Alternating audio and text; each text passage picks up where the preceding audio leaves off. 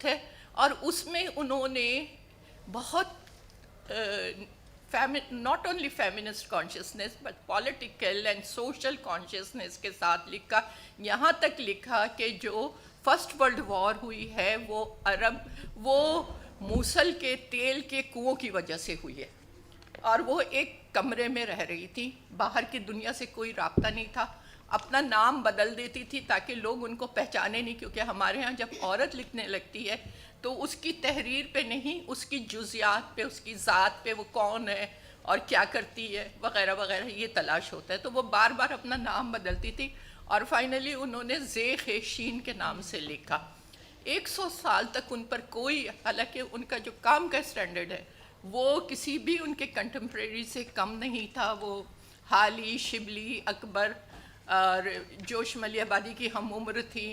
اقبال ان کی کنٹمپریری تھی، اور اقبال نے کہا تھا کہ اگر یہ طبعی عمر پاتی، وہ جلدی مر گئی تھی، تو یہ میری اصل کنٹمپریری ہوتی، میرے برابر کی ہوتی، لیکن وہ مر گئیں. اس کے بعد انہوں نے اپنی زندگی میں فرسٹ فیمنسٹ کانشیسنس کے ساتھ جو پوئٹری لکھی ہے اس کا نام تھا آئینہ حرم، اور وہ 60 بند کی مثنوی تھی. مثنوی اس دور میں لکھی جاتی تھی جو شکوہ تھا علامہ اقبال کے شکوے کے طرز کا، اور وہ مردوں سے تھا بر صغیر کے، کہ جو تم لوگ اپنی بیویوں کو جاہل رکھ رہے ہو، خود تو پلین پہ اڑ رہے ہو اور ترکی اور ایران اور انگلینڈ جا رہے ہو، اور تمہاری بیوی گھر میں جاہل بیٹھی ہوئی ہے، اس کے تم اپنی نسلوں پر کتنا ظلم کر رہے. تو وہ انہوں نے پھر شائع کروایا مولوی ممتاز علی کے لاہور سے، اور یہ 1915 میں لکھا گیا اور 1921 میں شائع ہوا. یہ فرسٹ فیمنسٹ پوئٹری تھی جو باقاعدہ شائع کی گئی، اور انہوں نے 100 کاپیاں کی قیمت ادا کر کے کہا کہ اس کو لوگوں میں تقسیم کر لو. لیکن اس شاعرہ کا ذکر صرف تذکروں میں ملتا ہے. تاریخ ادب اردو میں کوئی عورت شاعرہ نہیں تھی. تب میں نے اس پہ ریسرچ کی اور میں نے پی ایچ ڈی کی. ایکچولی میں نے ریسرچ شاعرات پہ شروع کی تھی، لیکن جب مجھے ان پر بہت میٹر ملا، میں علی گڑھ گئی اور میں نے ان کی نثر بھی دیکھی، اور ان کی ایک اور کتاب آئی، تو وہ میں نے سب دیکھا، ان کے خطوط دیکھے، تو پھر میں نے اپنی پی ایچ ڈی کو ان کے اوپر فوکس کر دیا، اور میرے ٹاپک چینج کر دیا. میرے استاد ڈاکٹر اسلم فروخی نے کروا دیا، اور میں نے اس پہ کی. لیکن میرا کام بیچ میں رہ گیا تھا جو شاعرات پر تھا. تو پھر میں نے کہا کہ مجھے اس شعور کو دیکھنا ہوگا جو نہیں تھا لوگوں میں. اور اب عورت لکھ رہی تھی، عورت اپنے شعور کا اظہار کر رہی تھی، اور شعور کو کہاں پڑھا جا سکتا ہے؟ جب ہم کہتے ہیں کہ وہ سوسائٹی باشعور ہے تو ہم اس کو کیسے جان سکتے ہیں؟ لٹریچر میں ہی پڑھا جا سکتا ہے، شعور کا اظہار ہی لٹریچر میں ہوتا ہے. اب لٹریچر اتنا وسیع ہوتا ہے، تو پھر میں نے شاعرات کو لیا، اور میں اس میں تقریباً 100 شاعرات ہیں اور 124 کتابوں کے حوالے ہیں. ان کی پوئٹری کو، ان شاعرات کی، ان کے جو مختلف شیڈز مجھے کانشیسنس کے نظر آئے. مثلا ایک شاعرہ لکھتی ہے منصور احمد کہ میرا بھائی میری گڑیا توڑ دیتا تھا. ایک شاعرہ عطیہ داؤد لکھتی ہے کہ تمہیں کاری کر کے مار بھی دیا جائے تو تم محبت ضرور کرنا. سندھی ہے وہ. اسی طرح ایک شاعرہ لکھتی ہے تنویر انجم کہ میں اپنے بیٹے کو اگر بٹیا گڑیا چڑیا بول دیتی ہوں تو وہ روٹھ جاتا ہے، جبکہ لڑکی کو اگر آپ بیٹا کہیں تو وہ خوش ہو جاتی ہے. تو یہ جو ہمارے معاشرے میں چیزیں تھیں، ان کو میں نے مختلف شاعرات کے اطلاق پر نظمیں تھیں، وائلنس پہ نظمیں تھیں، لیکن جو عورت کی تضحیک، جو اس کو مینٹل ٹارچر انکانشیسلی ہوتا رہا ہے، اس پر بھی زیادہ میں نے فوکس کیا کہ ہم بے شعوری میں کتنے باشعور لوگوں کو تکلیف پہنچا جاتے ہیں. خیر وہ تھی. لیکن آپ نے چونکہ کہا ہے کہ میں چند شاعرات پہ 5 منٹ ہے میرے پاس، تو میں آپ کو خاص طور سے میں نے انٹلیکچولی بھی دیکھا کہ مثلاً اب بہت مشہور نظم ہے نون میم راشد کی، آپ سب جانتے ہیں، حسن کوزاگر. اس کا جو مین کیریکٹر ہے حسن کوزاگر، وہ 9 سال تک اپنے عشق میں گھر وغیرہ سے بیگانہ ہو جاتا ہے، اور اس کے بعد وہ جب ایک دن اس کی محبوبہ نظر آتی ہے تو یہ نظم اس کی ہے، لیکن اس میں کانسیپٹ آف ٹائم بھی ہے. تو میں نے دیکھنے کی کوشش کی کہ عورت کا شعور وقت کیا ہے، تو وہ میں پڑھ کے سنا دیتی ہوں تاکہ اندازہ ہو جائے کہ اس کتاب کو کس طرح لکھا گیا ہے. نظم نگار خواتین، ایک صدی کا جائزہ لیتے ہوئے میں جب آج کے دور میں پہنچی تو کئی سوالات میرے ذہن میں آئے جن کے جوابات کو تلاش کرنا ضروری سمجھا. مثلاً زندگی اور وقت کے شعور کو کسی شاعر نے کس طرح لکھا ہے؟ وقت جو ہر لکھنے والے کا موضوع رہا ہے. ذات اور کائنات وقت کے گرداب میں معلق ہیں، کیسی کیسی گتھیوں سے الجھتے رہیں جن کو سلجھانے میں فلسفیوں اور شعراء نے صفات کے صفات کر دیے. ذات اور کائنات یہ دو جو ہیں ہمارا موضوع رہے اور جس پر ہی ہماری سوچیں رہی ہیں. ان کی تخیلات کی اڑان ماضی میں صرف مردوں کا بیانیہ رہی. عورت کی فکر نے اظہار کی راہ تلاش کی تو اس کی پرواز کی بلندی کو قرۃ العین حیدر کے ناول میں دیکھا گیا، مگر کیا شاعرات نے بھی وقت کی رو کو تھامنے اور اپنے وجود کو اس سیل بلاخیز میں ڈوبتے ابھرتے دیکھا؟ نون میم راشد کی حسن کوزہ گر کا شمار اردو کی اہم ترین نظم میں ہوتا ہے، جس میں وقت کے ساتھ جڑی ایک کہانی ہے جس کا موضوع حسب روایت عورت ہے. حسن کوزہ گر جو ایک حسینہ جہاں ذات سے ایک رات کو ملا اور ایسا فریفتہ ہوا کہ 9 برس تک اس کی دھن میں اپنے گھر بار اور کوزہ گری کے فن سے لا تعلق ہو کر دیوارہ وار پھرتا رہا. اس نظم میں حسن کوزہ گر جہاں زاد اور کوزوں کے ساتھ ایک اور کردار بھی ہے جس کو راشد نے چند لائنوں میں لکھا اور بہت پر اثر انداز میں سوختہ بخت لکھا. یہ سوختہ بخت حسن کوزہ گر کی بیوی ہے. وہ تو اپنے عشق میں مگن تھے لیکن ان کی بیوی پہ کیا گزری. پر راشد نے اس کو لکھا کہ جہاں زاد اس دور میں ہر روز، اس دور میں ہر روز وہ سوختہ بخت آ کر مجھے دیکھتی، چاک پر پا بگل سربزانو تو شانوں سے مجھ کو ہلاتی. وہی چاک جو سالہا سال جینے کا تنہا سہارا رہا تھا، وہ شانوں سے مجھ کو ہلاتی. حسن کوزہ گر ہوش میں آ، حسن اپنے ویران گھر پر نظر کر، یہ بچوں کے تنور کیوں کر بھریں گے؟ حسن اے محبت کے مارے، محبت امیروں کی بازی، حسن اپنے دیوار و در پر نظر کر. یہ راشد کی ہے. اب میں آتی ہوں عشرت آفرین پہ. نون میم راشد کی اس نظم نے عشرت آفرین سے ایک بیحد خوبصورت اور اثر انگیز نظم جہازات لکھوائی جو عشرت آفرین جیسی باصلاحیت شاعرہ ہی لکھ سکتی تھی. کنج پیلے پھولوں کا اور دھوپ اپنے حصے کی عشرت آفرین کے شعری مجموعے ہیں. مذکورہ نظم جہازات مذکورہ نظم جس کا جہازات کا ذکر کیا ہے، اس میں جہازات بنیادی کردار ہے اور راشد کی وہ فکر جو وقت کی گزرگاہ پر جبر و اختیار کے ساتھ 9 برس کی عرصہ زندگی کی رائگانی کی ہے اس کو بھی دہرایا گیا ہے، مگر ان استعاروں میں جو عورت کے ہیں. یہاں پہ میں نے دیکھا ہے کہ مرد کیا استعارے استعمال کرتے ہیں اور عورت کیا استعارے استعمال کرتے ہیں. تو وہ 9 برس خوابوں کے بستر پر پھول کاٹتی رہی جہازات. جب اس کا محبوب چلا گیا تو خوابوں کے بستر پہ پھول کاٹتی رہی. جہازاد اور اس کی محبت میں حائل شعری اظہار پر پوری دسترس رکھنے والی سوختہ بخت زندگی کے تمام تلخ حقائق کے ساتھ اس طویل نظم سے ایک اقتباس دیکھی، اس پر میں ختم کر دوں گی. میرے یہ جہازات کہہ رہی ہے اس سے حسن کوزہ گر سے، میرے اور تیرے درمیاں وصل کی ہر گھڑی میں نہ جانے کہاں سے وہی سوختہ بخت تیری کہ جو جافشانی کی شعلوں سے دہکے ہوئے زندگی کے ابتاب تنور پر انگلیاں تیری بچوں کی تھامی کھڑی بھوک سے برسرے جنگ تھی، جس کے نزدیک یہ تیرے کوزے تیرا فن تیری آگ سب میری آنکھیں میرے پھول اور خواب سب زندگی کے ابتاب تنور کی راکھ تھے. عشرت آفرین کی نظم پر ان کی ترقی پسند فکر بھی غالب ہے. غم دورہ غم جانا پر حاوی ہے. نظم کا اختتام نسائی اظہار کی بہترین مثال ہے. یہ اختتام ہے: اے حسن چاک پر سے ذرا اپنی نظریں ہٹا تو میرے 9 برس تک بنائے گئے پھول تو دیکھ لے، پھول تازہ شگفتہ اور آزردہ ہیں. حسن یہ محبت کہ جس کو تیری سوختہ بخت گردانتی ہے امیروں کی بازی، تو میرے تئیں یہ امیروں کی بازی کہاں، صرف بازی گری تھی. मोहब्बत हमेशा से मुफलिस का सरमाया जा रही है, यही तो वो पूंजी है जिस तक अमीरों के हाथ अब तक पहुँचे नहीं हैं। मुझे ये गुमा था कि औरत मोहब्बत की माजी में बेजान पत्ते की सूरत, किसी दस्ते चाबुक की मरहून मिन्नत, वो इस खेल में एक मोहरे की सूरत कि जब उसने चाहा उसे एक घर से उठाकर किसी दूसरे घर का मालिक बनाया, कि औरत फ़कत एक पत्थर की मूरत, ये तस्वीर हैरत यूं ही चुप खड़ी है, यूं ही चुप रहेगी मगर यूं नहीं है।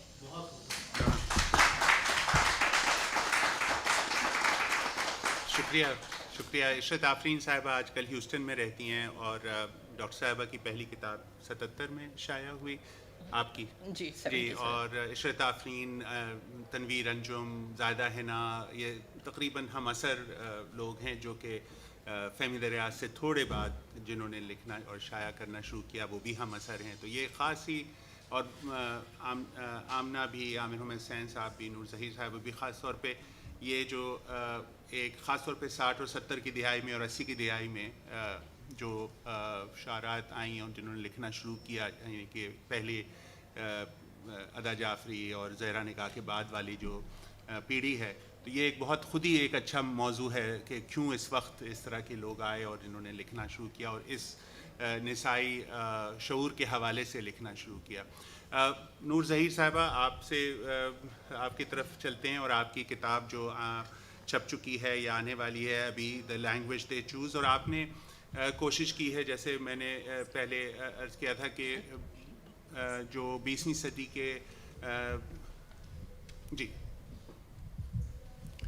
20वीं सदी के जो शुरू के चंद दिहाई हैं उसमें ख़ासतौर पे 1920 से 1950, और आपने कुछ लोगों पे काम किया है, जैसे नसरीन उस्मानी साहिबा हैं, और फिर आप खैर रशीद जहाँ साहिबा तो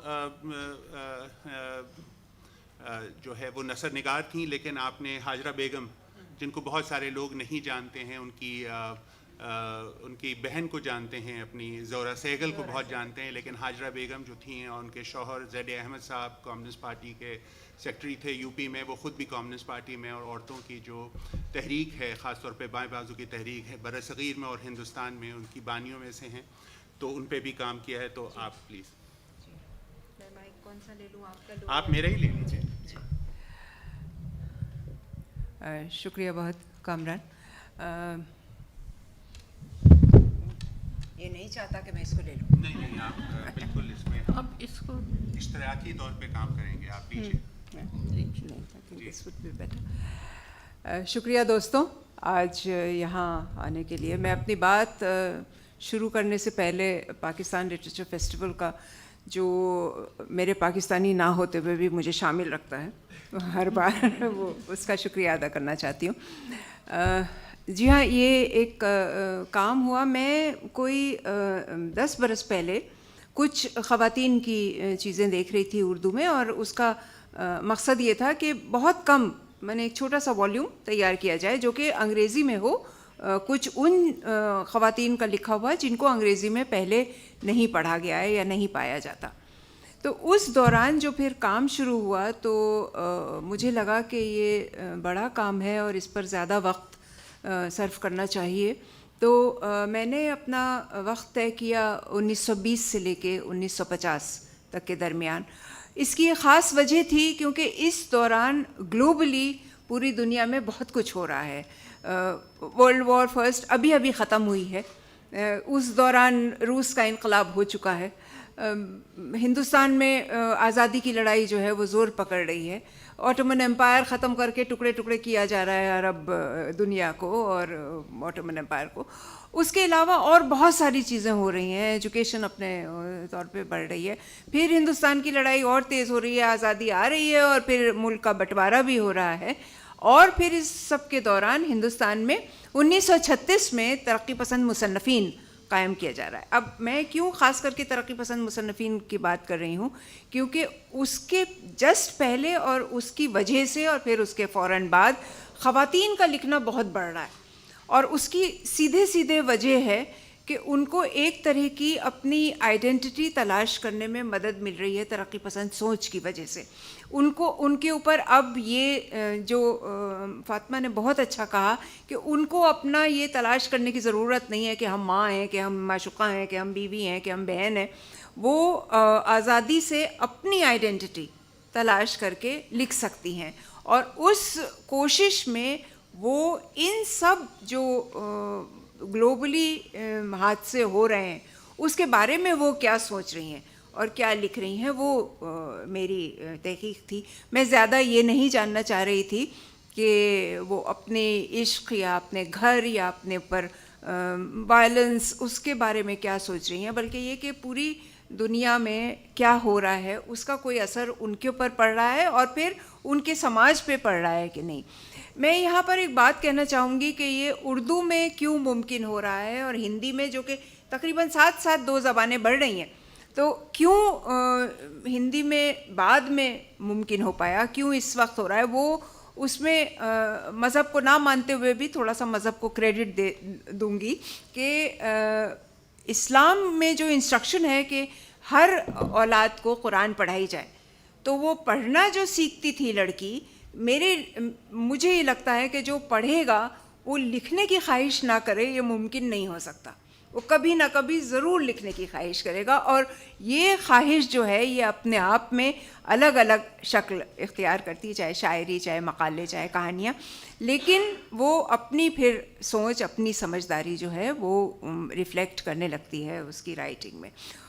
اتفاقاً اس وقت یہ بھی ہو رہا ہے کہ بہت سارے جو رسالے ہیں وہ خاص کر کے خواتین کے لیے شروع ہو رہے ہیں. ہم تہذیب نسواں سے شروعات کریں تو عصمت اور دوشیزہ, اور جس میں میں نے اپنی دادی کو دیکھا کہ وہ دوشیزہ میں سے صرف کڑھائی کے نمونے نکالتی تھی, لیکن اس میں ہوتی تھی کہانیاں بھی اور شاعری بھی, تو وہ ہم لوگوں کو مل جاتی تھی, جو کہ ایک فائدہ تھا کہ دوشیزہ گھر میں آتی.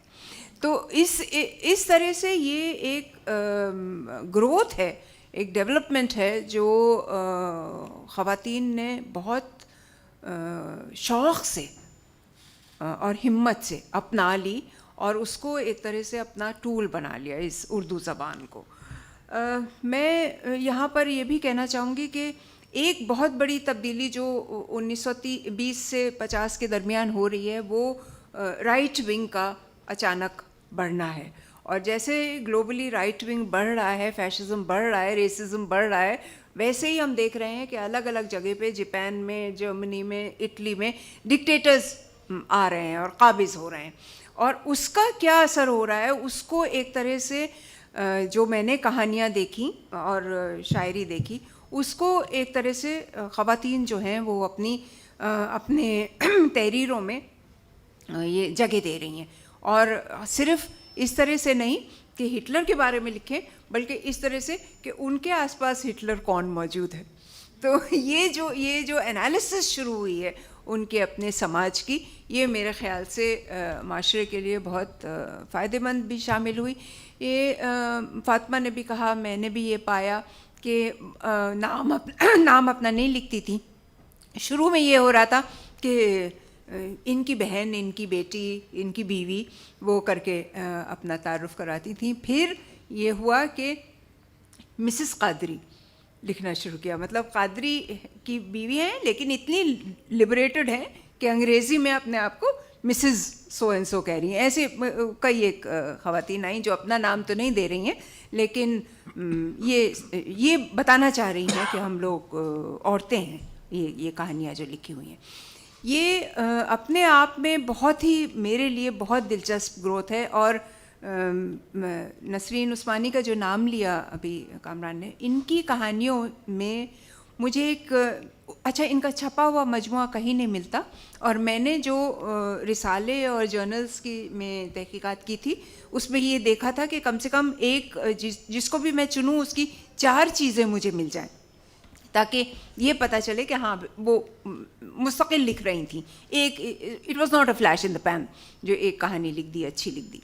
تو ان کے مجھے 6-7 افسانے ملے, اور اس میں سے ایک افسانہ جو میں نے شامل کیا ہے اپنے اس مجموعے میں, یہ 4 والیومز میں مجموعہ ہے, تو اس میں وہ ہے کہ سنگاپور میں ایک مسلمان فیملی میں ایک ینگ 16-17 سال کی لڑکی سبھاش چندر بوس کی نظم کی تقریر سنتی ہے، تم مجھے خون دو میں تمہیں آزادی دوں گا، اور اس سے وہ اس تقریر سے اتنا متاثر ہوتی ہے کہ وہ اپنے کانوں کی بالیاں اتار کر کے، وہ خون سے سائن تو نہیں کرتی، وہ کانوں کی بالیاں اتار کے اس ڈونیشن باکس میں ڈال دیتی. کہانی یہ نہیں ہے، یہ صرف ایک بیک گراؤنڈ ہے. کہانی وہ ہے جو وہ سوچتی ہوئی گھر لوٹ رہی ہے کہ ماں باپ سے کیا کہے گی کہ بالیاں کہاں گئیں. تو اس میں جو ہپوکریسی، اس میں جو ایک جھوٹ بول دوں، نہیں جھوٹ بولنے تو پکڑا جائے گا، اگر سر سے ایسے کر کے سخت کر کے دوپٹہ باندھ دوں تو بالیاں تو دکھیں گی نہیں، تو جا کے یہ کہہ دوں گی بعد میں کہ اتار دیں، بھاری لگ رہی تھیں، کچھ اس طرح کا بہانہ بنا دوں گی، لیکن کبھی نہ کبھی تو پکڑی جاؤں گی. تو پھر کیا ہوگا؟ تو وہ ایک طرح سے اس جرنی میں پورے سماج کو، پورے معاشرے کو ایکسپلور کر رہی ہے، اور عورت کو کس طرح سے، لڑکی کو کس طرح سے ایکٹنگ کرتے رہنا پڑتا ہے وقتاً فوقتاً، اور کس طرح سے بعد میں اس کے آشا پورنا دیوی کی کہانی اگر آپ لوگوں نے پڑھی ہو تو وہ ابھینیتری کے نام سے ہے، دی ایکٹریس. تو وہ ایک طرح سے جب میں نے دونوں کہانیاں پڑھیں تو مجھے لگا کہ یہ کنٹینویشن ہے، کہ یہ مسلم سماج میں ہو رہا ہے اور یہ ہندو سماج میں اس طرح سے 40 برس بعد ہو رہا ہے. ڈاکٹر رشید جہاں کے ساتھ میں کہوں کہ میرا تعارف نہیں کروایا گیا. آئی گرو اپ وتھ ہر، مطلب گھر میں ہمیشہ ہی بات ہوتی رہتی تھی، حالانکہ ان کا 52 میں انتقال ہو چکا تھا اور میری پیدائش 58 کی ہے، پھر بھی وہ موجود بہت تھیں ترقی پسند معاشرے میں، ترقی پسند بات چیت میں، ڈسکشن میں، گھر میں ہمارے. اس کی ایک وجہ تھی، جب انگارے چھپی 1933 کی بات ہے، یہ انگارے چھپی اور فوراً ہی بین کی گئی 3 مہینے کے اندر. تو اس بین کا یہ سبب ہوا کہ ہمارے دادا سر وزیر حسن نے اپنی آبرو، اپنی عزت بچانے کے لیے پبلکلی 100 کاپیز اس کتاب کی حضرت گنج میں، جو لکھنؤ کا سب سے بڑا بازار ہے، وہاں جلائیں کہ بھئی میں اس میں انوالو نہیں ہوں، یہ میرا بیوقوف بیٹا جو ہے سجاد ظہیر، وہ اس کا کیا دھرا ہے، اور اس کے 3-4 اور دوست ہیں. دادا نے ابا کو سمجھا بجھا کر کے وکالت پڑھنے کے لیے واپس انگلینڈ بھیج دیا. وہ یہاں سے آکسفورڈ سے گریجویشن کر کے گئے تھے، لیکن پھر ان کو واپس یہ بھیجا. رشید جہاں is left alone to face the society. She rides a bicycle, she's a doctor, she rides a bicycle in Lucknow to the civil hospital, and every day لڑکے مولویوں کے کہے ہوئے جمع ہوتے ہیں رستے بھر میں اور ان کے اوپر چھیٹا کشی کرتے ہیں. وہ دیکھو جا رہی ہے انگارے والی، اینڈ انگارے والی became her name. That was her contribution. There are just 2 stories in the collection that are of Rashid Jahan, but she makes such an impact that پورا مجموعہ ایک طرف، وہ 2 کہانیاں ایک طرف، زندگی انہوں نے کس طرح سے جی اور اس کو کس طرح سے جھیلا وہ دوسری طرف. حاجرہ بیگم نے ایک بہت دلچسپ فیصلہ کیا. ان کو یہ لگا کہ بھئی اب تو خواتین کے لیے بہت لکھ رہی ہیں، ہمیں تبدیلی کی کہاں ضرورت ہے؟ بچیوں میں دماغ ان کا بنے، سوچ ان کی بدلے. تو انہوں نے جو کہانیاں لکھی ہیں، اور یہ کہانیاں ایک بار چھپ کر کے کہیں کسی مجموعے میں موجود نہیں ہیں. مجھے اتنی دقت ہوئی، ان کی بیٹی تک سے میں نے مانگا، انہوں نے صندوق وغیرہ کھنگولے، سلیمہ آپا نے، اس میں سے کچھ 2-4 پرزے نکلے. پھر شاہد ان کے نیویو کانپور میں رہتے ہیں، ان کے پاس دوڑے گئے. تو یہ بھی اپنے آپ میں ایک سوچنے اور دیکھنے کی بات ہے کہ خواتین کی لکھی ہوئی چیزیں کیوں سنبھالی نہیں جاتی. کیا خواتین بھی خود اپنے لکھے ہوئے کو، اپنے کام کو کسی حد تک ایسا سمجھتی ہیں کہ ٹھیک ہے اب تو ہو گیا، لکھ تو دیا تو اب اور کیا؟ یا یہ کہ ان کے اوپر باقاعدگی سے ایک یہ موومنٹ ہے کہ وہ سامنے نہ آئے، جس کی ایک ہنٹ مجھ سے پہلے بولنے والے نے دی تھی، کہ ایک کوشش ہے کہ اتنی زیادہ بات نہ ہو، اتنی زیادہ چرچا نہ ہو اس سب چیزوں میں. جو ہم سوچ رہے ہیں وہ اس پر، اس سوچ کا جو ایک طرح سے انقلابی تھی، اس کا اثر نہ پڑنے پائے. 2 منٹ؟ اچھا. یہ کتاب میرے لیے اور मैं जुर्रत करूँ आप सब के लिए क्यों अहम है जो मैं लिख कर रही हूँ पूरा काम, जिसके दो वॉल्यूम्स आ चुके हैं छप के और 2 और आने वाले हैं। सेंचुरी पूरी हो रही है, हालात वही बन रहे हैं, यूक्रेन वॉर, अफ़गानिस्तान वॉर, अरब दुनिया में फिर से डायनामिक्स बदल रहे हैं। चीन जो है वो ईरान और सऊदी अरेबिया को बुला के कहता है भाइयों बैठो बातचीत करो, वो वीगर मुसलमानों के साथ क्या कर रहा है उस पर भी पर्दे डालना चाह रहा है, और इन लोगों को मिला करके ये भी साबित करना चाह रहा है कि हम जो हैं वो बिल्कुल मुसलमानों के साथ हैं। इस पर कहानियाँ, नज़में, शायरी, अदब पैदा होगा। हम लोग इस चीज़ को नेगेट नहीं कर सकते कि war is the next thing that we will be facing. और इसमें जो सबसे अहम बात है वो कह के मैं अपनी बात ख़त्म करती हूँ, where are the women in the negotiations that are taking place. आप ये देखिए कि पूरी दुनिया में यूरोप वगैरह जो बहुत तरक्की पसंद वगैरह मुल्क कहलाते हैं, डेवलप्ड अमीर, पूरी दुनिया में जो नेगोशिएशंस हो रहे हैं उसमें सिर्फ 6% आर द वुमेन। शुक्रिया।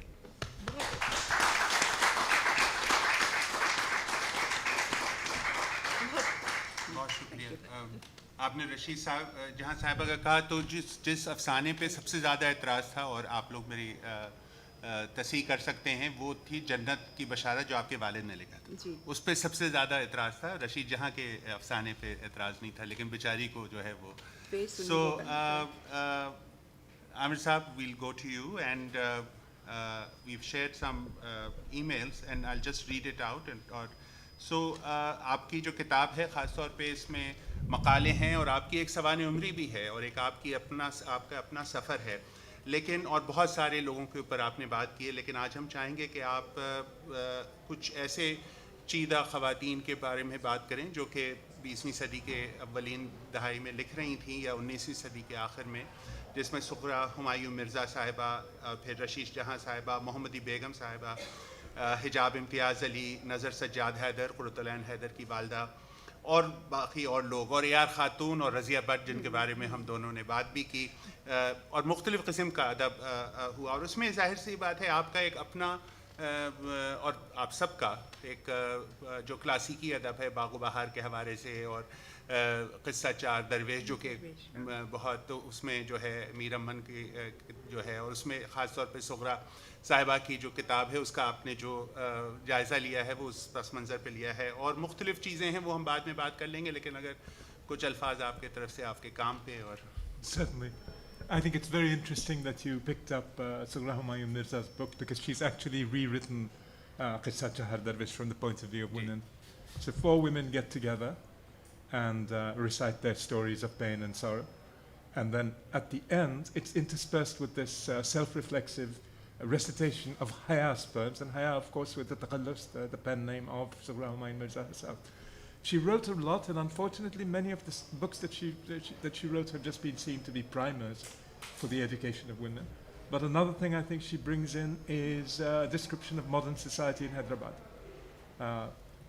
And the interaction between English women who had converted to Islam and their Muslim students.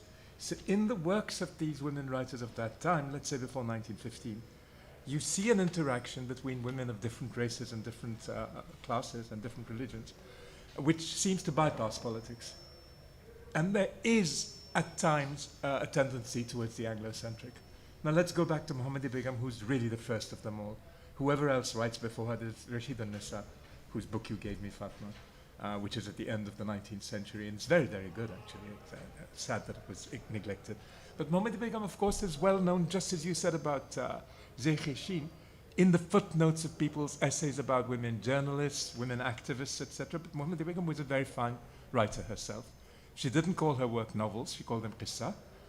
And unfortunately, to sidetrack a little bit, I probably discovered her through Shaista Ikramullah's Sohrawardi's PhD from SOAS on contemporary Urdu writing. And she got Mohammadi Begum's chronologies completely wrong.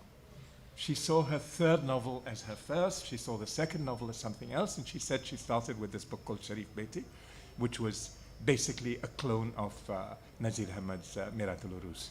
It's not. First of all, it wasn't her first book, it was her third. It was published, I think, in the last month before her death. This was in 1908, when she had already written novels, poems, essays, a biography of her teacher, talked about Shia-Sunni relations in that particular biography. She had done a lot. And then she writes this book, which she specifically says is for underprivileged young women. Or her husband, Mumtaz Ali, whom you mentioned earlier, says this is for underprivileged young women. And it's a beautiful little story which really reverses a lot of the tropes of Nadir Ahmad's portrayals of women. For example, one of the leading characters who's a bit like, sorry to use a Western reference here, but like Cinderella's godmother, is a Nayan, a woman who just walks in off the street and helps these orphan children to set up a life for themselves in some abandoned house, and actually encourages Sharifa, the heroine of the book, to teach and to work.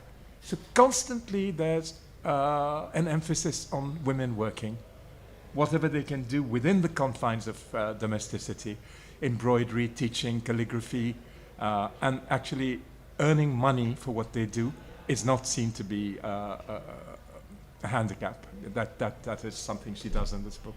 It's got a happy ending because she's writing a fairy tale for children. Unfortunately, that was a short life, but another book of hers, Aajkal, is an autobiographical sort of, fake autobiography, confessional, of a woman who gets everything wrong. Why? Because her husband won't let her do anything. He just makes her into a completely dependent limpet and then accuses her for letting everything fall apart. So very often also in these first two books there's a strong emphasis on suicidal ideation in women, thoughts of suicide, wanting to die and so on because of the oppression of the society around them. She does that, and then we come to two others I would like to mention. One is not in the book, so let me mention her first. I think, Kamran, we also talked about how they represent changing times. So there is this relationship, let's say, between British women and English women, or men coming in and talking about wars and politics and various kinds of interactions with colonial agents and so on. But Jahanara Shahnawaz, who's best known as a politician, and for a memoir she wrote in English, wrote a novel called Husnara Begum in 1915. And in that, starting from Lahore, you get the whole canvas of what's going on in colonial India at the time. It was during the Raj. I mean, it was written in installments. And as she writes the installments, you can see her sensibility changing and transforming towards national and international affairs. So before, in the first half, what you get is a sort of division between princely India, the India of the feudal lords, and British India. And in princely India, everything is going on as it ever did, but what's also very interesting is that women are steeped in Urdu and Persian. She doesn't mention Punjabi at all, but they're steeped in their own culture. They haven't changed their traditions. Nothing's happened to change that. And Husnara Begum is the first one who's given an English education, but she has no culture clash within her at all. She just absorbs this medical education that she's getting. But British India is seen to be a safe space. Every time they want to escape from banditry, feudal excesses, etc., it's British India, and the British will come in if they're called upon to intervene. Right. Halfway or two-thirds through the book, we get Husnara herself suddenly denouncing Europe in such blistering terms. Why? Take one guess. What's happened? World War I. With the beginning of World War I, she says, oh, you arbiters of justice and peace and so on and so forth, this is what you're doing? Suddenly our dreams are all shattered. And there is a pathway then being drawn out for the Indian seeker of independence, India as it was then, to find their own way, a third way, not the purely traditional, nor borrowings from the West. In the end, it's got a very amusing finale that Husnara becomes a doctor in Bhopal because Nawab Begum of Bhopal becomes her kind of patron. So at least there's this escape from what is conventionally British India into an area where an autonomous ruler has the power to create institutions like hospitals that are outside the jurisdiction of the British. Then I'll come briefly to Tayyaba Bilrami, wonderful writer who also called herself Mrs. Khadib Jang. I have a feeling she was related to you. I'll tell you later, yeah. Hyderabad, illustrious family, sorry? Yeah. An illustrious family wrote a beautiful book called Anvari Begum about a family in Hyderabad and changing mores and so on and so forth. Again, there's this clash between young men who go off to England to study and what they'll come back to and whether they'll be transformed into, imitation white men and so on and so forth. And the women carrying on in their own way, but also trying to be progressive and breaking out of certain superstitious molds. And these novels also have huge passages of critique against what they think of as fuzul rasumat, useless superstitious events and so on. So they enjoy themselves because on the one hand there's a kind of exotic, almost orientalist dwelling on wedding feasts, clothes, customs and so on and so forth. But this is all done in the name of actually critiquing and deconstructing those customs and saying, in the end, all we want is a nikah in which the bride wears a simple outfit and with very little meher, very little money paid, etc., and no useless rituals. So they're constantly on these various levels of critiquing tradition and superstition, praising what's good and innovative about Western intervention and modernity, and trying to find a third path. So these are the early ones. How much time have I? Very few minutes, but go ahead. Yeah, I mean, you came to Rashed Jahan, who comes much later. Of course. I mean, Rashed Jahan and Hijab Imtiaz Ali on two very different levels start in the 30s. And Hijab, in the guise of writing romantic fiction, I think she must be one of the most misread writers in Urdu, because she's basically critiquing the superstitious and backward habit of very rich Sayyids in Hyderabad. That is what she's really going for. Young women forced to marry syphilitic cousins who have concubines, who are slaves and so on and so forth, being forced into all this. A great emphasis on class, because in one of her novels, one man's life is destroyed because he happens to be an orphan. So there's a lot more going on there. You have to read it very carefully. On the other hand, because it's entertaining and makes you weep, you can accept it as romance, which is what Asma later said and did after copying her in her first novel, in fact. Rashed Jahan is brilliant. I think that she's underrated because people say her prose is sapat and flat. It wasn't. It was very, very finely honed Urdu. The way it was spoken at home with no difficult vocabulary and no flourishes. It was very to the point, and it really kicks you in the gut when you read it. I think she's brilliant. And of course, Asma said she wouldn't exist without Rashed Jahan's prose. But there were many other writers like Amina Nazli and so on, I think, were very deeply influenced by that kind of harsh realism. So I think I've pretty much answered some of your questions. No, thank you so much. It's endless. I know. And the text itself is so rich, and it's sort of interspersed with analysis and understanding of this literature, which is quite invisible to us at this. Even in, go ahead, please. I just want to make one comment, that I actually attended an Urdu evening class just next to this place, to be able to speed up my reading skills when I was about 18 years old. And this hall is the last place where I saw Faiz alive. Oh, wow. So this is really closely connected to this book and these issues. And also you were Ralph Russell's student. I was Ralph Russell's student, yes. Masnavi. One thing about that book. ये जो किताब है ये academy of letters Pakistan ने शाये की है, इसलिए ये बहुत आसानी से दस्तयाब है और ये पाकिस्तान के लिए एक बहुत बड़ी और बहुत अच्छी किताब है जिसमें उन लोगों के बारे में अंग्रेज़ी में लिखा गया, अंग्रेज़ी के लिखने वाले ने उन पर तवज्जो दी, उन ख़वातीन, और मैं ख़वातीन पर ज़्यादा ज़ोर दे रही हूँ, हालांकि इस पे मर्दों पे भी जो वर्थ है कि उनको पढ़ा जाए। तो ये किताब अंग्रेज़ी में लिखी हुई बहुत अच्छी किताब है और ये एकेडमी ऑफ लेटर्स से शाये हुई, इसलिए इसका मिलना भी मुश्किल नहीं है। जी, बहुत शुक्रिया, बहुत शुक्रिया। मैं बस ये कहता चलूँ क्योंकि मुझे मैं एंथ्रोपोलॉजी पढ़ाता हूँ, लिहाजा वो किनशिप का बहुत शौक़ है मुझे। आपने जहानारा शाहनवाज का जिक्र किया, आप सियासतदान भी थीं और ہمارے ہاں ایک بہت مشہور جنرل تھے اکبر خان, ان کی ساس بھی تھیں, خوش دامن تھیں, اور شائستہ اکرام اللہ کی بیٹی جو ہیں وہ اردن کی مہارانی بنتے رہ گئیں, سربت صاحبہ. Yes, my other daughter is a very Muneeza شمسی کی والدہ ہے نا. خیر, we'll move on. I'm just these are painter, renowned artist in Canada, Nadir Rahman. G. So Amina, we'll move. Professor of World Literature at University of Exeter. I do apologize. And given the theme, kindly share, the issue of poetry, politics, and activism. How are they intertwined in 20th century women's writing in Urdu? And also sort of with reference mainly and to others as well, but you have 2 substantial chapters in your book on Fehmi the Riyaz and Kishwar Naheed, but also you pay special attention in another chapter to people like Ada Jafri, Zahra Nigah, Parveen Shakir, and Sara Shagufta.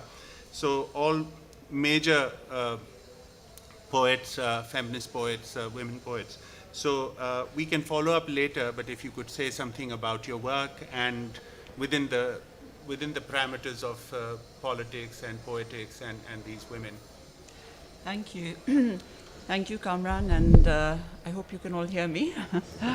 It's an honor to be a part of this panel, and I think I feel a little bit like an outsider, when you're discussing family relations and connections. It's a bit like being We are not at related home. to anyone, their relationship. Yeah.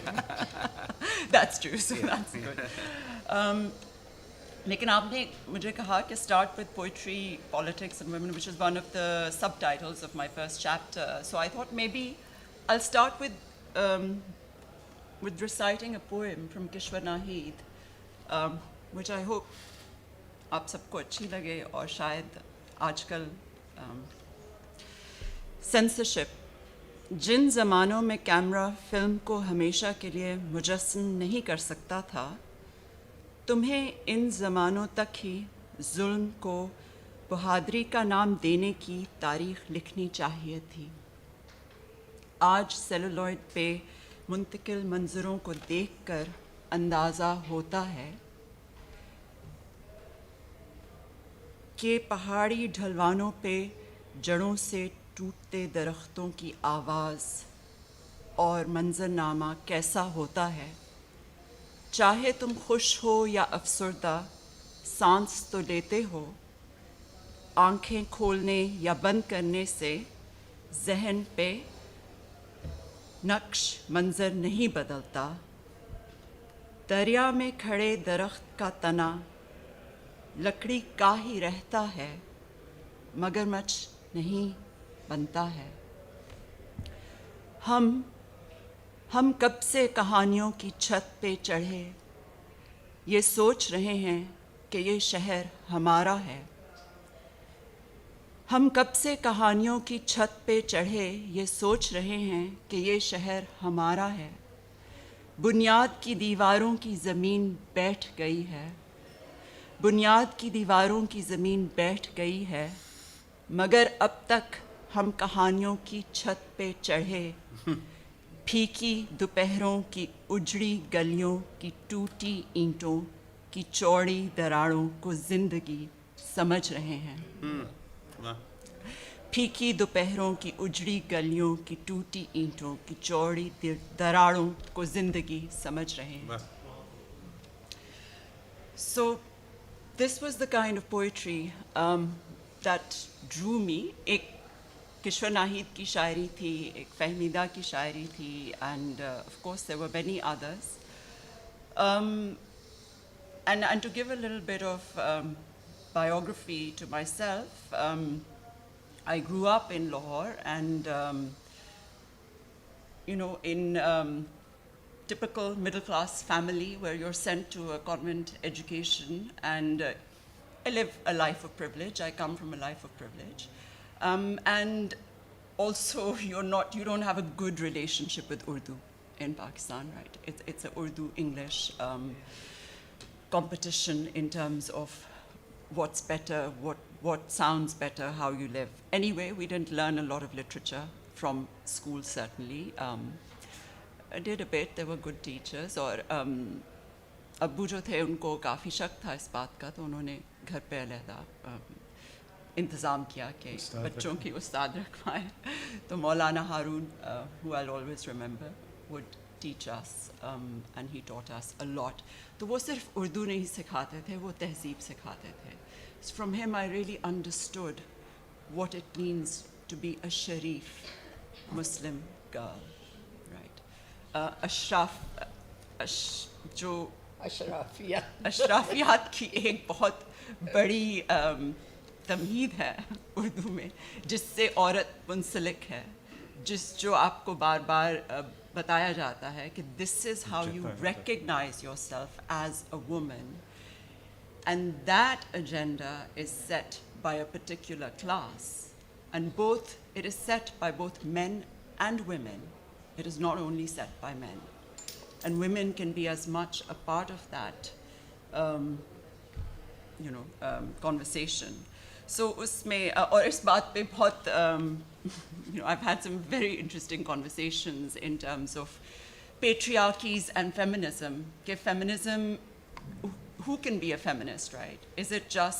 Does feminist just belong to, is it just a gendered space, jahan pe it's only women, a women-only space, or is it a space where men can also be a part of it?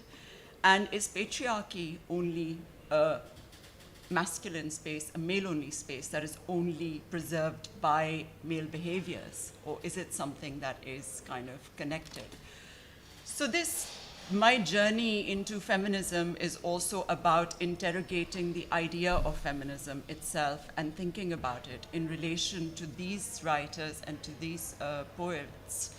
So I wanted to look at the legacy of 20th century feminist Urdu poetry, particularly, and I chose, two of the chapters in the book are on Fehmi Daryaz and Kishwa Nahid, because I saw them as the ones with a kind of manifesto, with a kind of agenda, with a kind of politics that really spoke out. And so I focused on them, which is not to take away from the other people and women who are writing and making this possible for them to be a part of this. And I think what I wanted to do was, in that journey of looking at the legacy of feminist poetry, which is very much, about the 1980s, is connected to the women's movement, it's connected to the Hudud ordinances, it's connected to Pakistan's status as an Islamic state and its relationship with Islam, which is, extremely complicated and complex.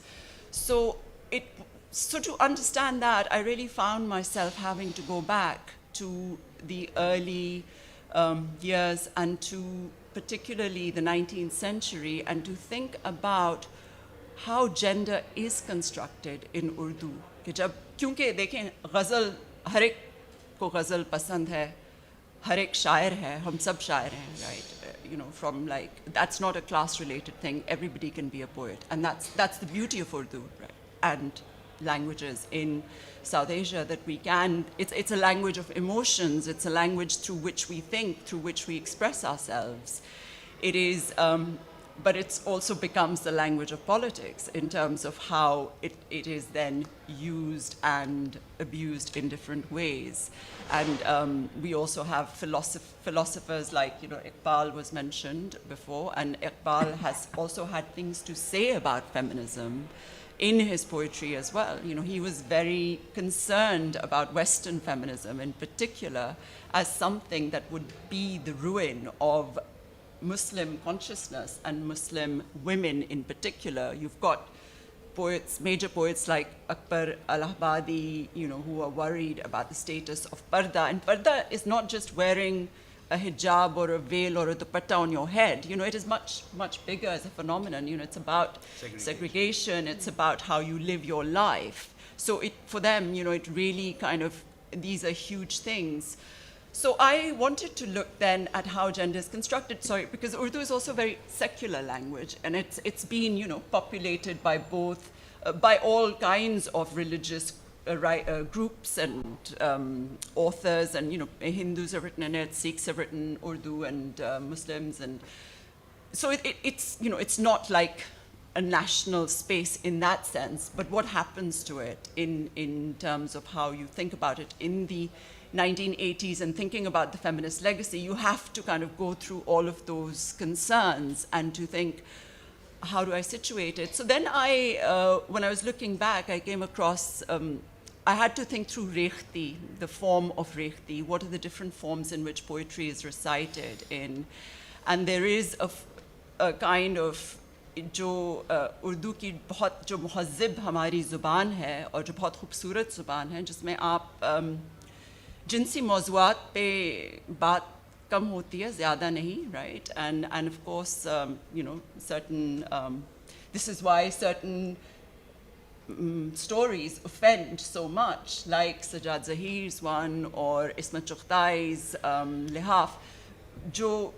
The power of language to offend in Urdu is very high because you're not allowed to, you know, the gatekeeping is so strict that to manage it, it happens in this way. So the people who've broken those kind of barriers have been also people like Femida Riaz. So Rekhti was really interesting to go back to an earlier period in which it was about, you know, and it was also not about a middle class language. It was very much the language of the quota that was being used. And it was about expressing sexuality. It was about expressing desire. There was same-sex desire. There was homosexuality. So there are all sorts of things that are present in Urdu that we don't want to think about and that we don't like to think about.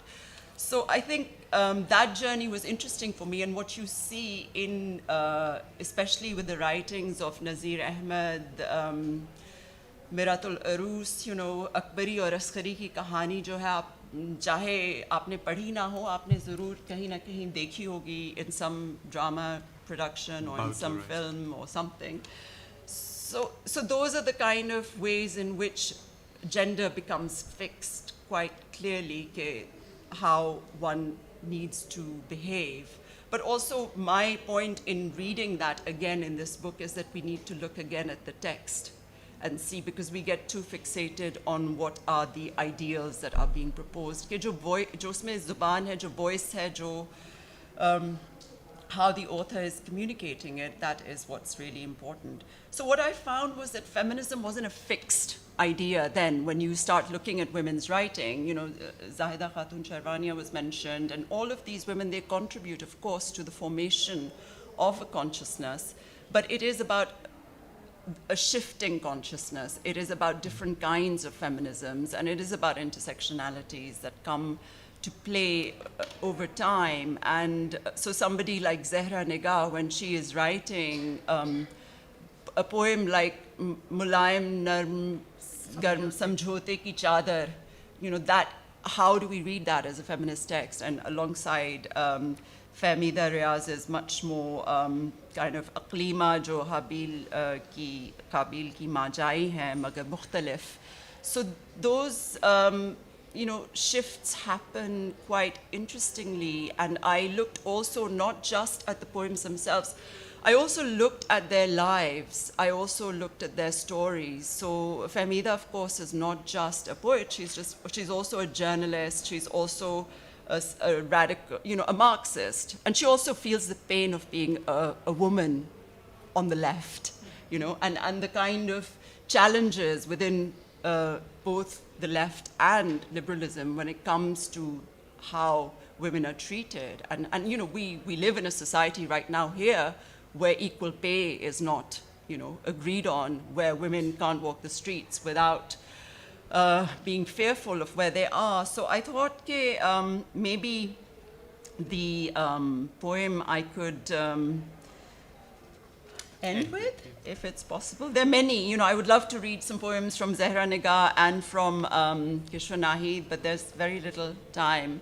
So because we're sitting in London, I think I'll read a poem that connects Femida Riaz to London and to her broader kind of themes that she writes about, how she critiques religious ideology in very subtle ways and also gives her own philosophy on it. So this poem's title is Surah Yasin. Ye aakhir shab ka sannata, is neem andhere raste par, jaldi mein qadam बढ़ाती हुई मैं एक अकेली औरत हूँ। बड़ी देर से मेरे ताक़ुब में एक चाप है जो चली आती है, घर, मेरा घर। मैं अपने घर कैसे पहुँचूँ? सूखे हलक़ूम और बैठते दिल से सोचती हूँ, शायद मैं रास्ता भूल गई। ये राह तो मेरी राह नहीं, इस राह से मैं कब गुज़री थी। सब गलियों पर यहाँ नाम लिखे, इस गली पर कोई नाम नहीं। और दूर दूर तक दम साधे ये सारे घर अनजाने हैं। लो पीले चांद का टुकड़ा भी काले पत्तों में डूब गया। अब कुछ भी नहीं, बस मेरे मुंह में खौफ से भारी और मफलूज ज़बां है। या तलुओं से ऊपर चढ़ती हुई मेरे अंग अंग में रची हुई एक खुनकी है।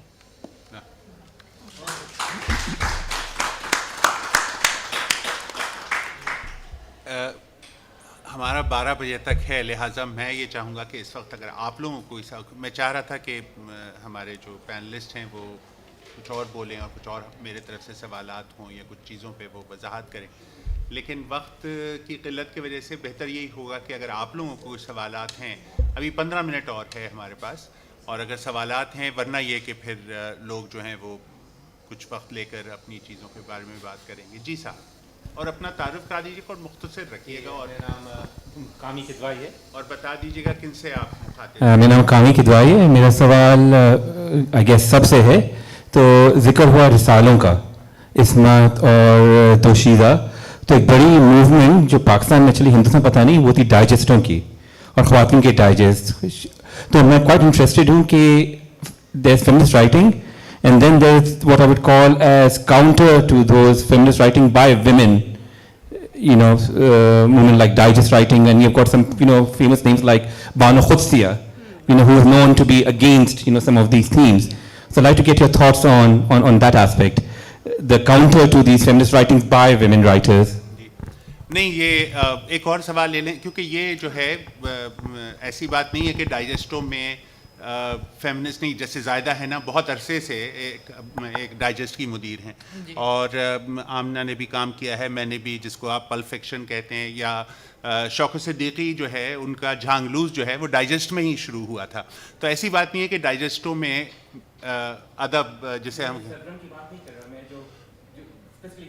जी पाकीज़ा है, मतलब जो वुमेन से, खैर एनीवे इस पे हम बात करते हैं। आप मैं तो वैसे ही कह रहा था कि जाहिर सी बात है आप हमारे जो मेहमान हैं बेहतर जानेंगे। बोलिए जी। अस्सलाम वालेकुम, माय नेम इज़ नता। मेरा बहुत ही बेसिक सवाल है, because I am coming from a place of ignorance, as you said, middle class, Urdu ज़्यादा नहीं पढ़नी, ग्रू अप लाइक उसमें। तो just would, and this is for all of you, कि कोई स्पेसिफिक नॉवेल्स या short stories that we can start as our journey into Urdu literature, feminist, left as well, any are welcome, जिसमें एक ideology और ideas भी हो और उर्दू भी हो, ताकि शायद लुग़त के साथ समझ भी आ जाए। अच्छा, एक और सवाल लेके फिर मैं फ़र्दन यहाँ अपने मेहमानों से गुजारिश करूँगा कि वो जवाब दे दें, अगर एक और सवाल है तो।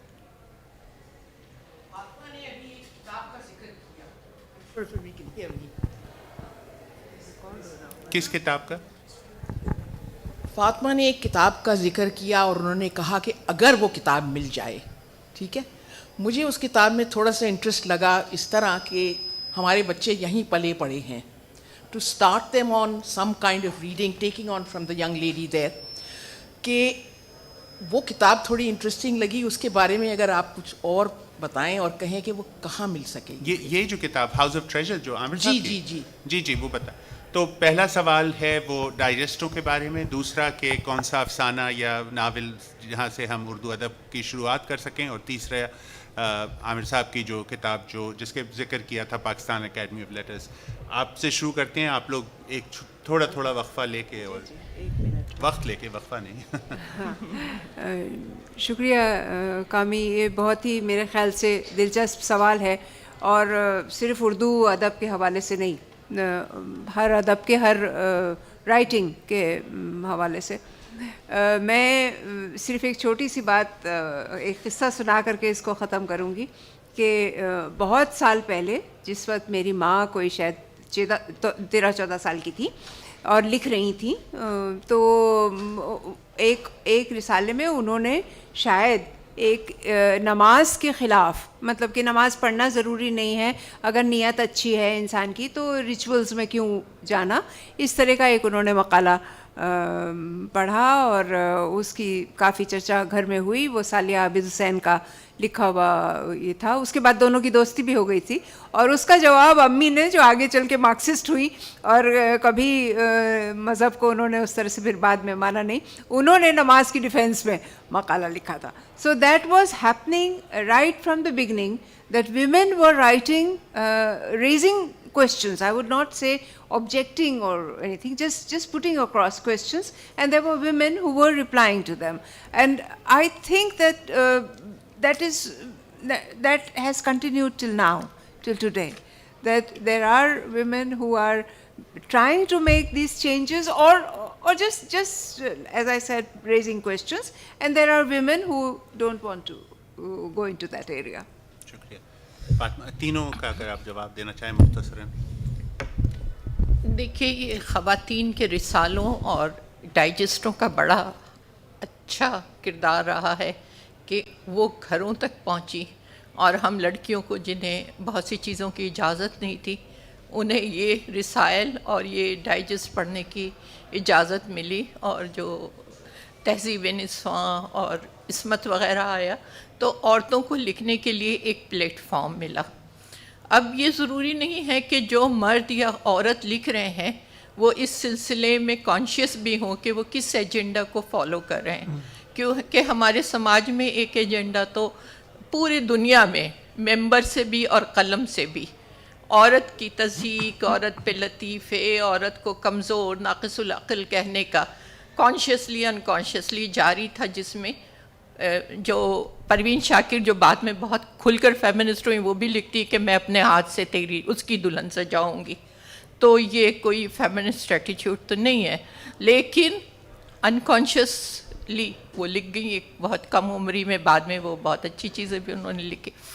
تو یہ جو ہے, یہی تو ہے جب میں نے فیمنسٹ کانشیسنس پہ کام کرنا شروع کیا, کیونکہ عموماً لوگ یہ بھی, جیسے انہوں نے ریختی کا ذکر کیا, جب میں نے پہلے شروع میں فیمنزم پہ مضمون لکھا, لوگوں نے جان صاحب کی ریختی کا دینا شروع کر دیا کہ یہ بھی تو خواتین کی شاعری. بھائی خواتین کی شاعری نہیں, وہ ایک ٹرانسجینڈر تھا جو اپنے مالک کو خوش کرنے کے لیے ایک ایسی سیکسول شاعری کرتا تھا.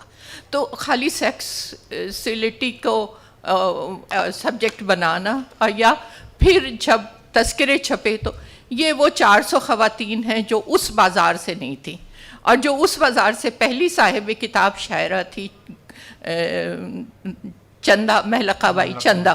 تو اس کو کہا گیا کہ نہیں, وہ اس کا حالانکہ دیوان تھا, نہیں جی وہ بڑی شاعری تھی, نہیں جی وہ تو اس بازار سے اس کے چاہنے والوں نے اسے لکھ کر دے دی ہوگی. یہ جو رویے ہمارے سماج میں تھے, ہمیں ان کو دیکھنا, ہمیں یہ نہیں دیکھنا کہ بانو قدسیہ نے کیا لکھا یا پروین شاکر نے کیا لکھا. ہمیں یہ دیکھنا ہے کہ عورتوں نے اور مردوں نے دونوں نے کس اس ایجنڈے کو مستحکم کیا اور کس نے اس ایجنڈے کو رد کیا. جس نے رد کیا وہ فیمنسٹ ہے. اچھا, نہیں ایک مثال دے دیجیے کوئی اچھے افسانے. ہاں کتابیں آپ پہلے بتائیے کچھ اور پھر آپ. ایک تو ٹیڑھی لکیر ضرور پڑھیے اسما چغتائی کی. ہاں ٹیڑھی لکیر, اور ہاں انگریزی میں بھی آ گئی ہے, اور طاہرہ نقوی کی کروکڈ لائنز. جی ہاں, کروکڈ لائنز بائی طاہرہ نقوی نے ٹرانسلیٹ کیا. ہاں لیکن آپ اردو میں پڑھنا چاہ رہی ہیں تو اردو میں ٹیڑھی لکیر پڑھیے, اور آگ کا دریا پڑھیے قرۃ العین حیدر کا. اور افسانوں میں قرۃ العین حیدر کے. اچھا بھائی, اپنی کتاب کے بارے میں کہنا بہت غلط بات ہوتی ہے, لیکن جب میری کتاب کہانیاں گم ہو جاتی ہیں آئی تو ضمیر علی بدایونی جیسے کرٹک نے لکھا کہ نسائی شعور کو پہلی دفعہ اردو میں نسائی شعور کا لفظ انہوں نے استعمال کیا اور کہا یہ اس کا اظہار ہے. اور میری اردو پرشنائز سے ذرا پاک ہوتی ہے, سادہ اردو ہوتی ہے, پاکستانی اردو میں اس کو کہتی ہوں. तो वो है कहानियाँ गुम हो जाती हैं. आमना आप और फिर आमिर साहब, मेरे ख्याल है हमारे पास वक्त कम है तो आमिर हुसैन की कहानियाँ भी बहुत आसान उर्दू में. I think just very briefly, I think कि जहाँ तक I mean Kamran can speak more about this because इन्होंने लिखा भी है इस मौजू पे. It's the creation of a new public, right? Through Women's Digest and women's writing. So to categorize all of it under one umbrella term, I think it's a really hard thing because they're doing different things. And they're देखें अगर आप मिसाल के तौर पे जैसे आजकल जो बहुत एक पॉपुलर उर्दू ड्रामा राइटर हैं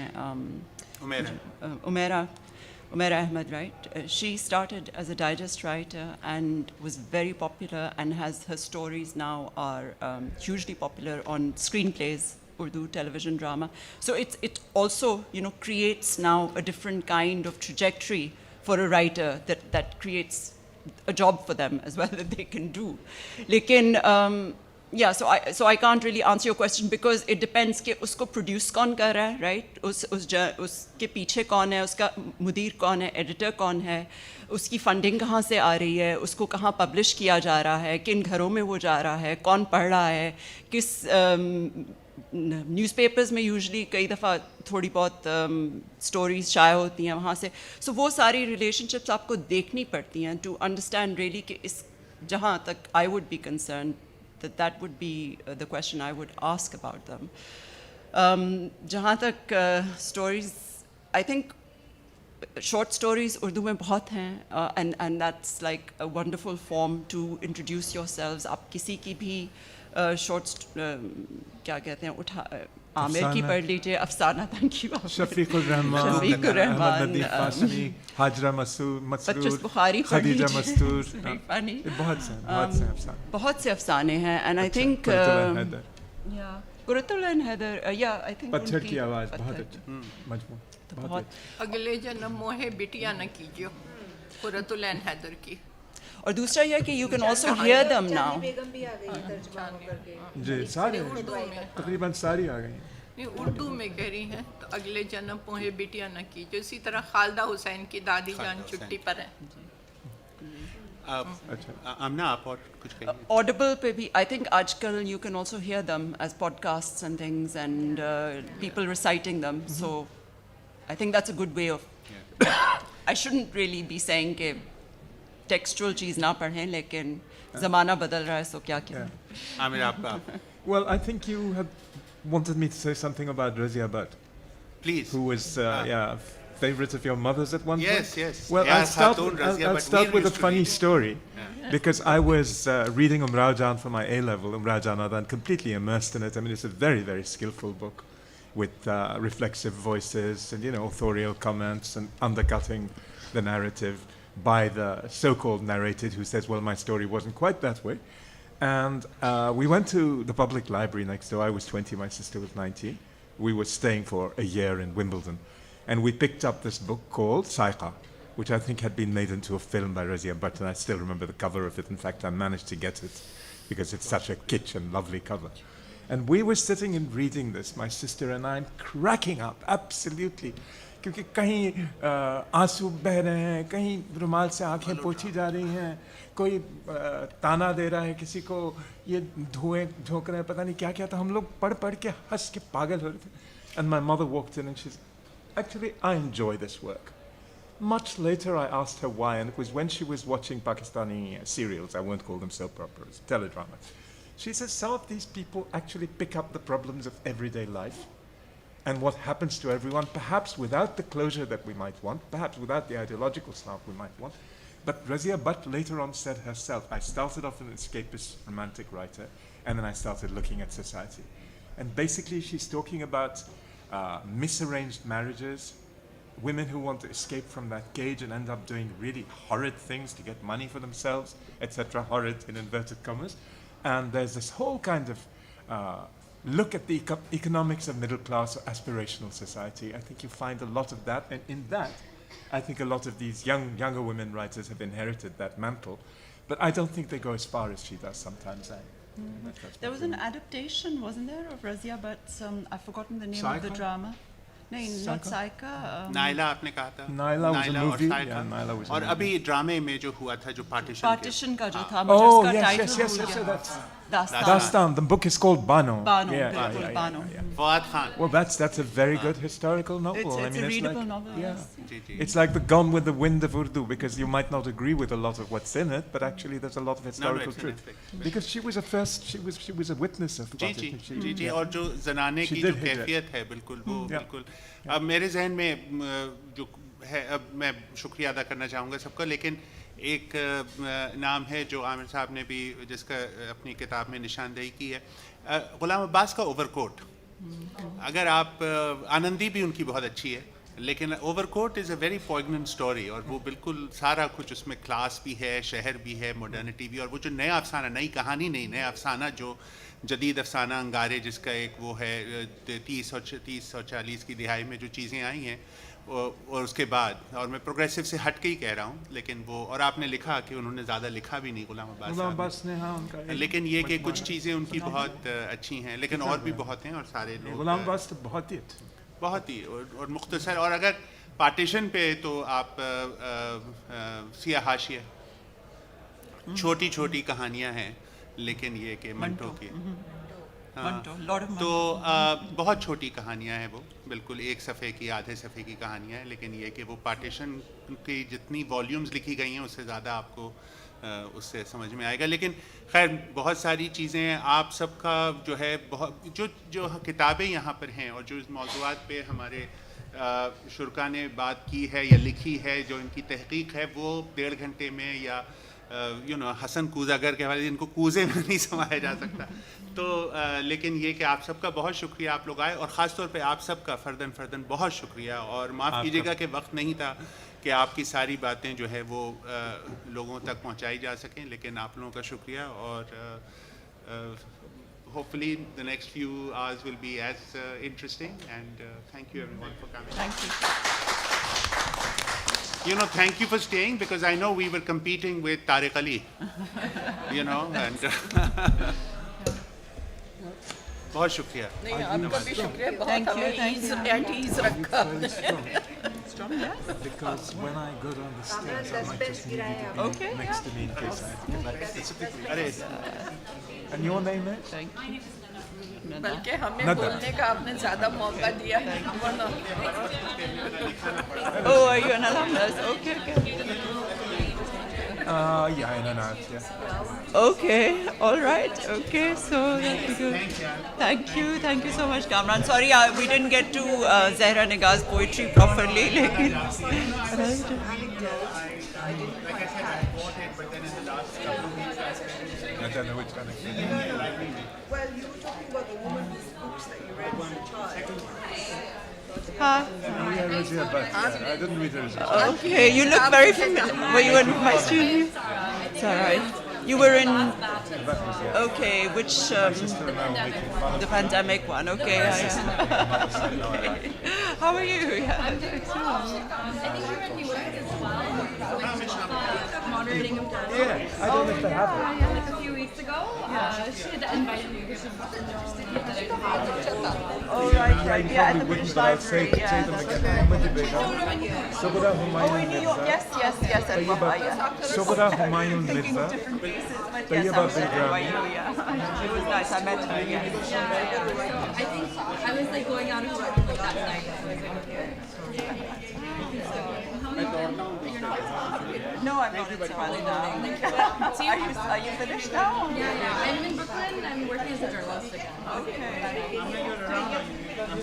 And I'm around. Yeah, let's try and I'll be around for a little bit. So just be a little bit. Yeah. Thank you. Good to hear you speak again. I missed the way that you would like mention different literature pieces. As you would like to. Oh no, I'm doing that again.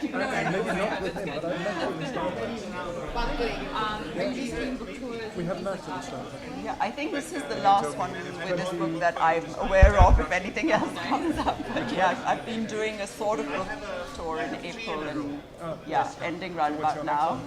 So it's all right, yeah. Well, good to see you, yeah. Oh, hello. No, I've got an afternoon panel on English. Other talks. Yeah, program. It is a very packed program. I need to look and see what I need to get as well. ये किसी कोई छोड़ गया है यहाँ पे। Is it Fatema Hassan? Like bag है उनका लग रहा है मुझे उनका bag है. I need to get a bag as well. Do I get a bag? Registration desk. अच्छा, registration. Just tell them you're one of the speakers, please. Okay. Thank you. You want to take a water?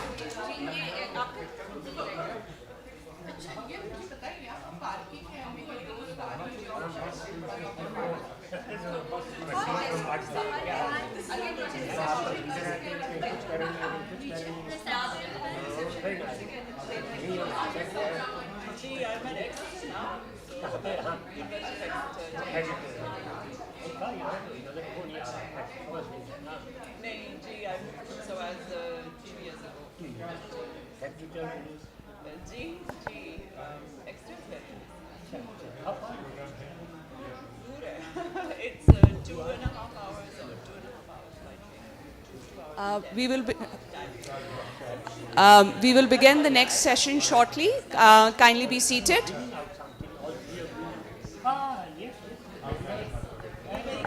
But we're also co-editing a journal with Pakistan Studies. National Passport Study.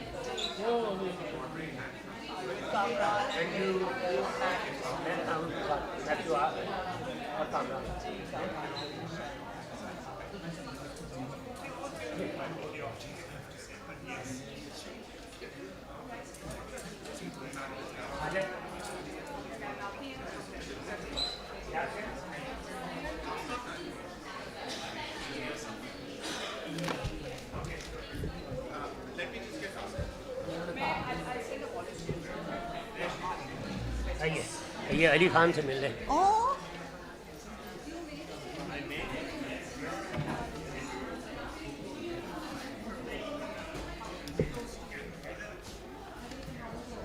Oh, this is somebody else. Oh, this is somebody else. ये किसका है भाई? Oh, yours? तो मेरा किधर गया भाई? Oh.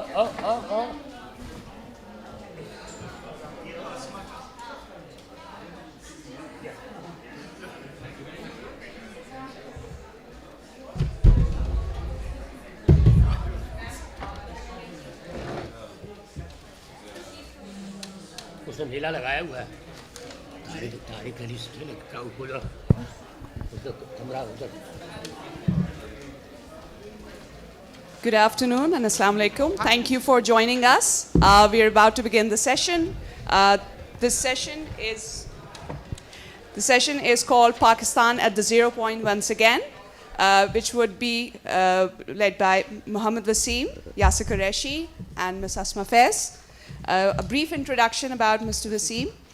Dr. Mohammad Waseem is Professor of Political Science at Department of Social Sciences, Lahore University of Management Sciences.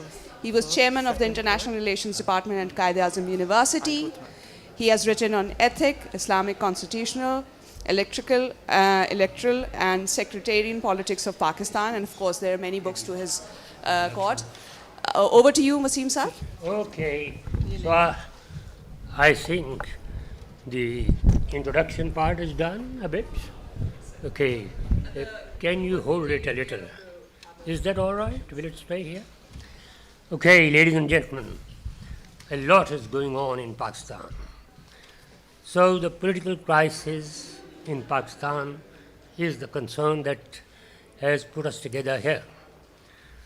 That's why the title is Pakistan at the 0 point once again, because this has happened before.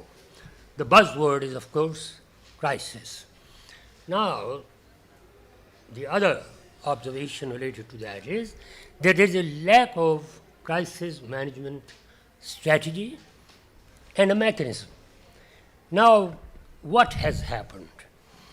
At some juncture in history, there is some central figure around which the whole controversy surrounds. For example, Modi in India and Trump sometime back in America, and here it's Imran Khan. In power or out of power? In power, he was the way he was ruling. Out of power, he is the great challenger. So, let's say, after a bit of introduction, I'll come to the main point.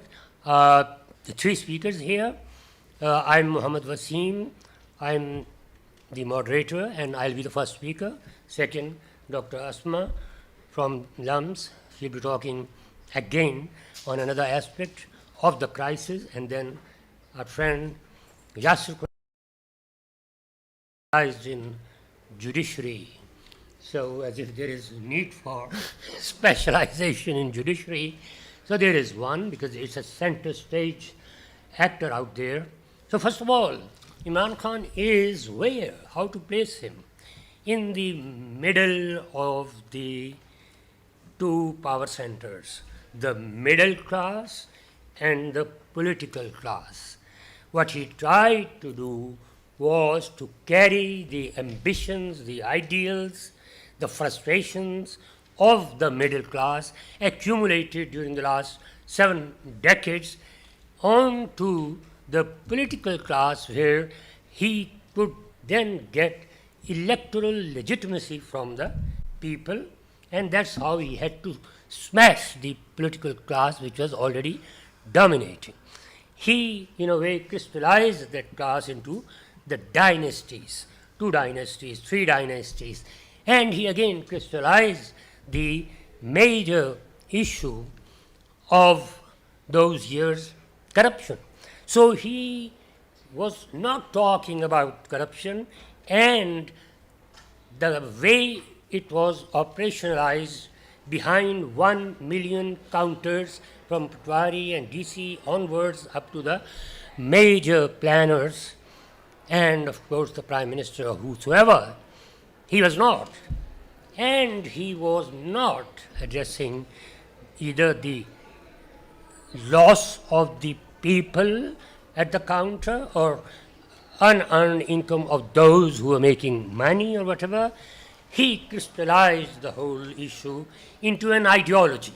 And that ideology was picked up by the middle class, and it has almost for decades blamed the political class for accumulating wealth, exporting it abroad, and how to develop the country? We'll bring the money back, invest in the country, and the country will develop. There was this simple message or simplified in a way. So here is Imran Khan, let's place him. And there is another factor which must be brought into consideration, diaspora. Here, if you remember the first round of philanthropy, he was raising funds, collecting funds, transmitting funds to Shaukat Khanum Hospital project, and that by he put together a team which worked for him. So he had this networking, he had a great advantage. Number one, the national hero because of cricket. Number two, the philanthropist who had a place out there in the form of networking. And third, the party funding case, as you have heard. That networking worked for party funding. Here is Imran and he enters the arena. What has happened? There is, number one, Parliament which has lost. Parliament is low on legislation. In one day, for example, sometimes what happened was that 52 presidential ordinances were passed over and above the heads of the legislators. So here was Parliament as a residual source of legitimacy and nothing else. That was the unfortunate part. Parliament has completely lost its influence or whatever. But what has happened by way of citizens? The citizen has lost. This is what I spoke about the other day somewhere. What happens is that this ideological onslaught has dwarfed the citizen. Here, for example, in England, you will find entitled citizens, citizens who carry rights, duties. They are bound with the vote with either the Labour Party or the Conservative Party, some issue here, some policy there. But this is the model, that is the citizen that is there because there is a persistent process of legal socialization. From age 5 to age 25, law, and law, civics, and civics. With us, it's just the other way around, ideological socialization. And it starts from the beginning and goes to the end. I would have limited time, so I wouldn't go into detail. What happened in between is that there is this leader transformation. This leader is there because of this lack of legal socialization, because there are no citizens, there are masses, thereby they are dwarfed, and they are like a herd. In 80 countries of the world which have produced the greatest leaders in 20th century, and not the developed countries, it's always the destitute, the poorest countries where they got those leaders who then led them and left them exactly there as destitute, as poor as they were. So this phenomenon is very interesting. I have discussed it in terms of mosaic myth. Prophet Moses promising his nation to take it to the promised land, and that myth has worked. Here is the herd and here is the shepherd. The most educated community of Pakistan included, we look towards somebody who will transform the system. Not here. People have been voting here for 25 years, 30 years. They behave differently. They vote for Tory, they vote for whatever, on whatever issues. Come Pakistan is the leader, and he will transform. This is the mosaic myth whereby citizen has lost tremendously. Judiciary has lost. Justice is to be seen nowhere. There is loss of independent sort of a profile, and there are orders, for example, elections to be held on 30th April, then on 14 May, spurned by the executive completely. It's amazing that the judiciary has lost the impact that it used to have. There is a kind of a democracy deficit because they are not elected people. They have been invalidating legislation, which was in a way supra-parliament. Whatever. Establishment has lost. In this circle, whatever has been happening, the defense infrastructure to be attacked first time in 76 years in Pakistan's history, that's amazing. And of course, there are internal divisions. The veterans on the one side, the junior officers on the other. It's only the commanders who are right now directing the army's way forward. And then, what has it become? One party among others. It should never have become that. There are two incarnations. One, Ayub and Yahya. Military is above everybody. We will not be entangled in this politicking out there. Today, they are embroiled deeply in the political gimmick and the game, and therefore they have lost that particular image and supra-institutional framework of power which they had. Imran has lost. One man decision-making, no teamwork, instinct. There was over-reliance on narrative, not on issues, not on policies, narrative building. Tsunami, it's the conspiracy, it's the corruption. One after the other, he mesmerized the minds of the people. He otherized the opposition, devils. That's it. In a democratic system, opposition, His Majesty's loyal opposition, forget it, it's a devil. So what has he done is, unfortunately for him, the weaponization of narrative. He created such violent narrative that in the end it took on the defense structure and whatever it happened. And then, of course, I would say that the way he did, he led to final war. He always played on the front foot in politics. Obviously, you gain and you lose. You are on this side and then you are on the other side. The other side never existed in the mind of our hero. And therefore, in the liberal democracy, issues, policies, whatever there are, so there is an here in Imran's case, there was over-reliance on street. And this has been a major failing because street, that means less on constituency, more on electables, and then voters, and of course protesters. Protests, they are never good indicators of the constituency politics and the voting in the end. PDM has lost. Here, they never gained power without army. That was put by the army. No civilian supremacy right now exists in Pakistan under PDM, and this almost Imran model continuing. Military courts coming. Human rights violations we all daily hear, and military actions in the basket of civilians. So they'll be trying civilians again. Civil society has lost. Mediators Club, if you remember, SFMA and others, negotiations failed. Appeals for stopping human rights violations, nowhere. Against military trial, nothing. No success in creating a rival narrative. I don't see it on the wall. Corruption accountability agenda lost completely. No legal institutional policy has been put on the deck to curb corruption behind 1 million counters in the country.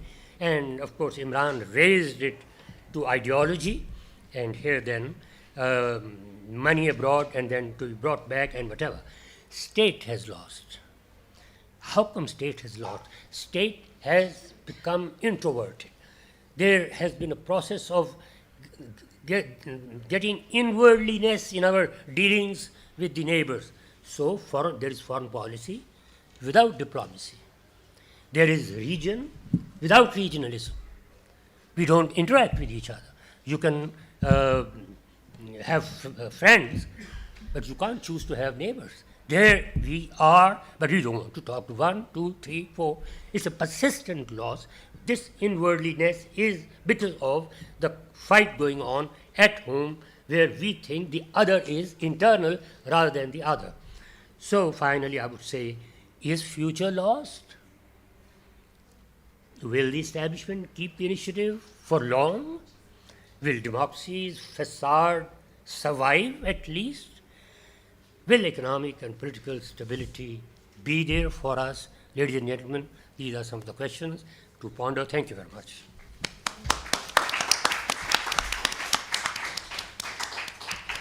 Dr. Asma.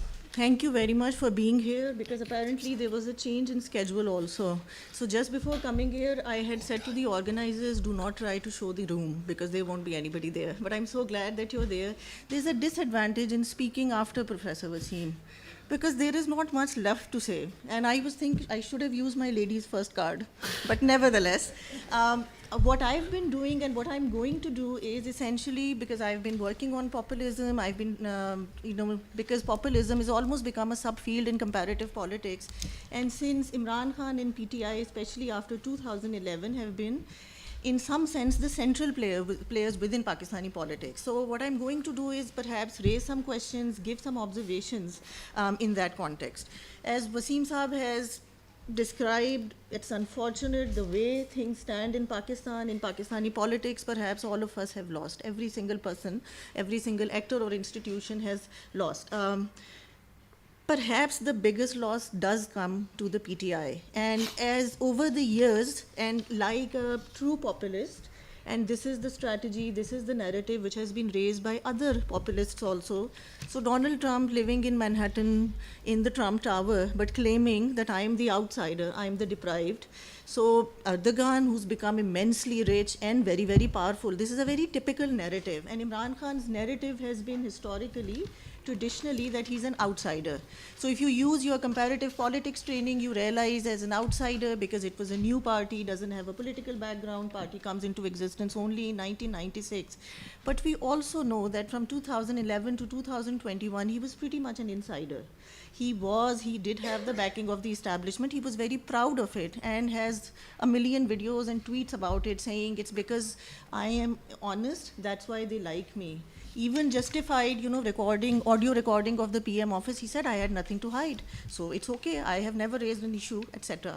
Now, perhaps, this is the time where he has ultimately become an outsider, this terrible, massive, and this perhaps I did not expect. All civilian prime ministers eventually fall out with the establishment. That's the oldest game in the town of Pakistani politics, but he looks to be the complete outsider right now. And of course, we'll have to see that someone who was pretty much an insider, now is the testing time for the PTI, that how will they will be able to make it. At the same time, whatever opinion polls that you look at, Imran Khan is by far the single most popular leader within Pakistan. What is it that makes him, despite everything, what is it that makes him so, his narrative, his argument so successful, so catchy at this moment? As Waseem Saab has mentioned, for instance, of course, 14 months into the PDM government, this government itself doesn't need anybody else to build a narrative, because they are themselves, they complete lack of incompetence. And also the way the floor has been, unfortunately, completely handed to the military. I mean, for us to be here in June 2023 and think about civilians being tried in military courts also, that is a humongous, step back in time for civil rights, for human rights, for democracy, whatever shabby, broken democracy we have had in our country, we've gone back in time. So PDM itself, but also that historically over the last decade or so, we have constantly heard Imran Khan's narrative as as being a victim, as somebody who's almost a martyr in the making. What has happened in the last 40 days or so is essentially that he's perhaps being made into a martyr. The kind of very heavy-handed repression, use of force, draconian measures that have been taken against People's Party. So that narrative, which was always there, perhaps it's becoming real now in a post-9th May Pakistan. The populist constituency, will it be enough to win an elections in Pakistan? No, unfortunately, because like many other countries in the rest of the world, if you take a survey course on politics in the developing world, you will see that it's very much what is described as everyday machine politics, constituency politics. It's the patronage that matters, unfortunately. So that is why when PTI was winning in 2018, you would all remember Jahangir Tareen flying in, people, because ultimately constituency is controlled by the local electable. There is absolutely no doubt that Imran Khan remains the single most popular leader. but the party is being demolished by the establishment.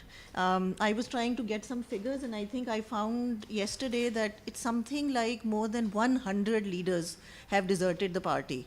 And over the coming months, weeks and months, perhaps we'll see more desertion.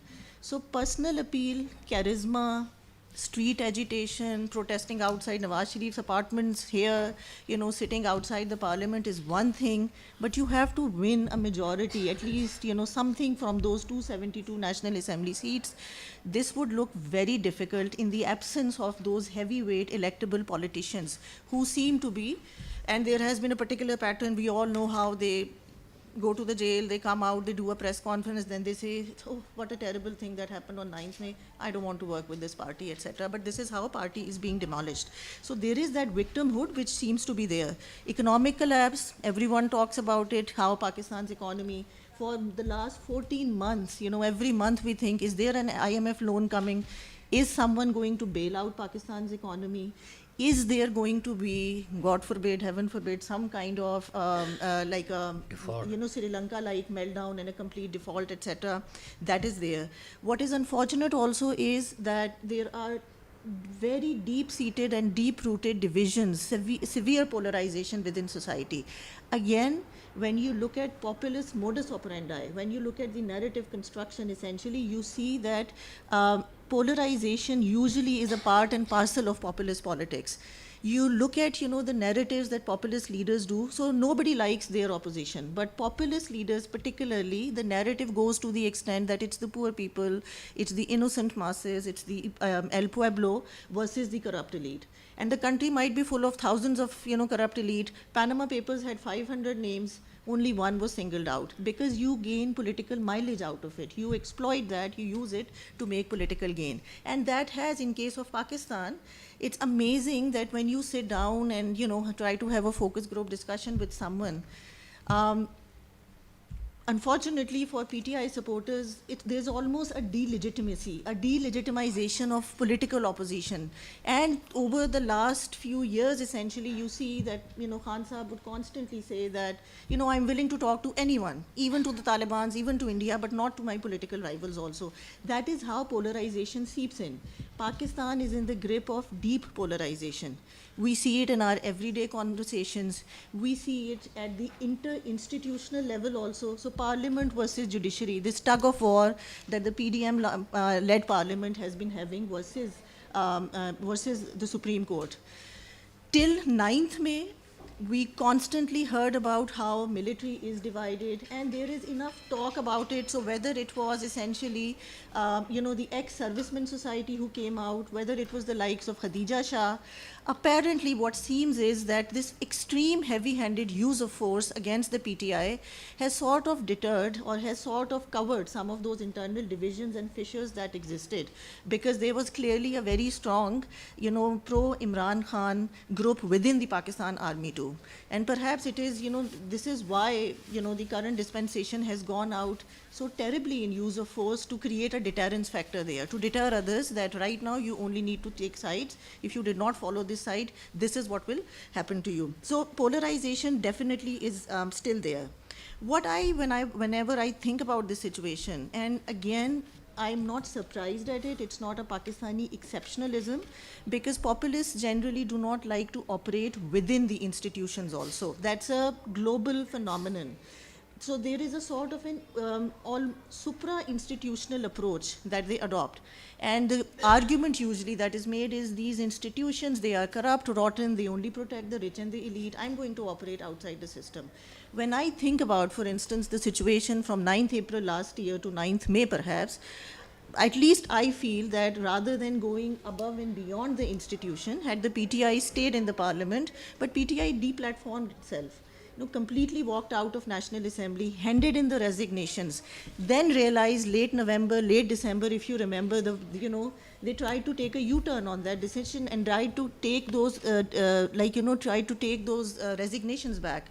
But it was too late. PDM did not allow it. Had they stayed in the parliament, in National Assembly, rather than dissolving the Punjab Assembly, and now you have Mr. Naqvi in power, and you see they have lost those two governments. If PTI was completed its 5 years in Punjab and KPK, perhaps the level of repression that the state machinery is using itself would have been lesser.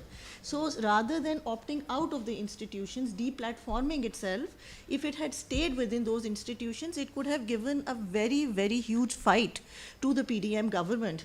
They would have been perhaps able to topple the PDM government also, because Imran Khan is an excellent opposition leader also, and PDM, they have been massively incompetent. So I do think that that was a mistake for them. When we look at, and of course, we will have a round of questions also, I don't want to take too much time, but when we look at, at this juncture, the PTI, essentially, here is a massively popular leader, but the leader needs the party. You have parties which have thick organizational structures, you have parties which are thin organizationally structured. As much as we like to bash the PPP and PTI because these sort of Sharif's dynasty or Bhutto or Zardari's dynasty, PTI right now, it seems, has even a weaker organizational structure. You need that machinery to be there in the street corner, in the constituency. And because one man alone cannot contest 272 seats, that's just not possible. So to convert that, and what it seems is that the populist, who's very popular, is there, but the party has come crumbling down. We already have the King's party. Mr. Jahangir Tareen has made a new party. There is all this talk about a -1 formula. The fact that Mr. Shah Mahmood Kureshi continues to stay on in PTI, perhaps he's thinking of the future, that if Imran Khan is disqualified. So it's a very testing time for Imran Khan and for the PTI. Of course, they are at the heart of this political struggle which is going on, and the rest we can do in question and answer. Yeah.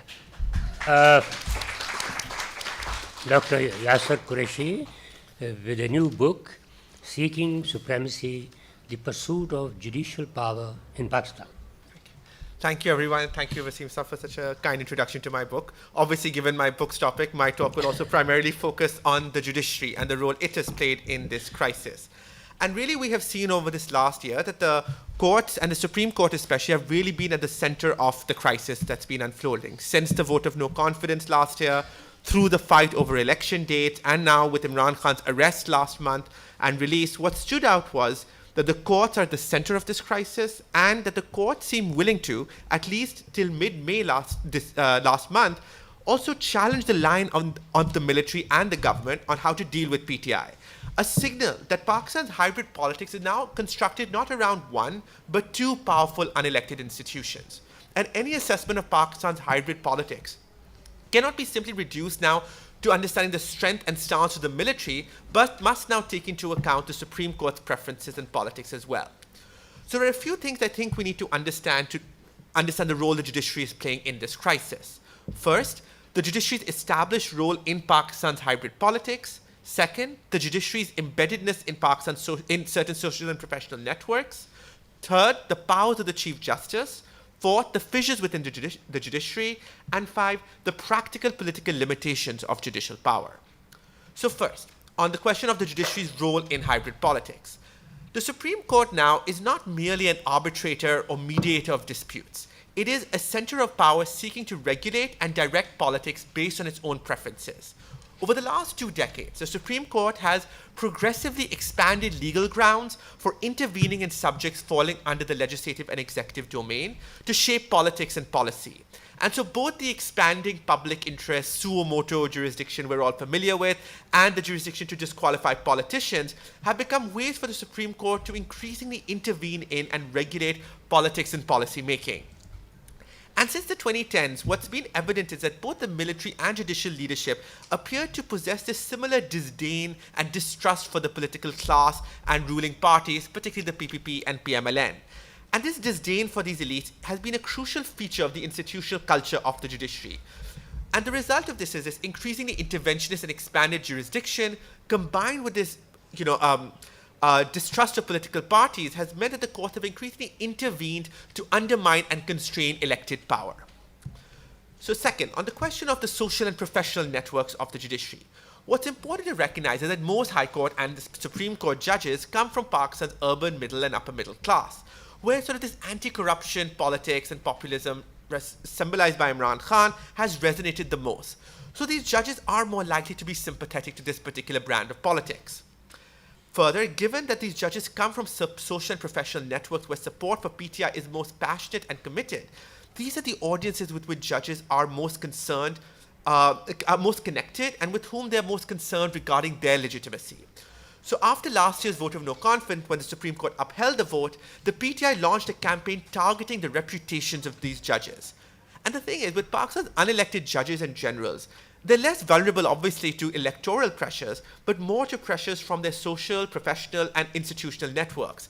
So targeting judicial reputations within these pro-PTI social networks actually was a very effective tactic of giving Imran Khan and the PTI leverage in many ways over these judges through these reputational sort of vulnerabilities they had to the PTI. So I think based on both these ideological inclinations, institutional preferences, and reputational concerns, we can see why over the past year the Supreme Court has sort of seemed inclined towards backing or defending the PTI at different points. The third point is the power of the Chief Justice. It's important to mention here the immense discretion the Chief Justice has, right? And this is especially important because as the court has grown more powerful and more engaged politically, questions about the singular power of the Chief Justice to shape politics has grown more significant, right? Think about here these powers. These include the powers to select benches, pick up cases suo motu, select the members of benches, and fix cases for hearings. And through these, the Chief Justice can engineer outcomes in politics according to his preferences. Think of the arc of a suo motu case, right? You have the Chief Justice sees an issue in the news, coming in the newspaper, saying, this is an issue I want to get involved in.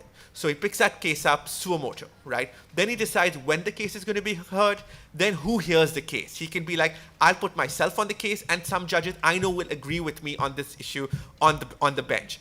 So, and thus, he'll get the outcome he wants. So right from the beginning, right from the day the Chief Justice watches that news report to the day the judiciary decides its outcome, the Chief Justice is in charge and controls the entire process of deciding the outcome of that case. That's a lot of power given the kind of issues that courts are intervening in nowadays, and which is why this question of the powers of the court have become so significant. This brings me to the fourth point of fragmentation. So over the past 4 years, as the military and PTI sought to ensure that the court played a crucial... Oh yes, and that brings another important point that I missed, right? What this means is also when the Chief Justice has this immense power, it means that outsiders outside the court need to only co-opt one judge, the Chief Justice, and the court can be quickly brought in line. And this is what we saw with Chief Justice Saqib Nisar, who was crucial to the elections in 2018. He was co-opted and he shaped the direction the court took in the elections to support the PTI and the military at the time.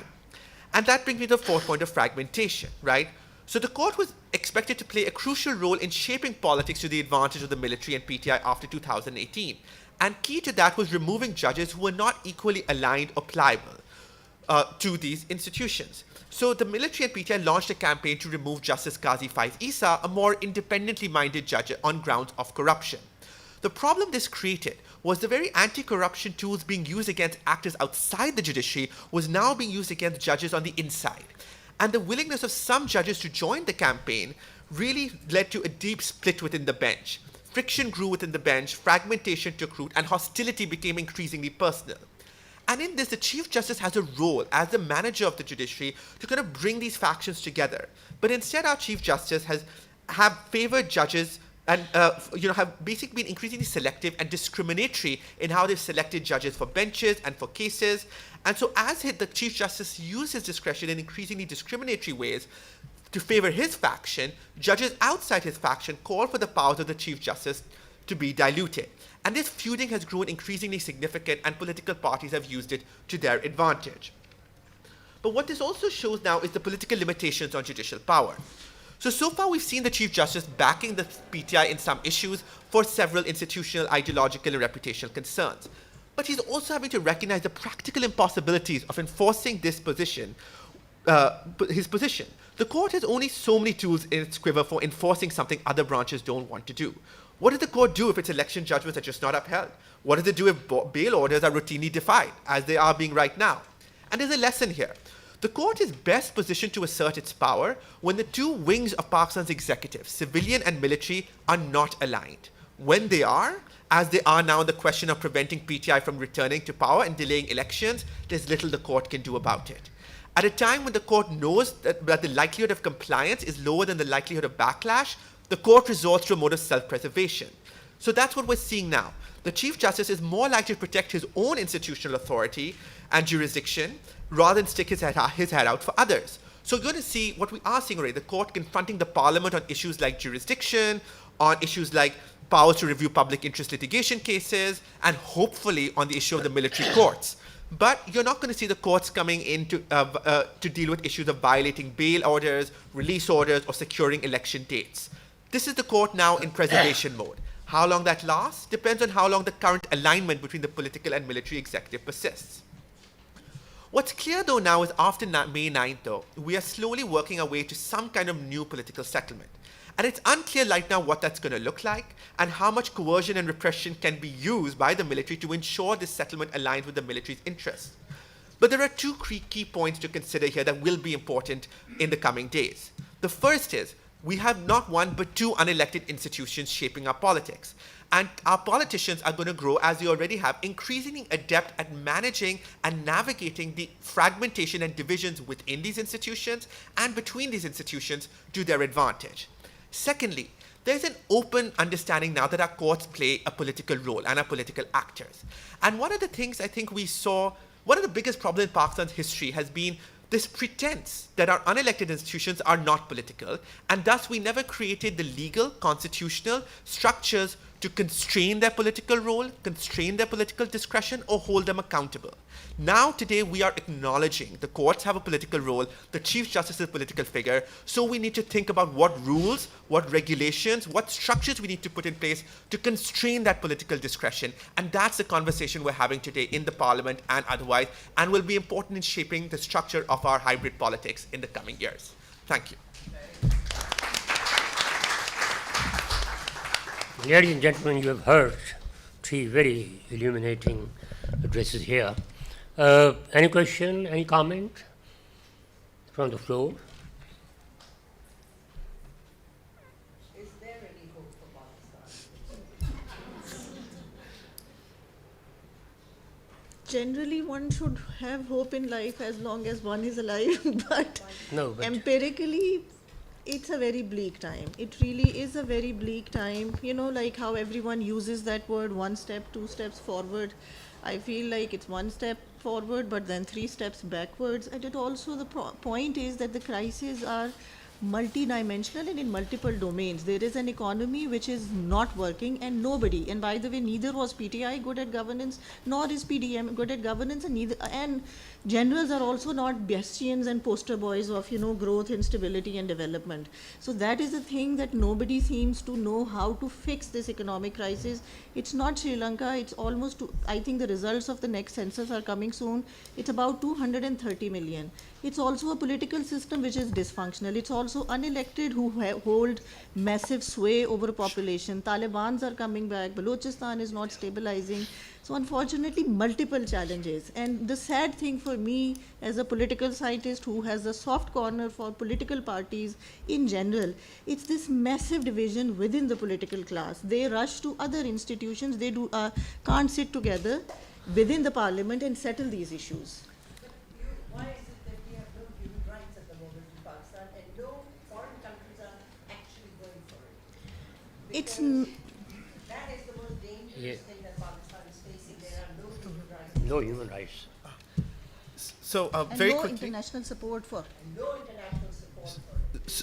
I think so. Very quickly, I think none of us, unfortunately, because we're in such an uncertain time, it's hard to predict what happens and how things happen. But my assessment is that one of the reasons we're seeing such a concentrated period of repression is because the state and the powers that be also know this repression cannot be sustainable for long periods. Eventually, the pressure will come. Eventually, the challenge of the military and every institution faces of lack of geopolitical money, rents, etc., is going to hit the army, right? So right now, they can do this kind of heavy repression to produce the outcomes they want. But I don't think this is a sustainable period. Not for them, not for anyone in Pakistan, and certainly not for foreign powers. If they try to sustain it for 1 year, 2 years, then you may see that international pressure coming in. And that's not something they want, and they'll probably try to avoid that to the extent that they can. So perhaps that's the one hope, that this can't last for too long, this particular period of repression.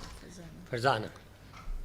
This is a question for Yasser. Yes. You know, it was long claimed that the judiciary in Pakistan served as the handmaiden of the military establishment. Yes. Right? We saw last year proof that that may not be the case, in the sense that the judiciary was actually acting against the military, which was keen to see the PTI removed from Pakistan's political landscape, whereas the judiciary, by all accounts, was determined to keep him as a player, he and his party. And so I was just wondering now, I mean, where does this leave our understanding of the judiciary? It is a politicized institution, but is it now developing interests of its own, much as, for example, the military has tended to do over many years, you know, yes. Corporate interests? Sure. But I would say unequivocally the answer is yes. That's basically what my book's about, right?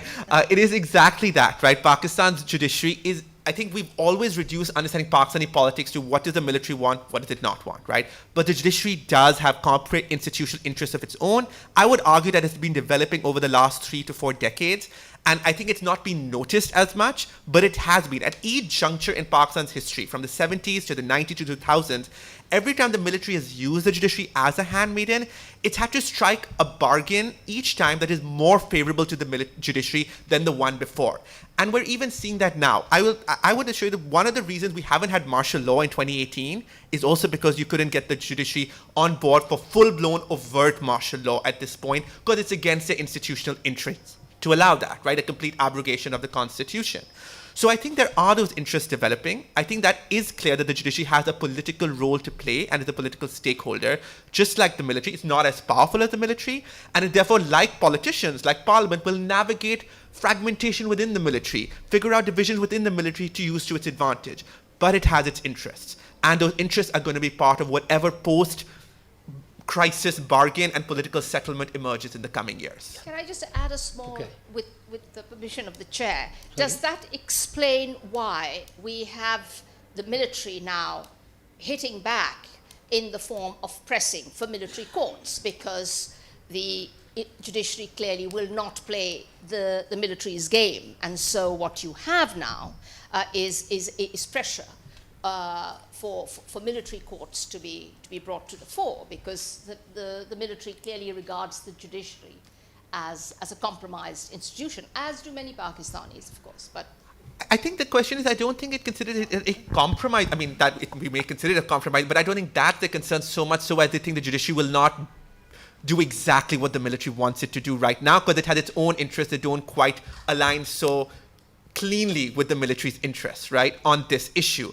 And especially on military courts. One thing is the Pakistani courts have since 1997 been very averse to allowing parallel courts to undermine their jurisdiction. So this is a fight between them over the jurisdiction of military courts. And I think today a petition has been filed by some prominent lawyers about the military courts issue. And I do think in the coming months, they may not pick up the fight right now, the Supreme Court, but it will pick it up soon because it has its own jurisdictional interests to sustain. And they know this is an attack on that, and for exactly the reasons that we were discussing. Yeah. Okay. Is there? Yeah. Thank you so much. My question is for Yasser, relation with reference to the comment you just made on that. What you think that a bill regarding the military courts and the court-martial of the civilian in the military courts is passed by the parliament, approved by the politicians in the parliament, and the parliament, which is supposed to be the guardian of democracy, and the democratic leaders in the parliament, though crying and having tears in their eyes, but they passed that bill. How do you see that? So I think it would be a travesty if they passed a bill on military courts. So far, they have just passed a resolution, which is terrible in itself, but it's non-binding. It has no legal impact, right? But if they choose to try to pass a bill, I do believe the Supreme Court will push back. It's just not in their institutional interest to not push back. You never know, I can't get in the business of predictions, but it'll be very surprising. But I think this point you make about political parties' willingness to back the military courts, goes to what some of the points that Dr. Asma and Dr. Waseem were making about, which maybe they can elaborate on, about political parties' willingness to back these kinds of solutions, if they'd want to say something on that. But let's hear something more. Yes? Yeah, please. I wanted to ask where we went wrong. Like, obviously, there's a lot of comparisons with our neighbor, India, and obviously Pakistan had a lot of less resources at the time of partition, no proper structure for administration, tough neighbors and everything. But over the years, India has suffered some of the same problems. Vested interests are same in India. Everybody has the same vested interests, same demographics, same religious extremisms, same tough neighbors. Yet they're on the top. Like, there's no comparison at all at the moment, no matter how much we pride ourselves. They're $1 trillion, almost, $600 billion in foreign exchange reserves. We have $3 billion. Well, what did we do wrong? Where did we go wrong? We didn't do wrong. This was in our genes.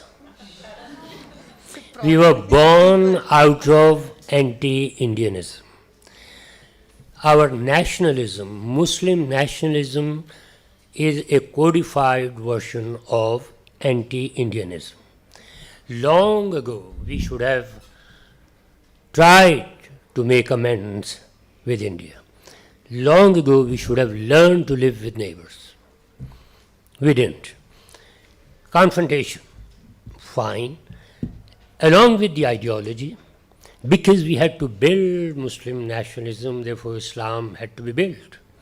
So the independence generation, Jinnah, Yaqin, others, they were not the way this generation is into religion. You and I know it very well. So, first, anti-Indianism, along with its size, which was overwhelming, economically, politically, demographically, in so many ways. What have we done? This is called, for example, by Dr. Hussein, the India syndrome of Pakistan. We have not been able to solve India. India is there much more than it was before, because now there is this Hindutva, a purer form of the Indian civilization going back to 2000 years, because we were doing the same inside Pakistan. We tried to borrow images and history and symbols from the Arab lands, and there was a kind of an approach borrowed, unfortunately, from Clash of Civilizations thesis, that there is a mini clash of civilizations between Hindu and Muslim civilizations. Now, the words of Jinnah, 1946, he was saying, there is only a constitutional problem. We are in a minority and we are trying to bargain for a permanent place in an arrangement where majority doesn't rule us for always to come. So problem is there.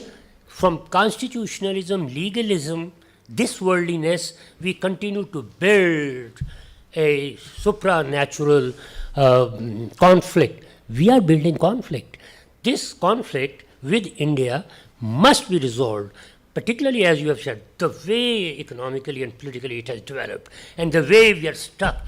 That means India is bleeding us. We have to spend more than double the defense budget as a ratio of our GDP than India. That means what? There is nothing left for anything else, for all the institutional, economic and other kinds of development. So India is bleeding us. It's successful in terms of foreign policy because we have to defend so much. We have closed the option of opening up to India. But how long? Bajwa, for example, said it last year, the year before. We should suspend, we should not talk about Kashmir for 10 years, etc. Because that's costing us. This consistent belligerency is not in Pakistan's favor as a lesser partner in the framework of the South Asia. Anything? Yeah. I just wanted to, also give a personal story that, when the lawyers' movement was happening, I was getting ready for I had gotten the Fulbright, and I'm from Islamabad, I remember the day Musharraf tendered his resignation. I was in Jinnah Super, took ice cream cake back. I thought, this is it. My life is turned now. I'm going to live in a democracy.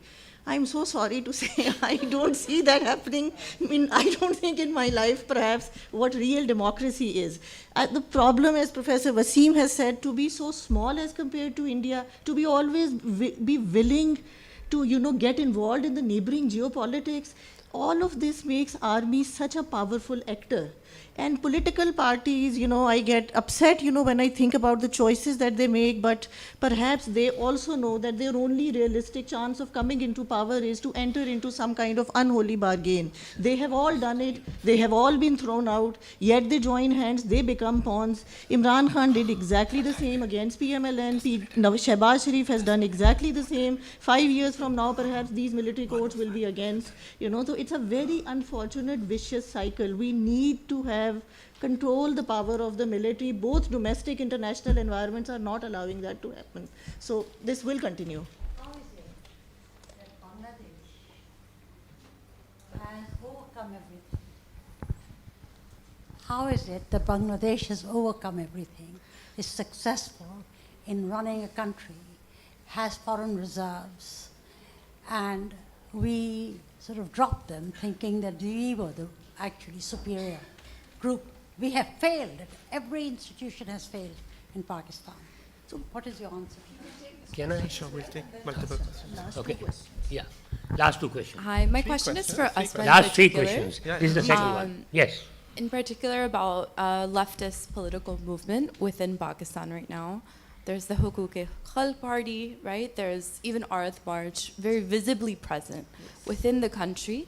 So as you see repression ratcheting up, I think even especially last year when we had the flooding, NGOs are not in a hospitable situation anymore in Pakistan, which is why these grassroots movements, you had Mahawari Justice, all of these like very small things coming together to support people. So I think, as you said, you don't feel quite hopeful, but I think when I saw that happening, or these other very small things that are not in a massive street protest, the way that you would see perhaps a populist movement coming through, I wonder, as repression ratchets up, do you see those also coming under this?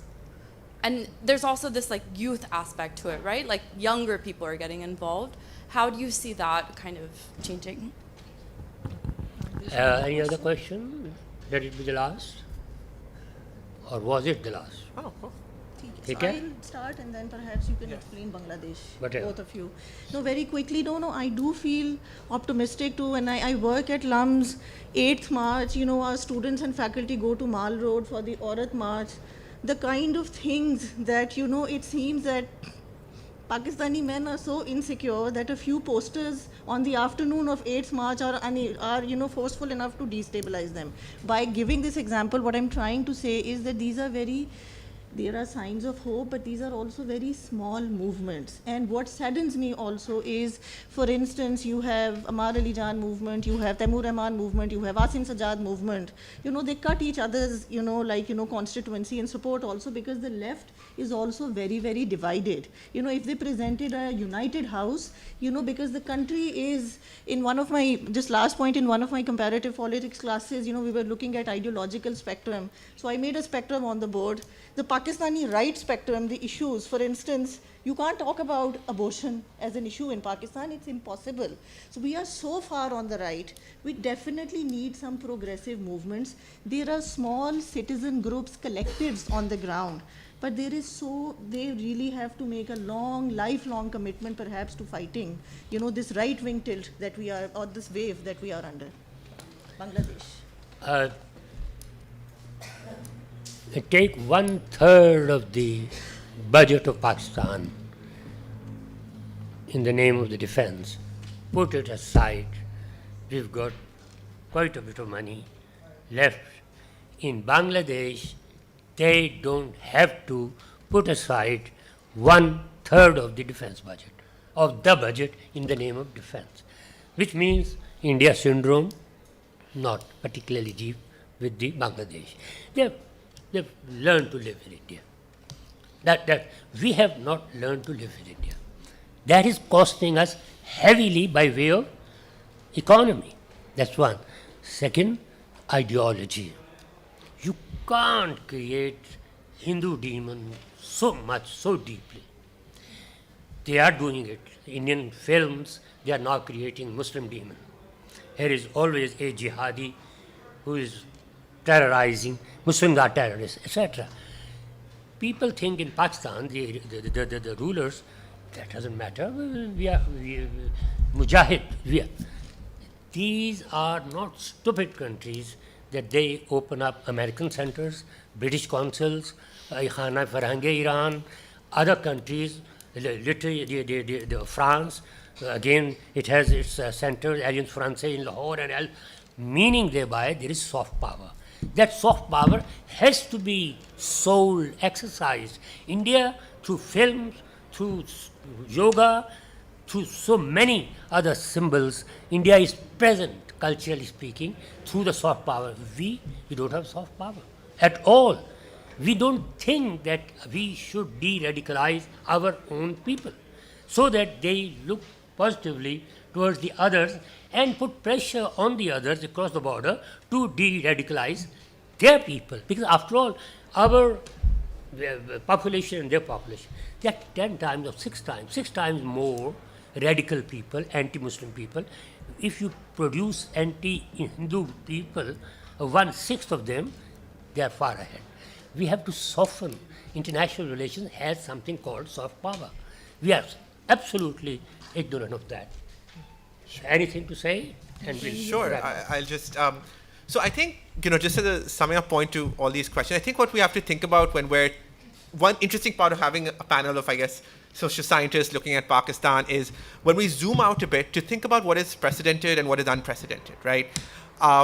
Military repression is not unprecedented. It happened consistently. It's the PTI now, it was PMLN 2017, PPP before that, etc. This is not, what we're seeing now is not a new story, right?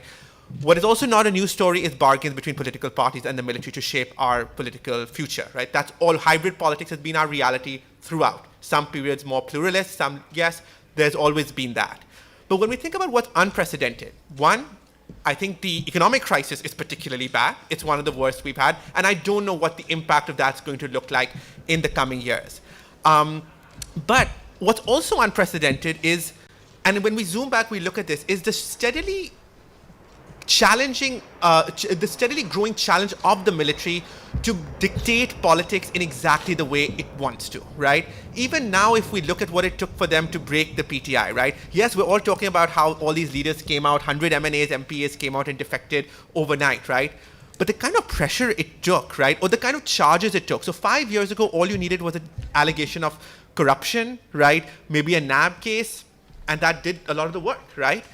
This time, it went much further. Imran Khan couldn't be undone just by a NAB case. It had to go to him being a security threat. It had to go to Terrorism Act. It had to go through a much more comprehensive and thorough extent of repression just to break them, right? And the reason is because partisanship in Pakistan, in many ways, while taking Asma's excellent point about how electables are still important, partisanship is growing, right? Political parties, even if are not as entrenched as they used to be, are more entrenched than they were.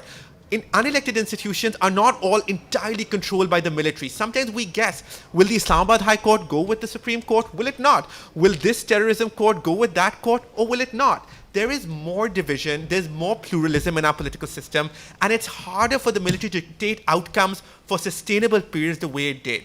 And maybe from the big picture, that may give us something to think, might bring further changes over time. Yeah. Ladies and gentlemen, that comes to an end of beautiful session. Thank you. Thank you very much.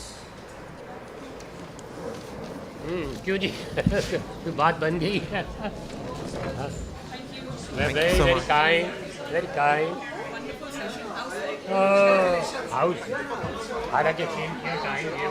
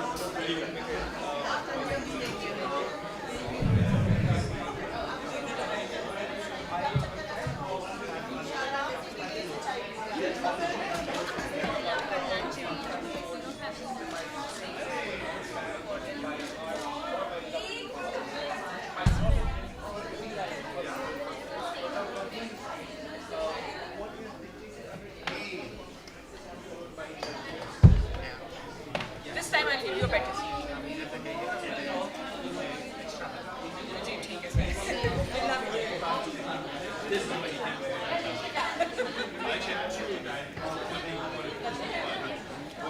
टूटेगी तो नहीं बहन? नहीं, ये मेरी बहन, मेरी दीदी बहन उसके सामने इस तरह की चीज़।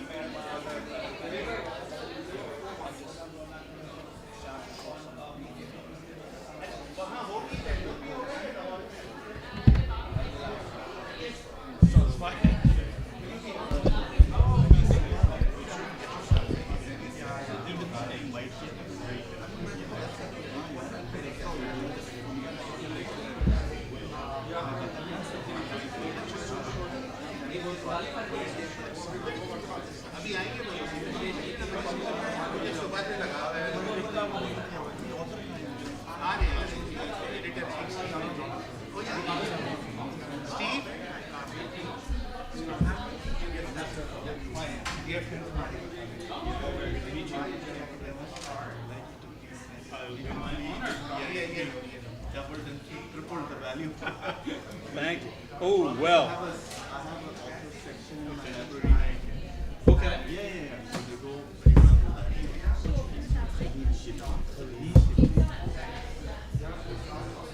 You were all about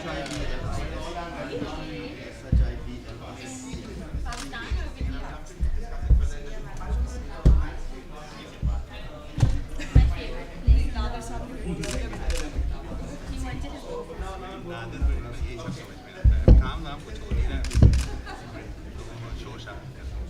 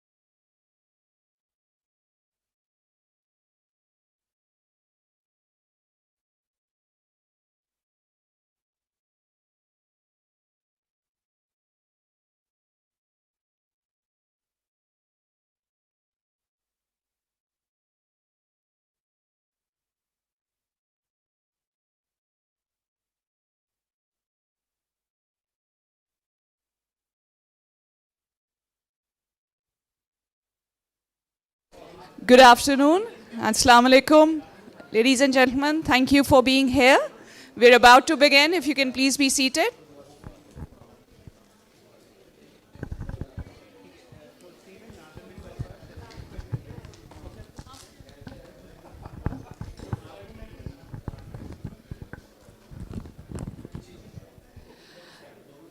This is a book talk session called Pakistan Left Review, Then and Now. The book has been edited by Mr. Nadir Cheema and Stephen M. Lyon. And this session would be moderated by Mr. Kamran Asdar Ali. We've been joined by Mr. Rashed Rahman as well. Mr. Ali is a professor of anthropology at University of Austin, Texas. Texas, Austin, sorry.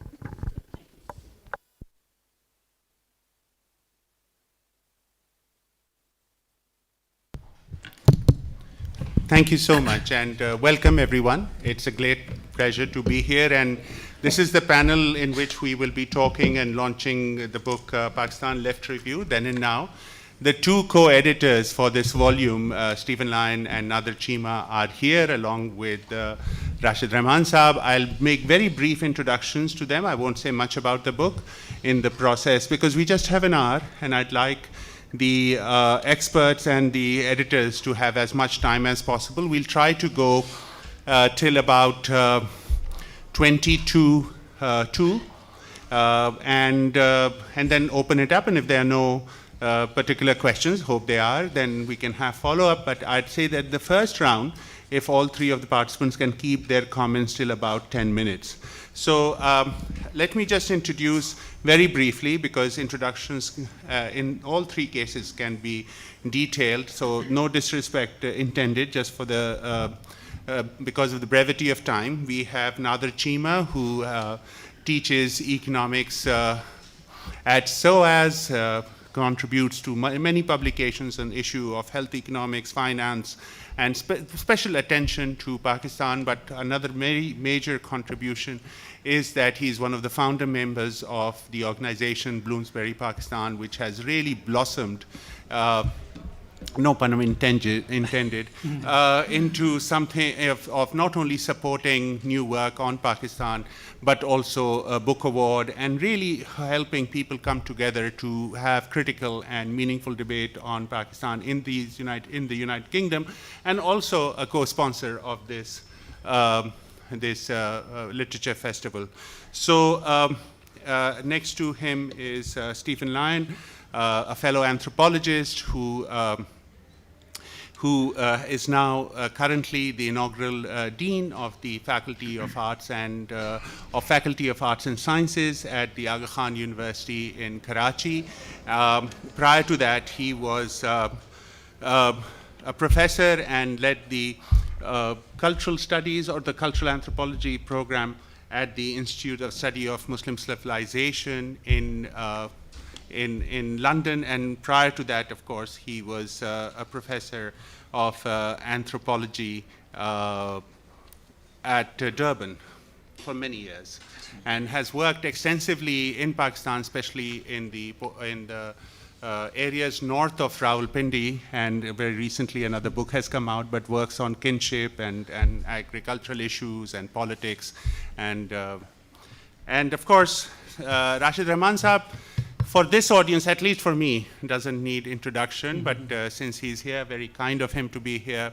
A person of whom we have known as an inspiration, who have been part of the broader left movement in Pakistan, he and his colleagues, but himself. His career was in journalism, a long career in journalism, and in the last 10-15 years, he's also been editor of The Nation and of Daily Times. But prior to that, you were trained in accounting. Yes. Yes. Chartered accountancy, but would prior you believe? to trained in accounting, and actually very recently, anyway, illustrious family, and also if you all know Tal Matol and Sajgap, then you know his sister as well. But in the 70s, very much part of the struggle in Balochistan, and for which he also has suffered personally. But a number of colleagues, him and his colleagues, sort of joined the struggle in Balochistan in the early 1970s, and that itself is an inspiration. We always keep on thinking about when those. Well, he has somewhat talked about it recently in a series of interviews, but hopefully someday a more substantial, in-depth.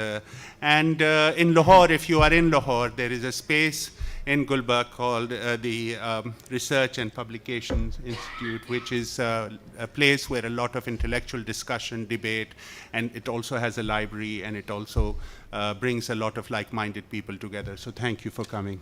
Thank you very much. Yes. So Nadir, I'll start with you, friend, and then move on. The book is here, and book, of course, is based on a series of,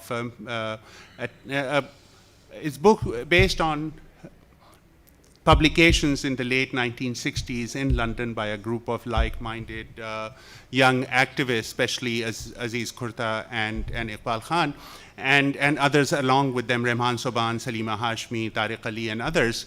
And they were graduate students or in various ways involved in some kind of academic work, but very much involved in the late 60s with what was transitioning or happening in Pakistan. So give us a history of this text and the kind of effort it went to bring things together, bring everyone together. What were the motivations? And you and Steve have also written an excellent introduction, so maybe both of you can give us a history of the way this archive was retrieved and how the process went, but also the intellectual reasoning for bringing it together. I'll start with you, and then perhaps Steve could take on the same question. Yeah, Steve, okay. Right. So, I've been running around since 6 a.m. in the morning organizing things. Ye khol dena dost. I think I have to be cut closer. Right. So I've been running around since 6 a.m. organizing things and coordinating with so many panelists, so you might find me a bit disoriented. I think this is the time I'm just resting.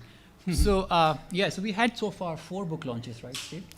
One, this is the second one in London, 2 Lahore, 1 in Karachi, but I think today's book launch is special because we are sitting in this library, which is the country's specialist humanist library, and the ambience of the Conway Hall. And by the way, Tariq Ali also introduced our book in his session. So, right, so we have Salima Hashmi, most of you would know, artist and art teacher, was the main driving force behind this project. And she kept pushing us for years. And so basically she introduced us, and then we tried to find the copies, first in the LSE library, and then LSE library directed us to find in the British Library, and then this project started, and then Steve and I started working on it. So it's nearly it took us nearly 4 or 5 years, right? Because the publisher takes a couple of years. Yeah. Right. So, yeah, so the first time when we came across Pakistan Left Review, we just thought it's a student publication. We just wanted to introduce this to our students in SOAS, and you probably at Aga Khan University. But when you went through the archive, it's a very important missing part of Pakistan's political history. So actually, the way I think we describe in one of the chapters, it's kind of a time capsule which takes you back what was happening in late 1960s. And also it was, if you look at the contributors from East Pakistan, so it gives you a more broader perspective at that time. And so since this whole thing started, I really have to go through. So some of the contributors, so we invited some of the contributors who were still alive. Tariq Ali, we invited but didn't contribute, but 2 of his pieces are in the old version of edition of Pakistan Left Review. Salima Hashmi contributed an article, and one of her first on art. One of her first articles was also published in the original Pakistan Left Review, and she was part of the organizing team. And so she was really passionate that this work needs to be preserved and need to be introduced to the younger generation. And then Rehman Soban Saab also contributed a very good article on the economic basis of a political crisis during the late 1960s. And he kindly agreed to contribute for this volume as well. And then Kamran Saab, yes. We have written an introduction, and Kamran Saab has written the afterword. And as Salima says, there is no word afterward. So it really, I think if one reads a book, the introduction and afterward have to be read together to really fully understand the context, right? Absolutely. Because he's been working with the Pakistani leftist movements for, I think, much longer than us. And also, I feel drove to talk about leftist movement in Pakistan in his presence. My background is in economics. So, yeah, so looking at from that perspective, so we invited some of the contributors who were alive, and they contributed chapters that we say then and now. And also, because my background is in economics, so, and of course the whole movement or the grievances or the political uprising, the main basis was the economic disparity between the East Pakistan and West Pakistan. So it's remarkable how the contributors, economists like Rahman Subhan, and there's one piece on economic basis of crisis by, I can't recall the name of the author. So, so whole this agitation or uprising against Ayub Khan started in late 60s. But so some of the articles which I would like to particularly focus on, which look at the economic situation at that time, how it was leading to economic disparity between East and West Pakistan. And it was, although the organizers, the editors, were PhD students, Aziz Kurta was doing PhD at LSE, and Iqbal Khan, but the contributors are very senior people like Hamza Alwi, Rahman Subhan. So if you look at, so in Pakistan we see just like 1971, and with the mainstream media or mainstream discourse, the breakup of Pakistan is not explained what were the bases, economic and political basis for that uprising against against the West Pakistan. So I think this book is gives a very good insight into debate and discourse at that time. As I say, the time capsule takes you back, and then of course situating it in the present context as well. I just say last one thing, which given my own background in economics, and I have a lot of common friends of my generation or younger generation who are leftists working in Pakistan, like Amar Jan and other people, I try to start debate on the economic issues. What I come across, what I find is that this Pakistani leftist generation in 1960s, they were much more prepared, had a much better understanding of the economic issues at that time as compared to, I mean, I shouldn't be sounding so patronizing, this younger generation. So I do try to start discussions and debates on economic issues, and as Kamran Saab just mentioned, I do write on Pakistan's current economic issue, macroeconomy, and my next panel at the end is with the mainstream economists. So one thing which just last thing I would like to say is, looking at the understanding of economic issues of the generation of 1960s with the leftist generation of my generation and younger generation, I see the huge difference, and there's a lot to learn, because the kind of reading groups they used to go through, the kind of political consciousness at that time was much higher. So the present lesson for us now is, given my own background in economics, is to have a more rigorous discussions in the leftist group to really understand the economy, particularly since early 90s economic liberalization, the whole global financial architecture, the way it's evolved, how deeply entrenched it is. I think we really need a different lens to understand rather than just going through 1960s paradigm. So this is one giveaway from this book for me. Yeah, no, thank you, Nadir. Because we literally have, I mean, if 7, 8 minutes for you, Stephen, and then we'll go to Rashed Saab, and then. Yeah, I think I can be. Thank you, Nadir. Thank you very much. I can be fairly brief because Nadir has actually covered an awful lot of the motivation. But I think Rashid Saab and I were talking just before this about a mutual hero of ours, Eric Hobsbawm. And it's a reminder of just how powerful and significant history is. And if you don't have that history, if somebody else is controlling your history, then in a very real sense, this directs your imagination, directs your possibilities of what you can even think. And so as Nadir was saying, you know, we work with young people. We are educators, and I work with a lot of young Pakistanis who are unaware that there is a leftist tradition in their country at all. If they know it, it's because they had a family member who was involved. But so many Pakistanis, and what I find actually, when I talk to older Pakistanis, adults, I get very depressed because older Pakistanis, with all due respect, very negative about the future of the country. Young Pakistanis have not given up hope. They're very optimistic. But if they're disconnected from what has gone before, then they simply won't know all of the options. And I'm not saying that Marxism is the answer, but I'm saying that they need to know what the Marxists looked at. They need to understand how Marxists broke down the problems. They need to understand how far they went to bring about some change, to effect some kind of transformation of society and culture and mindset. All of that happened.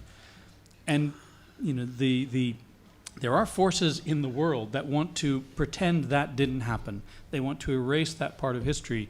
So we felt, so Kamran Sahab has asked me to say, what's the motivation? Well, the motivation was, I am as passionate about social justice and tackling inequalities as the authors in PLR were, right? I think this is as important today as it was back then, as it has always been. It is never a problem that we don't have to think about and we don't have to work towards.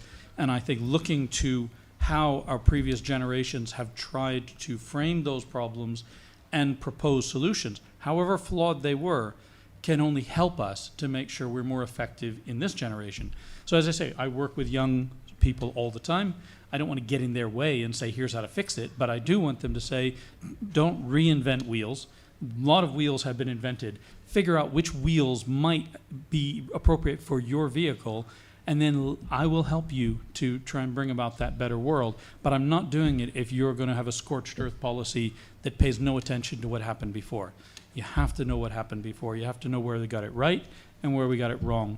And I think actually, with all due respect to myself, it would be much better to hear from Rashed Saab about actually where you got it right, where you got it wrong, and where PLR might help us in navigating the future. Yeah.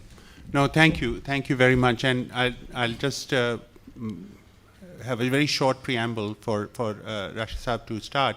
One of the things that if you look at the text, you'll find that there was a very major effort to really come to grips with the emergent questions, not only of class, but also of nationalities, right?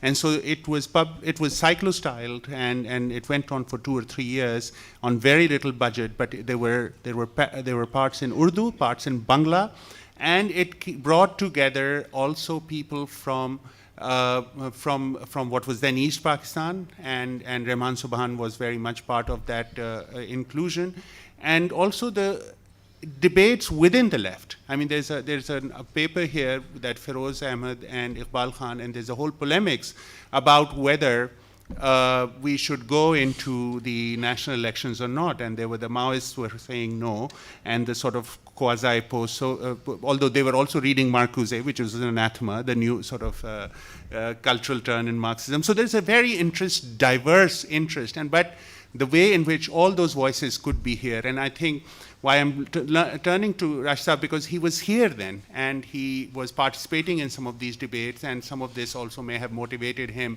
to go and be part of and put his life and his colleagues, their lives at risk in part of the struggle in Balochistan. So please enlighten us. I'm sorry have a shortage of time, but take about 10 minutes. I shall try to be as brief as possible. I had the privilege of being a student in London, and these friends were known to me, the editors Aziz Kurta, Iqbal Khan Saab, and of course Salima Hashmi is a friend who I'm sorry to say has just lost my lifelong friend, her husband Shoaib Hashmi. 68 was a seminal year the world over, and certainly in our lives, because we were radicalized. I had the opportunity to visit Paris in May 68 and addressed in the Odeon Theatre and the Sorbonne the students who were agitating, and expressed Pakistani students in London solidarity with them. And soon after, a few months after, I joined the Vietnam Solidarity Campaign, and we organized the October 68 demonstration, which is one of the largest in Britain's history. From there, I came in touch with Pakistani students and workers, and we organized a group with the intention of going back to Pakistan and waging a revolution. But as things turned out, we were then, because we were publishing a magazine, a monthly magazine called Pakistan Zindabad, which finds mention in this book, I had the privilege of being its editor. So my editorial career starts early, if I may so put it. We were contacted by the Baloch movement, and we saw it as a starting point, perhaps, for an all-Pakistan revolution. It didn't work out. Why it didn't work out is a long story, but to cut it short, I think we were thrust into a premature struggle by Mr. Bhutto, Had he left us alone for a while, I think we would have been better prepared. But these are the ifs and buts of history. The importance of this book is that it is an archival work. And why is archiving important? I think Dr. Lyon has just elucidated the necessity for generations to pass on their experience to succeeding generations if they are not to make the same mistakes, if they are not to repeat the same follies, if they are to learn from it and move forward. The generation before us, to some extent, did pass on their experience, but not adequately, in my view. And my generation, I'm sorry to say, has failed to do so. And so wherever I go, whether it is London or Pakistan, I'm trying to persuade colleagues of my generation who have been on the left and been in struggles to put down their experiences. In other words, to create the archive which succeeding generations can call upon to learn from and perhaps move forward. We know that the crisis in Pakistan, which is currently unfolding, promises not very much, perhaps more of the same. The left is in disarray.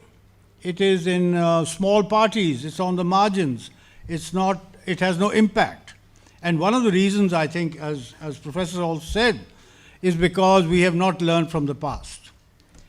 And secondly, I think the changes which were mentioned that have taken place in the world, globalization, the collapse of the Soviet Union and Eastern European socialism, a new world emerging, first described as unipolar, and now question marks on whether it will remain unipolar, with the rise of China and perhaps the recovery of Russia. The war in Ukraine being one of the underlining, shall we say, events that are perhaps going to dictate the shape of the future world. In this world, where does Pakistan stand? Where does it go? These are very, very important fundamental questions. And I feel that this archival work is a contribution to succeeding generations and young people who, I'm afraid, given the situation in Pakistan, the education system in Pakistan, with due respect to my friend Kamran, is producing millions of educated illiterates. Now that's a disaster. I have taught occasionally also, and I know that because I was not an academic, I was a very, not a career academic or anything like that. But I did try to draw out my students and listen to them and get them to debate and discuss and inquire. And you have no idea of the response. Our children are so intelligent. I don't have to prove this, because wherever they go to, get higher education anywhere in the world or work, they rise like cream to the top. So clearly, it's a system that lets them down. It's not their fault. This is a human capital that Pakistan badly needs, and it needs it to engage with the past, learn from it, and move Pakistan forward. Thank you very much. Thank you, Raj sir. So I could very well go and ask another set of questions, but I'd rather, because we have about 25 minutes, unless there is something pivotal that has been left out that people want to, I mean, the volume itself, I mean, it connects with, not to give a plug, although I'm here, with the session that I was at before that. I think this is an attempt, and thank you, Amina, and your colleagues, to also make us all realize that there is a way in which new histories are being written and archived.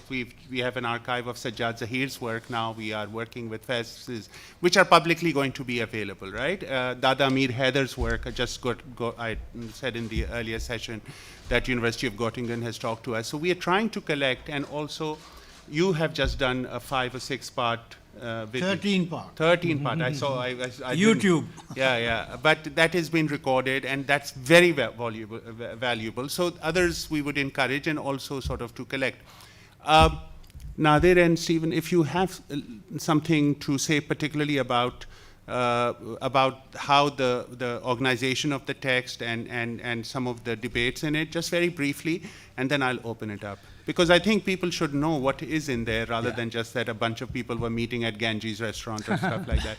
Which actually is interesting because in 1936, this is 1968, in 1936, and this Nadir and Steve explained to me, that the people who were meeting to found the 1934-35, the progressive writers movement, were meeting in a restaurant not very far from where these people were meeting, right? Which was actually the people they were meeting in a basement of a restaurant which is owned by a East Pakistani Bengali gentleman who was Faiz's friend, right? So there's all this very interesting connections and life worlds that intersect. But go ahead.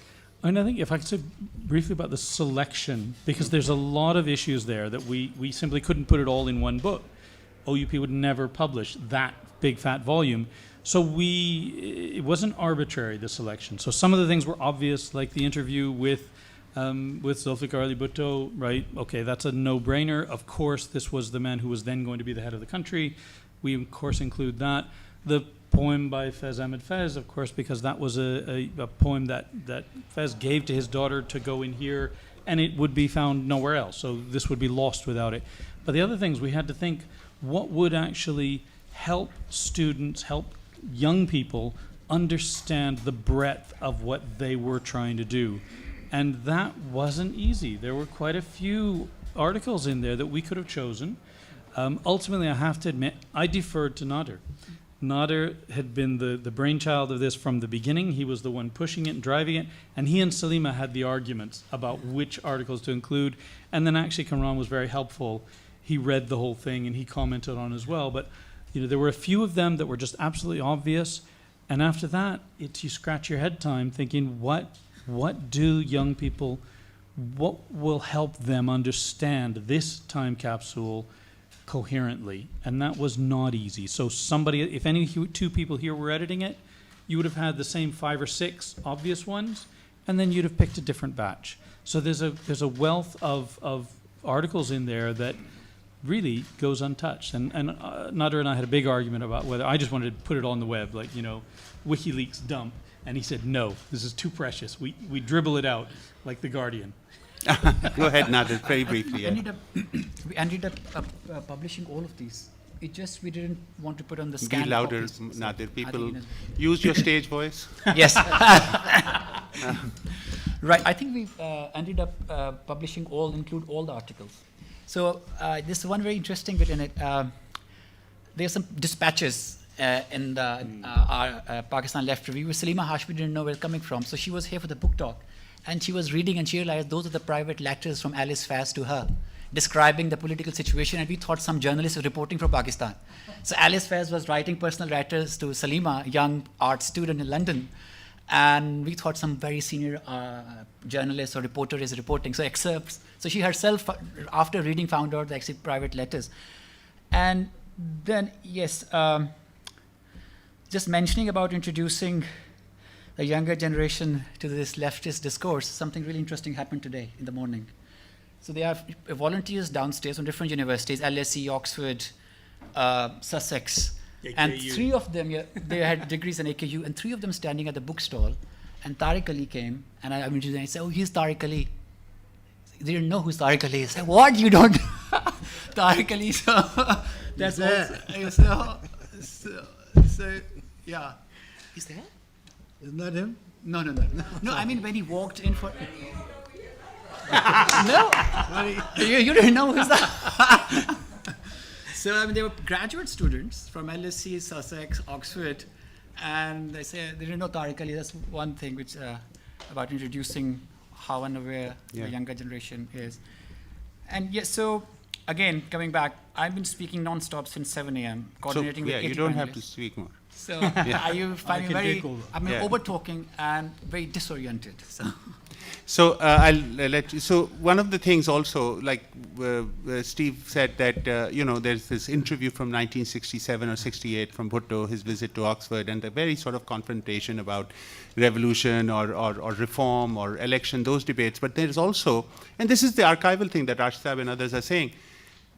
A lot of us don't know, but there was a major peasant meeting in Toba Tek Singh. And there's an interview with Bhashani, and which Ahmed Bashir, which all of you may or may not know, everyone knows is Bushra Ansari's father, but major journalist, filmmaker, and writer, and took a lot of political risks and was kicked out by Zia. So Ahmed Bashir so there's a very interesting group of people. Rashed. I want to deal with some of the themes that emerge from this collection and from the comments made in the introduction and afterward. It's interesting, as Nadir was saying, you know, the reason why the East Pakistan crisis blew up in our faces is delineated beautifully by Rahman Subhan, whom I knew when he was at Cambridge and I was in London. And he has laid bare the very terrible discrimination, economic and political, that East Pakistan went through. There was a chance to make amends for that as a result of the perhaps only fair and free election we've had in Pakistan's history in 1970. And when Mujib won the majority, all but 2 seats in East Pakistan, and Bhutto Sahab won a plurality in West Pakistan, the crisis could have been avoided. It could have been resolved, but between Yahya and Bhutto, I feel that they decided on something else. The results are before us. I don't have to go into the details. What I'm trying to say is that whereas economics is certainly a very important part of this archive, politics is there for all to see and for us to recognize. And I think one of the themes that I want to talk about is the hopes for a socialist revolution, or a socialist, they were calling it change at that time, because I think revolution was a very loaded word, you know. But at the same time, although there was some realization that what we call in Marxist jargon the national question was fundamental to Pakistan, its history and perhaps its future, but it was not fully realized at that point, I think, that, you know, what would be the outcome of these contradictions which emerged in 1970 and 71. We also see, very interestingly, in the interview with Maulana Bhashani, a major figure on the left, Nap Bhashani, which, you know, emerged out of the split in Nap, produced by the split in the international communist movement between the Soviet Union and China, and Bhashani's Nap was considered pro-Beijing, whereas Wali Khan's was considered pro-Moscow. He's talking about the Naxalite movement in West Bengal, India. And between the lines, hoping that something like that will emerge in East Pakistan. It didn't emerge, at least not in that form. It emerged in the form of a struggle for independence, the Mukti Bahini. And the boycott of the election in 1970 by Bhashani, in my view, was an error. Because A, it left the field open to the Awami League and Mujibur Rahman, and on the other, the left really was unable then to play the important role that it could have in the events that followed. And so the hope for revolution, the aspiration for revolution, I think kind of clouded judgment at the time. I say this with great respect for Maulana Bhashani. I do not mean to denigrate him. But we all make mistakes, we're humans, and these things do happen. However,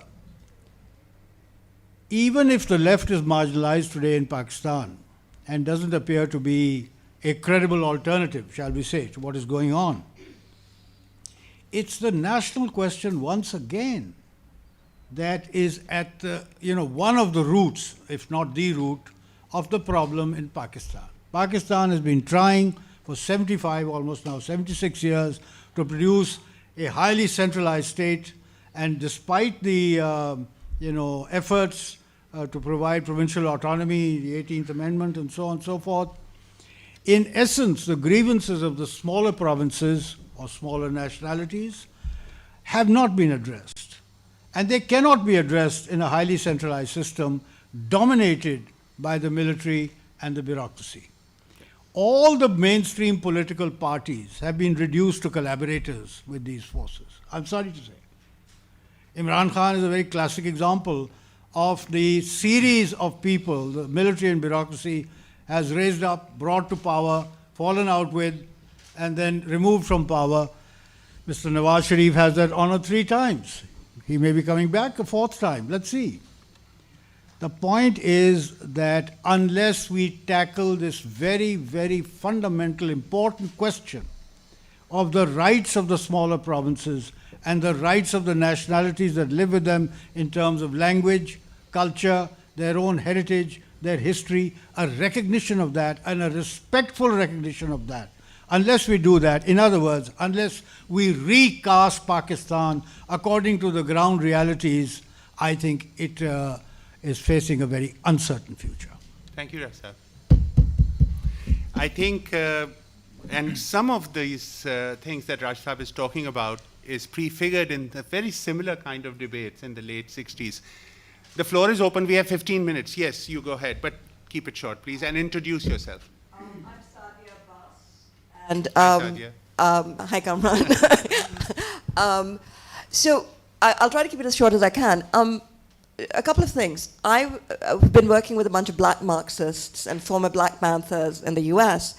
And one of the things that's really interesting about it is that in the early 70s, I found texts coming out of places like Newark, which is citing the Pakistani struggle as an inspiration, right? And in fact, R.A. Judy, also, who is a former Black Panther, was the one who told me about it, and then Fred Moten introduced me to the text. On the question of the young, I'm going to say something which is both sympathetic and entirely hostile to what you've been saying, which is that our young are fantastic.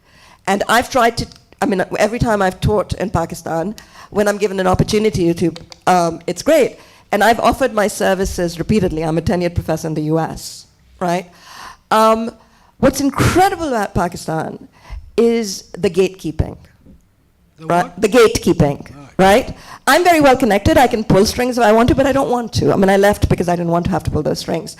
Pakistani academics abroad, but Pakistani institutions at home, even if you offer your services for free, will do everything in their power to keep you out. The problem is not the young. The problem is that there's still the same 4.5 people whose letters are being collected in the same volumes. There's a huge left in Pakistan. Many members of my family were part of it. But the problem is that the young have no access to it. I have also suggested to various institutions in Pakistan that we start having multilingual conferences. I have offered to organize that, bringing in international leftists, who are, the younger ones. And I've been told by people at various institutions, we can't do that because we don't have the translation skills. I have sat in Tunisian leftist circles, right, after the Arab revolutions, where people have had simultaneous translations in 3 languages. But we don't want to do it in Pakistan. So at some level, I think, it's great to collect an archive of the past, but in order to have a future for the young, you've got to open the doors to more people. Yeah, thank you. We'll take a few. And Sadia, you don't want us to answer completely, but reflect on it, right? No, I'm not saying that. I'm not saying that. Just that we just don't have time. That's why. Yeah. Go ahead. But everyone will get a chance. Go ahead. My name is Kishore Khan. I'm a PhD student here. So my question is to the panel that it's with reference to the comment the lady made. It's not only about the accessibility to the left literature or leftist ideas. It's about the confusion related to the terminology and the concept of leftist, communist, secularism. Because usually, generally, because I'm from a public sector university from Pakistan, I teach in Karachi University, and most of the students, either they do not understand what is the meaning of being left and what is the meaning of being secular or a communist. They usually take it, oh, no, I am a Muslim, I'm not a communist. So what do you think about this? Because it's about, as you talk about literacy, so there is, the people are needed to be literate about the concepts and the terminologies of these ideas. They do not understand it. Usually, just the last comment, usually it is taken that being leftist or being secular or being communist either is against religion or it is against army. So they do not, they can't afford to be a left person. Thank you. Thank you. Anyone else? Yes, and we'll have the last and then this round and we'll have people answer. Hello. Hi, my name is Moiz. I was a student of Dr. Nadir's in SOAS, and now I work here. My question is that you're absolutely right about characterizing the young people as very smart and very smart and very talented in Pakistan. But as per our urban students, mostly from Karachi, Lahore, Islamabad even, they're all moving abroad. You know, everyone who has the resources, or even those who are in Pakistan, such as LYON'S or IBA, these are our top institutions, right? Or everyone's plans are to just leave Pakistan and settle abroad. That's a reality that we're seeing right now. So obviously they may be very talented, but how do you keep them back home? How do you tell them that things will get better, or, you know, stay and hope for change or something? Yeah. So we have 3 questions. Go ahead, Azhar. Just briefly to Rashed Sahab, you just mentioned about, you know, the role of the left, especially in today's context. In like movements, MRD movements of 1983 and 86, though it was mainly People's Party and other major political parties, but as you know that the left, the Communist Party, the Socialist Party, they played a very important role in actually, you know, effectively steering the entire movement. What do you think is stopping the left now in uniting and, you know, like steering this whatever is happening and launching a movement? So the first question was around what about the new generation, but about the gatekeeping and ways in which certain kinds of openings, right? If I'm paraphrasing you correctly. So that, and then the question about that whether even if it's meaningful to talk about left in Pakistani institutions, because people or the students or the younger generation are bereft of any knowledge or even feel emotionally or politically connected to that language. The other, beg your pardon? It's always been there. Yeah, okay. And then the question of the brain drain, I suppose, and finally, Azhar's question is that that even in the 80s, when some of us were active, that there was a certain way in which underground or otherwise people were supporting and creating networks and the infrastructure of anti-Zia movement, which seems to be not there anymore, or what is stopping it. So I suppose maybe Nadir and Stephen or Rashed Sahab, if you can sort of attempt at, but just mindful that we have 7 minutes. As briefly as possible, I promise. No, this is important because the book is precisely, as Stephen says, opens up the question for the future generation that what now?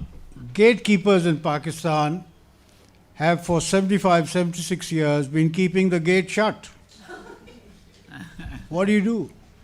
Either you do what the crowd did to the GHQ gate, you break it down. Otherwise, you're going to remain on the outside looking in. And you mentioned the Black Panthers. Very interesting reference. I mean, it is rooted in slavery in the United States of America, and eventually is radicalized to the point where it not only takes on board Marxism, but actually posits a revolution. Whether the blacks by themselves could bring about a revolution without the involvement of the whites was a big question at the time, remained unresolved, and unfortunately in practice was resolved by the defeat. Now, you talked about multilingual conversation.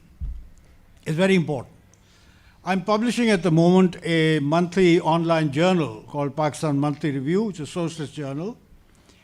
And I have started printing Urdu subjects also, because Google is a wonderful invention. You can translate, and then you can edit the translation if Google has missed out something. But I also hope, I'm starting a web-based radio and TV channel. Work on it is going on in Karachi as we speak. And we hope to bring in not just English and Urdu, but all the languages that are spoken in Pakistan, because that conversation needs to spread. Confusion in the youth. Well, can't blame them.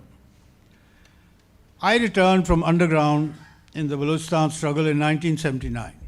within a couple of years, by 1981, you know, in some things, we Pakistanis are ahead of the world, usually the bad things. The left collapsed in 80-81. Why did it collapse? No great ideological rift, personalities, egos, corruption, you name it. Very sad to say. So 10 years before the Soviet Union imploded, our left disintegrated. It has not recovered. Twice I have tried to put together a platform or alliance, first of the left and the nationalists. It didn't work because the Marxists and nationalists can't agree on nationalism and how to approach it. Old problem, still continuing. And then the left still didn't work because the problem with the left is not only that it has not educated, as I said in my remarks earlier, the succeeding generations, which was their responsibility, and they failed to do it. They also are somewhat hidebound. 91 imposed on the left the necessity of reviewing the history of the 20th century revolutions and what their outcome was. Not just Soviet, Eastern European, even the Chinese, Vietnamese, Cuban, you name it, North Korea, whatever. When I suggested to some friends around 91, 92, when the Soviet Union had imploded, that we should do a critical history without fearing to say what was good, what was bad, what was indifferent. And you know, Stalin is a big question in that. So without subscribing necessarily to the Trotskyite position, nevertheless, there is room for criticism of what happened under Stalin, even from a Marxist perspective. When I suggested it to them, they threw up their hands. Oh ji, ye to bahut bada kaam hai. This is such a big task. I said, yes, it is. But what else are you suggesting? We don't know. I said, then go home and take a rest. What else can I say to you? This was the necessary intellectual and theoretical work that would have put the movement on a firmer footing in what now is clearly a historical period of defeat and retreat the world over. But they failed to see the importance of this, sorry to say. And that work remains to be done. In the West, you know, one of my bad habits is to go to the left-wing bookshops in London every time I'm here. I was there the other day. I couldn't find anything of interest. I'm not interested in LGBTQ, whatever. I mean, I support those people. I have held a session of them in my center in Lahore. And when I said to them, can I publicize it? They said, no. Keep it quiet. I said, fine. But I support them. That doesn't mean, you know, that I'm going to read 300 books on it suddenly. They are human beings. They deserve respect. They deserve rights.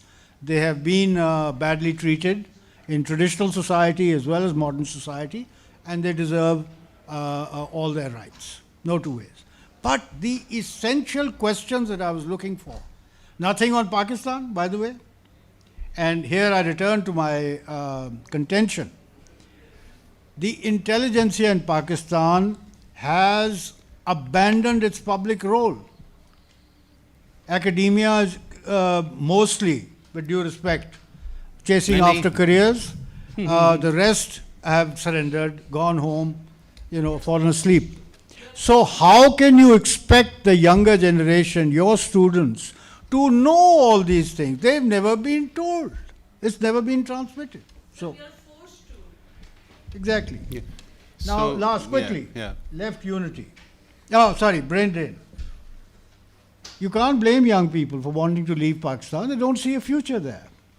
But what a loss this is. I was saying a minute ago how intelligent our young people are, how curious they are intellectually, how willing to learn provided there are, you know, there's an ambience in which they can learn. Unfortunately, it doesn't exist in our education system.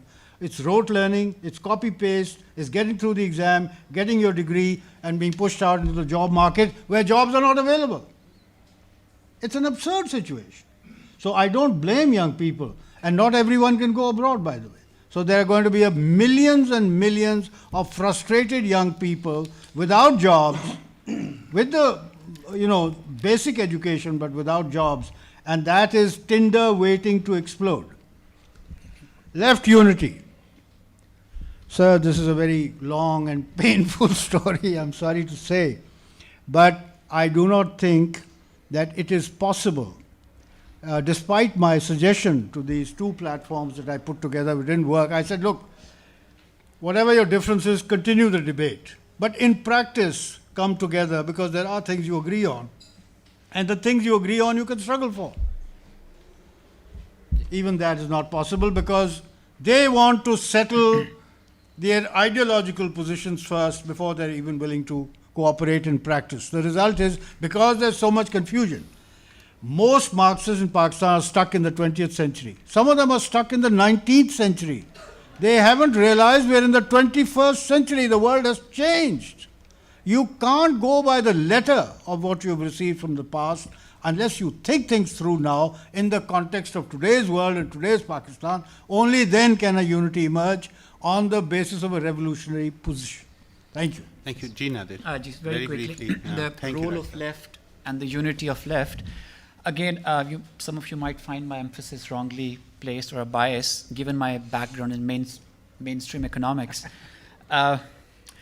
So I just wanted to say that the financial economics market has always been there for centuries. Again, what I just said earlier, but what happened in the last 30 years, the way they have grown. You saw what happened in Greece. There was a very leftist, populist government. They're trying to resist the IMF program, and within a few months they had to resign.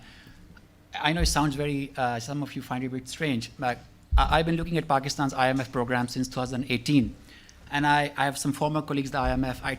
I'm kind of stuck in the middle. I try to voice our leftist friends' views to them and their views to my leftist friends, start a debate. So I think this is one area in which in a leftist discourse, Rashed, you are working in Pakistan to create more debates, discussions, reading groups on the economic issues. And of course, you can't divorce economics from politics, more political economy. Yeah, this is one. Go ahead, Stephen. I know we have last word. 1 minute left, and all I would say, I mean, I think gatekeepers are real. They have to be dealt with. You can't ignore them.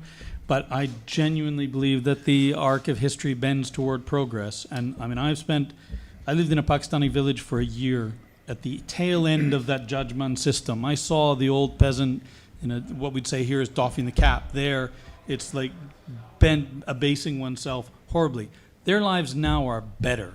So, I mean, it is not all a negative story. There's been a huge amount of progress. There is a good story to tell in Pakistan that we almost never tell. Because it's not very sexy, it doesn't catch the headline. It doesn't sell. It doesn't sell, but there is a good story to tell. And those students that Sadia is continually beating over the head saying, let's be more creative, the LGBTQ students, all of that. Absolutely. But, think 20 years ago, 30 years ago, did you find LGBTQ students in Pakistan? Not openly. Today, you actually find them quite openly. So there is more awareness among young people of their individual rights, of their civil rights. There's much less constraint to marry within Rishta, within Biradri. There's much more of that kind of individual choice. Brain drain is a real problem, but I also would never want to stop a young person from seeing the world because they go away, do something for a few years. Kamran Asdar Ali came back and was the dean at LYON'S. They benefited enormously from those years that he spent abroad. Nadir, Cheema, someday we're going to drag this man back to Pakistan and let him, put his absolutely. I can book a flight. You can book a flight. So Pakistanis do come back. And actually, I'm not in the country I was born in. How can it be the height of hypocrisy for me to tell Pakistanis, stay where you are, help that country, because in 5 minutes, we're not going to fix this, but we have to stop telling ourselves that there's no hope. There's been huge progress, a very good story to be told, and Pakistanis need to hear that. They need to know that it's fine to go away, don't give up, keep coming back, and there is a positive contribution they could make, even if it's only to come back for 5 years and then go wherever they want to go. The world does not, I don't think the world is a good place if we all stay in our own countries. I would much rather see free movement for everyone on the planet, including the Pakistanis. No, thank you. I think it's very poignant to say and important to say that, and not to sort of say that we have solved all problems or will. And I appreciate all the questions and the apprehensions and the way, but I think I'm just talking very particularly about this forum and others.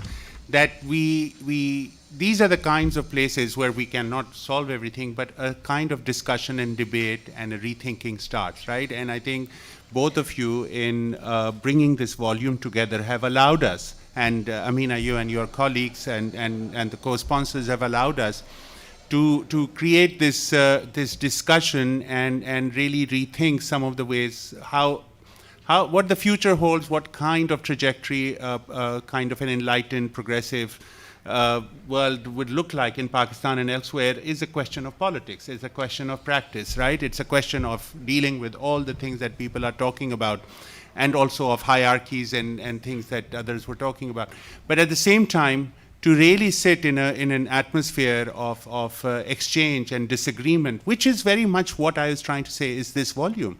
There is severe, I mean, you read Rahman Sobhan's work and other things, but the debate between Feroz Ahmed, if people don't know Feroz Ahmed, who came back and started Pakistan Progressive in Urdu and then was forced to leave in Zia's time, and Iqbal Khan, who also came back and started Mashal and unfortunately passed away very early. If you read that, you see that what the left was divided upon, but in the same journal, those debates were there. And we have in this room people from both those tendencies, or the children of those tendencies, right here. And those debates continue. So I think the idea of what Rashed Saab was saying, to keep the discussion and debate alive, because we have to find the tools, and the issue of equity, issue of difference, issue of national identity, all those are still very much, but also of, like I said, social justice and equity hasn't gone away, despite 88 or 91. So let me just thank all of you, but especially our two editors, for this wonderful job and really a service to all of us in getting this together. And Rashed Saab, thank you for being here and sharing your views. It's been a real pleasure, and I hope the debate continues. Thank you. And we listen to each other. You can't continue. No, नहीं सुनते ना, आप सही कह रहे हैं. भाग जाओ. Thank you. हो गया? अब मेरी छुट्टी हो गई. हमारी भी. अरे यार, कैसे हो?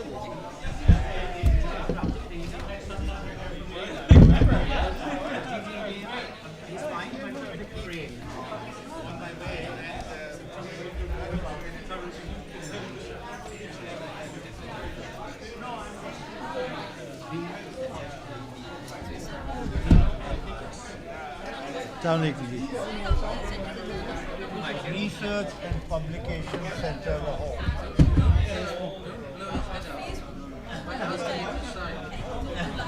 Google it.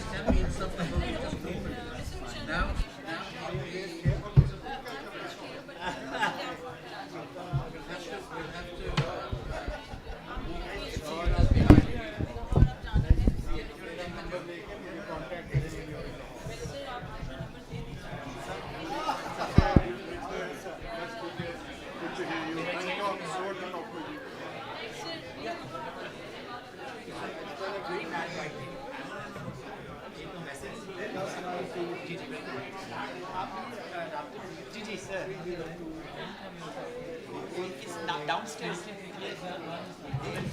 ये है आपने नीचे पे कर दिया.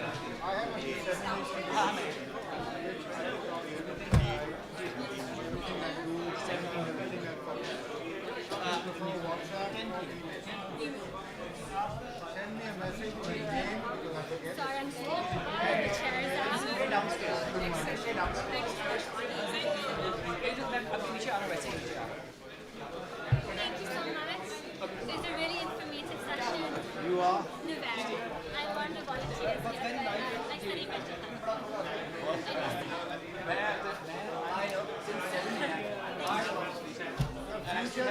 On your shoulders.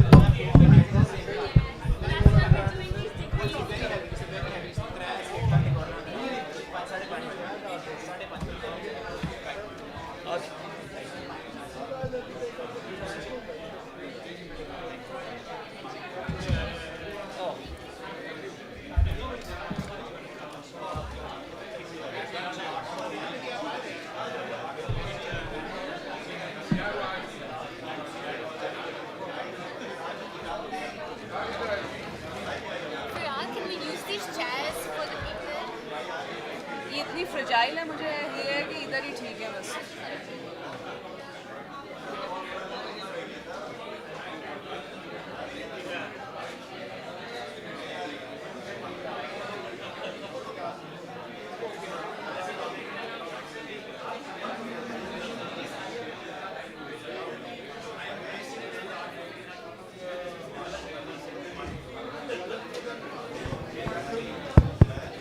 Ladies and gentlemen, we will be beginning our next session in a few minutes. You're requested to be seated, please.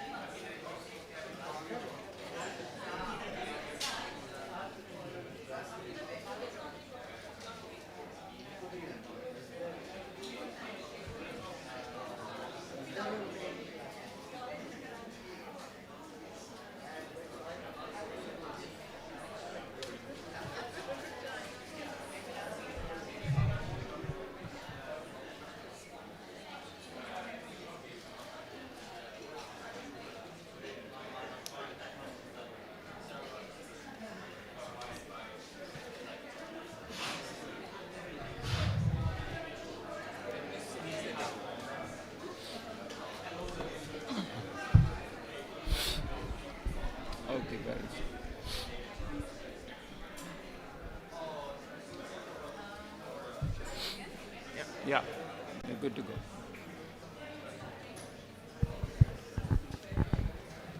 Good afternoon, everyone, and Assalamu alaikum. Thank you so much for joining us. We're about to begin our next session, which is Pakistan. The fault is not in our stars, but in ourselves. This is a conversation between Mr. Amin Hashwani and Mr. Azhar Abbas, who will be our moderator for the session. Mr. Abbas is the managing director of Geo News.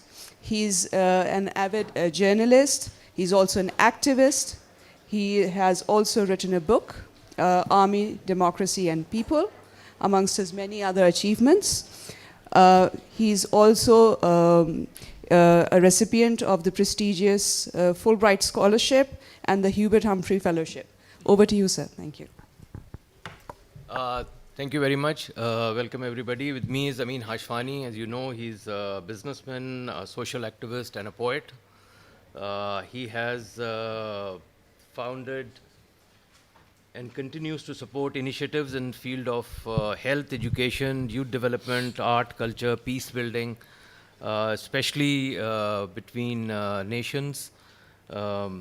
He has been speaking at different conferences, universities, think tanks, and United Nations.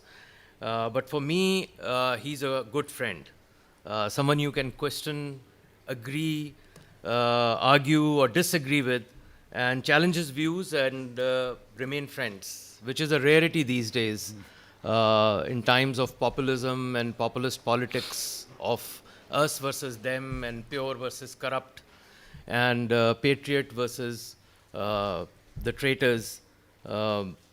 this is something that has actually, you know, like consumed a lot of us.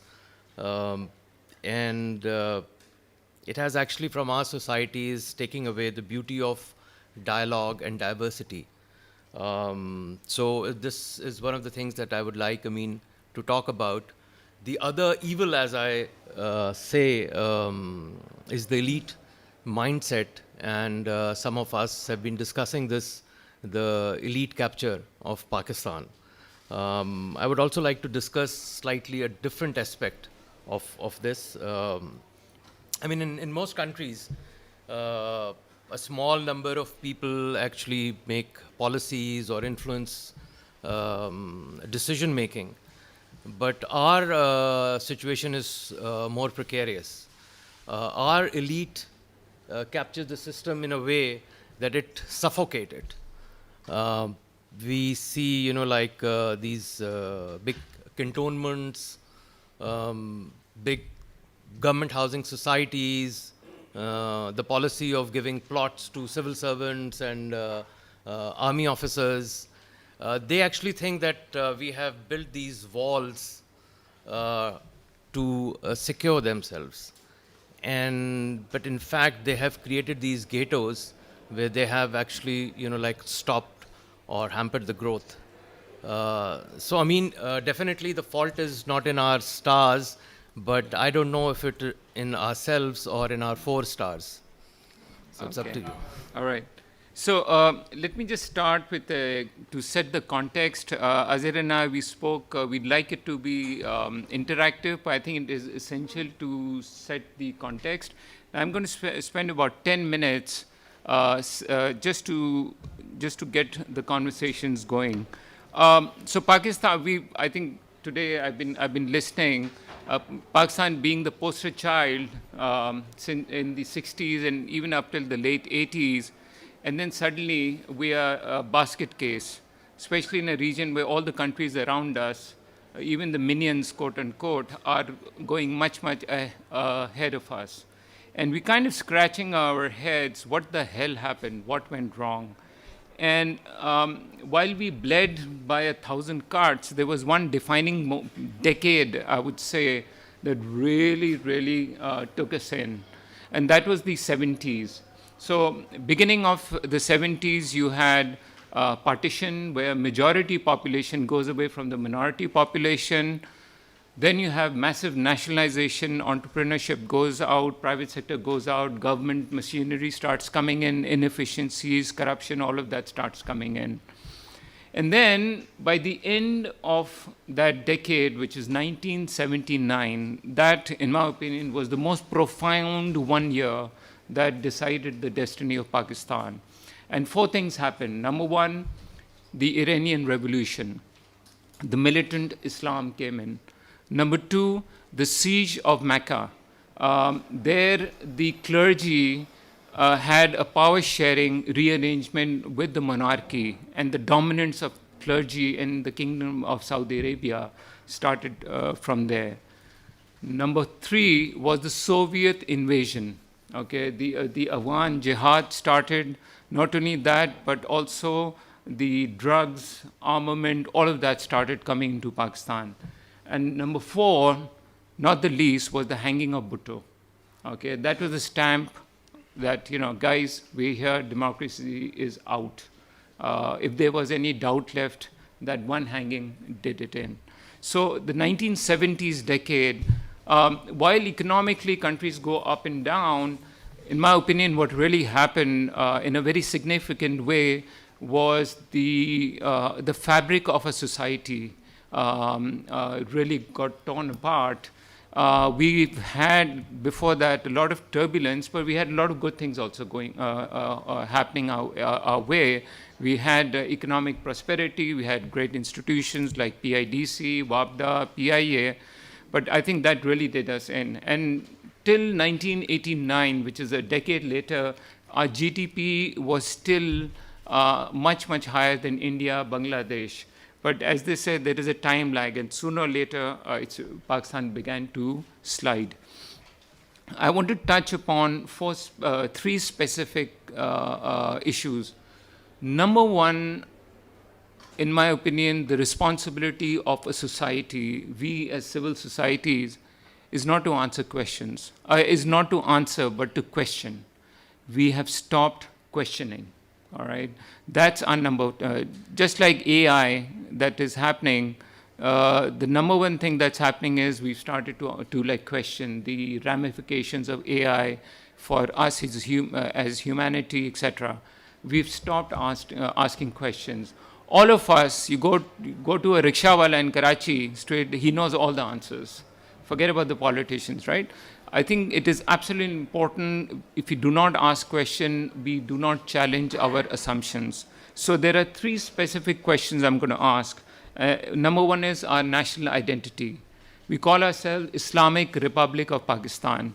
Any religion that is devoid of its moral and ethical values becomes divisive, all right? So when you talk about Islam, what Islam, who Islam are you talking about? The Barelvi Islam, the Deobandi Islam, the Shia Islam? What type of Islam? Is it a moderate Islam, liberal Islam, or a conservative Islam? What about the essence of Islam? Equity, justice, plurality, where is that? So, and then also when you talk about Islam, Islamic Republic of Pakistan, you go into this whole question of, are we looking at a theological state or a democratic state? And if you're looking at both, how do you reconcile a theological state with a democratic state? Clearly, there are huge issues that crop up. And then how do you reconcile with a constitution? How do you reconcile with individual rights, individual freedom, minority freedoms, and quote-unquote secularism or pluralism for that matter, right? So this whole thing of Islamic Republic of Pakistan, as some of you would know, this was never there at the time of our foundation. It was during Ayub Khan's time, and the reason we could get into that, why it was like introduced. But now we feel it's part of our DNA. If it is part of our DNA, it is a very problematic DNA that we have. Number 2, in Pakistan, things are really bad, and I hear through, at golf courses and, at parties, we need a revolution.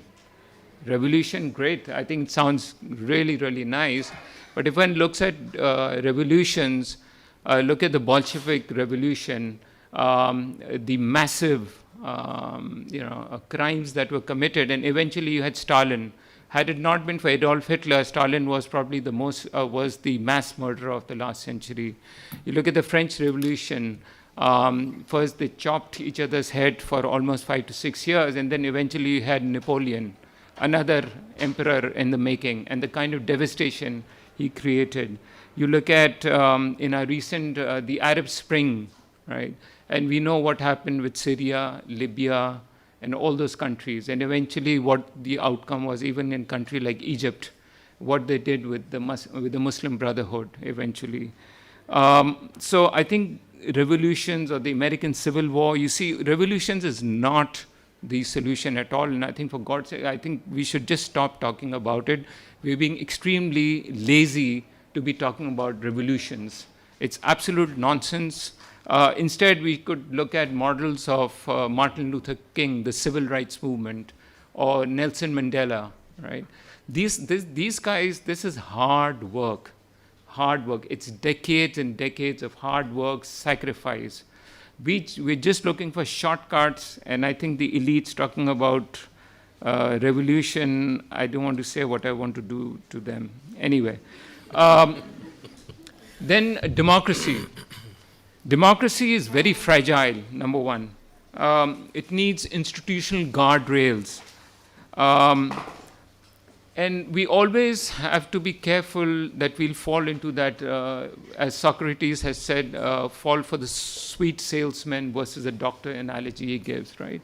And we get a lot of these sweet salesmen trying to sell you the sky, and hence you have this populist movement. Democracies around the world collectively in a decline, and there are a whole host of reasons. The reason I'm saying it's a very fragile system, it's not a silver bullet solution. We talk about, oh, we need democracy and all our problems will be sorted. Absolute, utter nonsense. Even America is actually in a decline in its democratic values. The polarization and the Trumpism and all those things. So when you talk about democracy, if you look at the political parties in Pakistan, how democratic are they within their own parties is the first question before they start preaching to the rest of the country. PMNL, they are supposed to be business friendly. I think it's turning out to be more like a Sicilian mafia where the entire family is at the helm of things. I mean, 230 million people, we can't find competent people except the Chacha Mamas and the Rishdar and the Samdis running the entire thing, and they have a monopoly of power. And today I was reading Shahbaz Sharif saying that anyone who's criticizing Asad Dar cannot be part of the party. Now, you can't have a more dictatorial statement than this. And these guys are supposed to be political parties, quote unquote, promoting democracies in the country. PPP, I mean, Bhutto Zinda hai, right? The legacy of Bhutto was what? Roti, Kapda and Makan. It was a hardcore socialist thing. We can criticize Bhutto, but one thing we could never say about Bhutto being financially corrupt. And you look at PPP today, if it is anything but that in Sindh, right? It's systematic corruption throughout the thing. Huge dichotomies, MQM, urban issues, right? Look what the devastation that they did with Karachi, from strikes, violence, corruption, everything, the devastation in Hyderabad, Karachi, they did that. Huge difference between what they said. Last but not least, PTI. Feminist said, we will not give any NROs. I think the biggest NRO was 190 million pounds given to one individual, Malik Riaz. It's an open and shut case. There is no this thing, right? There was an amnesty scheme that came for all the developers. And you have these huge housing schemes coming in thanks to the biggest NRO in the history of the country. That you develop this thing, no questions asked, it's an amnesty scheme. What bigger NRO? But I will not give any NRO to my political opponents. Wow, one should clap on that. Riyasat-e Medina, right? I mean, you have Farah Gogi going in private jets on a social media with multiple colored Hermes bags. And these are the people, and Buzdar, these are the people at the helm of bringing in Riyasat-e Medina, right? I mean, what about Islamic values, etc., on that thing? Similarly, you have so many issues, establishment, of course. How can we forget them? I thought you missed out the biggest and the most powerful political party, but... Yeah, the establishment? Yes. Of course, how could I? That's what I said. So establishment, we can speak about for a long time, but the fact that, everyone has skeletons in the closet. So these guys have this, they've perfected this art of bringing the selective skeletons from each one's closet and dragging it out on the street, depending on what the end objectives are. But I mean, what's the alternate to democracy? I'm coming to that. Yeah, okay. Okay, yeah. All right. So, look, I think, first of all, democracy, we need to understand fundamentally, it's not a top-down, but a bottom-up process. It's imperfect, it's fragile, and it's messy, all right? We need to shed this messiah complex that someone from the sky will come in and solve all our problems, and we'll raise the flags and we'll go out, emotive rallies, and I would tell some people that, if Imran Khan had the looks of another cricketer I don't want to name, who's about 4.5 feet tall, I want to see how many women would have gone to all of these rallies. We need to differentiate between political leaders. I'm sorry. I did not name anyone. Yes, okay. I think you should take That's this fine. back. That's fine. That's fine. Can I finish? That's fine. Absolutely, please, we will more than happy to. Okay, so that's fine. Come on, sir. That's fine. Let's hear what Amina has to say. That's fine. I'll ask all the critical questions. Yeah. By the way, both of us have agreed that we will be very critical of each other. That's how we will have a healthy discussion, and that is exactly the point. And 90% of what he said, I don't agree with. But so, by the way, I would love for you to disagree. That's the whole thing. We need to hold two truths simultaneously together without coming at each other's throats, right? That is the whole point. And I tell you, this is deliberately, I'm being provocative here, okay? That is the whole point. So thank you very much. All right. Going forward, I think also potential. I think graveyard is full of people who had great potential, and so goes for the country. We talk about Pakistan has great potential, until unless we do not translate those latent potentials into concrete results, no nation or no individual can ever progress, and we have failed miserably to do that. But I mean, the country needs a political system. Absolutely. You have been criticizing, like all the political parties. You didn't actually criticize the most powerful political party, that is the Pakistani military establishment. But okay, fine. You have to give us an alternate system. If you don't have democracy, and if you don't agree with democracy, because we have been hearing this from, as the book just published of Iskandar Mirza, about the controlled democracy sort of a thing. And we have been hearing this since Ayub Khan and Ziaul Haq and Musharraf and all the 4 stars, as I say, said that, Pakistan is a country of illiterate people. It doesn't deserve to have this sort of democracy. You have to give us an alternate system. So, what system? I mean, Pakistan cannot run without a system. Yeah. So if I came across as being someone who's anti-democratic, that wasn't the intent here. I think it is about people. It's about participating, all of us in this room, in a very vibrant and a very active democratic system. We, the civil society, and we do not participate in it, period. That's the thing. It's not about someone being PTI, someone being PPP and switching sides. It's about the PTI supporters holding their leaders' feet to fire, Muslim League supporters or ministers holding their leadership feet to fire on the contradictions, on the, double standards which each one of them are practicing.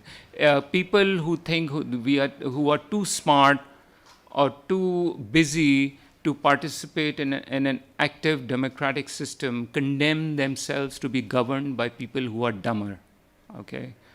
We need to roll up our sleeves. It's difficult, it's messy, it takes you out of your comfort zone. There are a lot of uncertainty, but if there's one thing I find in Pakistan, that the civil society has not participated in, and for that matter, a lot of Muslim countries. For example, when USA was invading Iraq, right, you had massive demonstration here. England, you had massive demonstration in the US. How many demonstrations were there in the entire Muslim world? 0, okay? So we need to participate in a democratic system.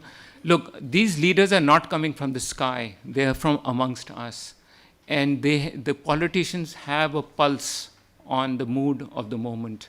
And if we change our mood and make them accountable, trust me, we can bring about the change. This fallacy that democracy is on the election day when we cast our vote, actually for me, democracy starts from the day the election ends till the day of the next election. That's where we need to participate. But when has Pakistan or the people of Pakistan given the choice actually to have a continuous system, a continuous democracy? Let's say, leave alone the Ayub Khan time, we had Bhutto. And then since 1977, there have been like a year and a half of Benazir after the death of Ziaul Haq. and then about 3 years of Nawaz Sharif, and then Benazir, and then again Nawaz Sharif, and then 10-year-long period of Musharraf. And then even during the People's Party's rule and Nawaz Sharif's rules and People's Party time, we had about 3 prime ministers were removed, and all because of, you know, like the intrigues and the sazish and whatnot. Correct. So, I mean, you have, when we blame, you know, like the political parties, what is there to blame? Yes, there's a lot of things that we can say the People's Party or the PMLN and the other political parties haven't delivered, but who has delivered in this country? They haven't been given a fair chance to rule, actually, to be honest. Even PTI, for that matter. I mean, as you say, and we all know that Imran Khan was, you know, like the military projected Imran Khan for what, 10 years or so? They brought him into power, and then he couldn't even last. I mean, this love affair couldn't last even for 2.5 years. Correct. So how the system will work if somebody who is so powerful is actually wants to run the system and wants to just have a facade of a political party or politicians in front and actually wants to run the system. So people have always voted for whatever the best choice they had. They have never voted for any Islamic extremist or any sort of extremist. Fair point. So as they say, grass doesn't grow under a banyan tree, right? And the establishment has been the dominant institution in the country, no doubt. But you know what? Pakistan is not a unique case. You had Indonesia, Korea, Taiwan, Turkey with dominant military dominating. See how they managed to overcome it. Pakistan is not in a unique situation with a dominant military. It was the political parties and political leaders that created the space. The civil society rose up, and no one ever gives up power out of the goodness of their heart. That is how we humans are. That is how our institutions are. Each and every institution is out to create its own space.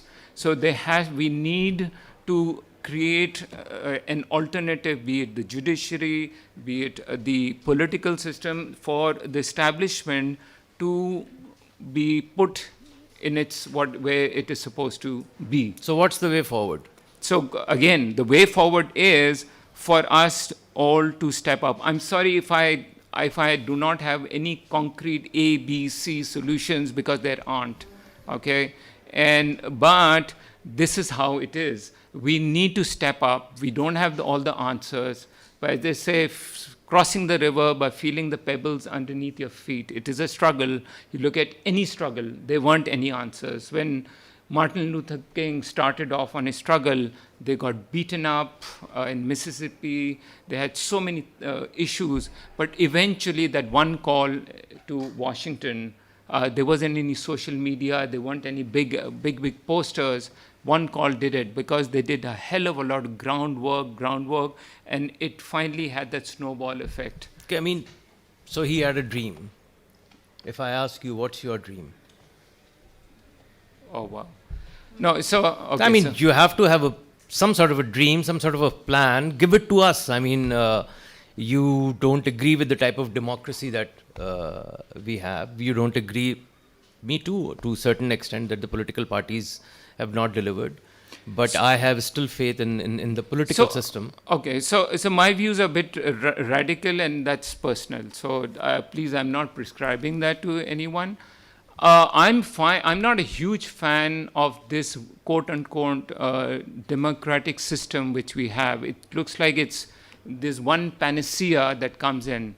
Look at the Dubai model, for example. Look at the China model, right? You had the biggest shift of humanity from poverty into prosperity was China model, right? It wasn't the US capitalist model, all right? You have the Singapore, Lee Kuan Yew. He wasn't exactly a shining Democrat. You have the Dubai Amir, not exactly the most democratic person who's holding elections and people at this thing. Look, we need some form of representation. You need some form of equity within the system. You need some fairness in the system. People feel that they're being heard in some form.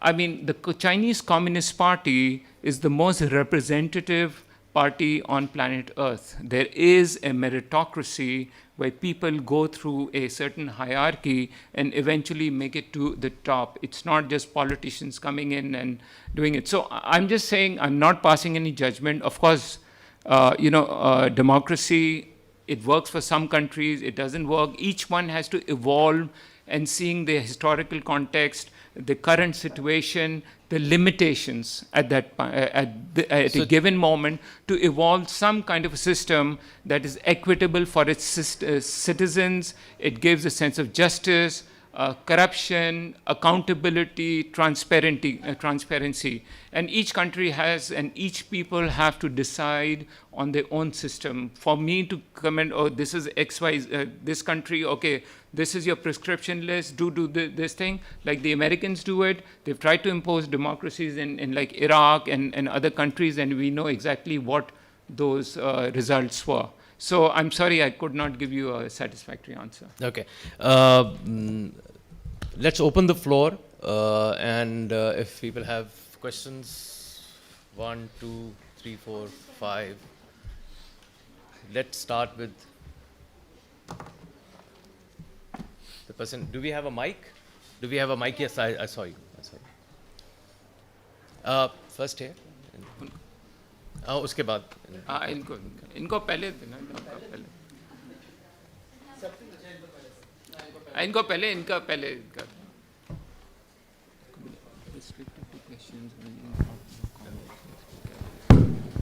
But please be brief and ask questions. Very brief. First of all, my apologies. I'm not a PTI, but I just love Imran Khan, and there are solid reasons for that. Sure. I'm a Pakistani, settled here for 32 years. I've never gone back to Pakistan.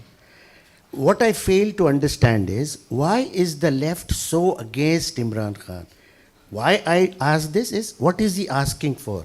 A fair, free election. What is wrong with that?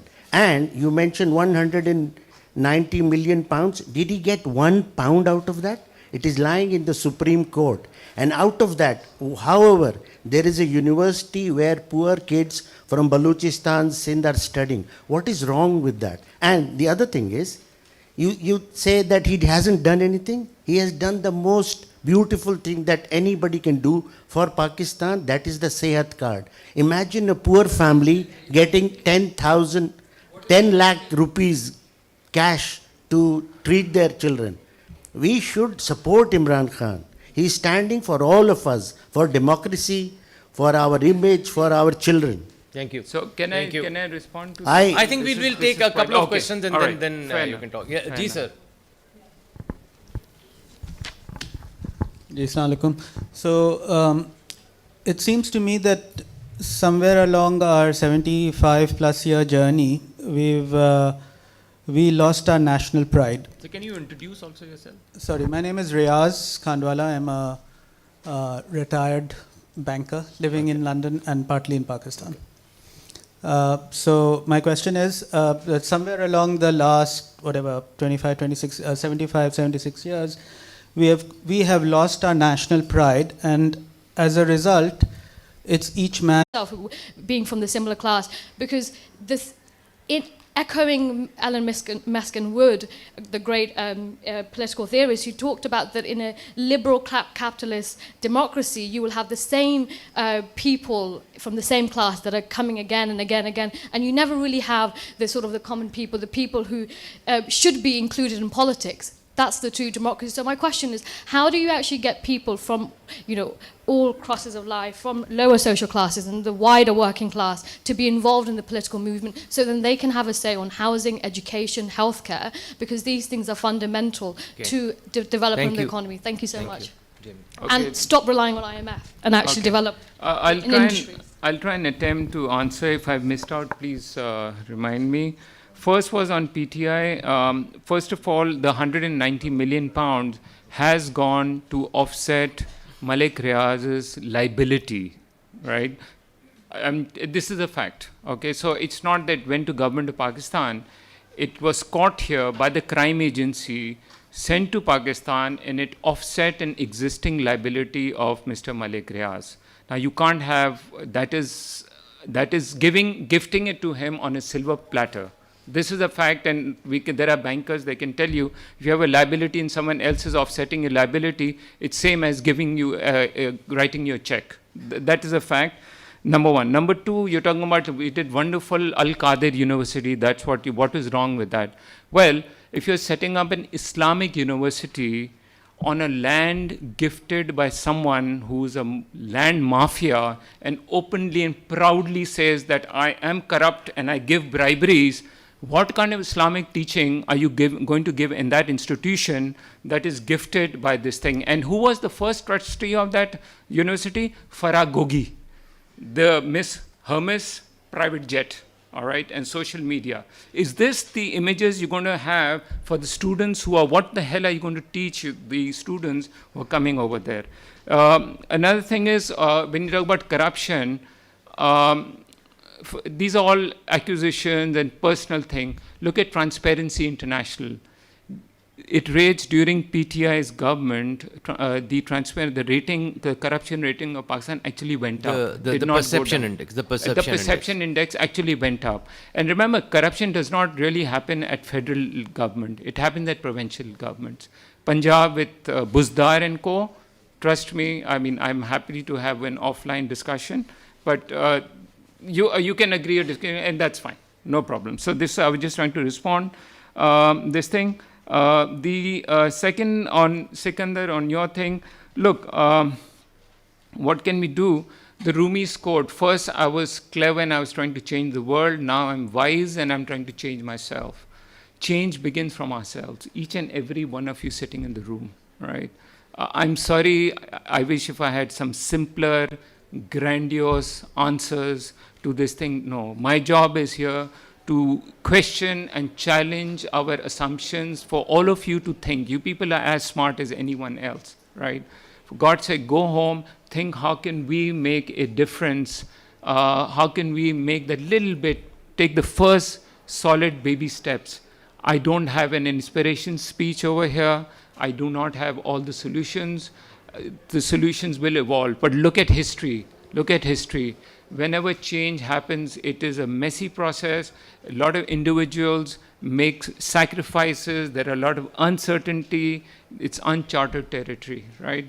And in my opinion, that process of the civil society coming in has not happened. And as a result, the vacuum, the establishment, these guys have it. And of course, it is manipulated. And you have the rightist party that has come in, this thing. Talk about that, you know, we have ex-Pakistan, how can we have democracy when you have such a high illiteracy rate? Well, America doesn't have a high illiteracy rate, and Trump is still a possible contender for the presidency, right? So you need to look at the populist phenomena, what it is, and it is the same Socrates, 2,500 years, about the sweet salesman. There is a standard playbook over 2,000 years old where the politicians will try to play on your emotions, exploit on your pain points, and give these grandiose solutions. And we are the people who are anti-status quo, and we are the people who will bring that in. And sooner or later, these hyperbolic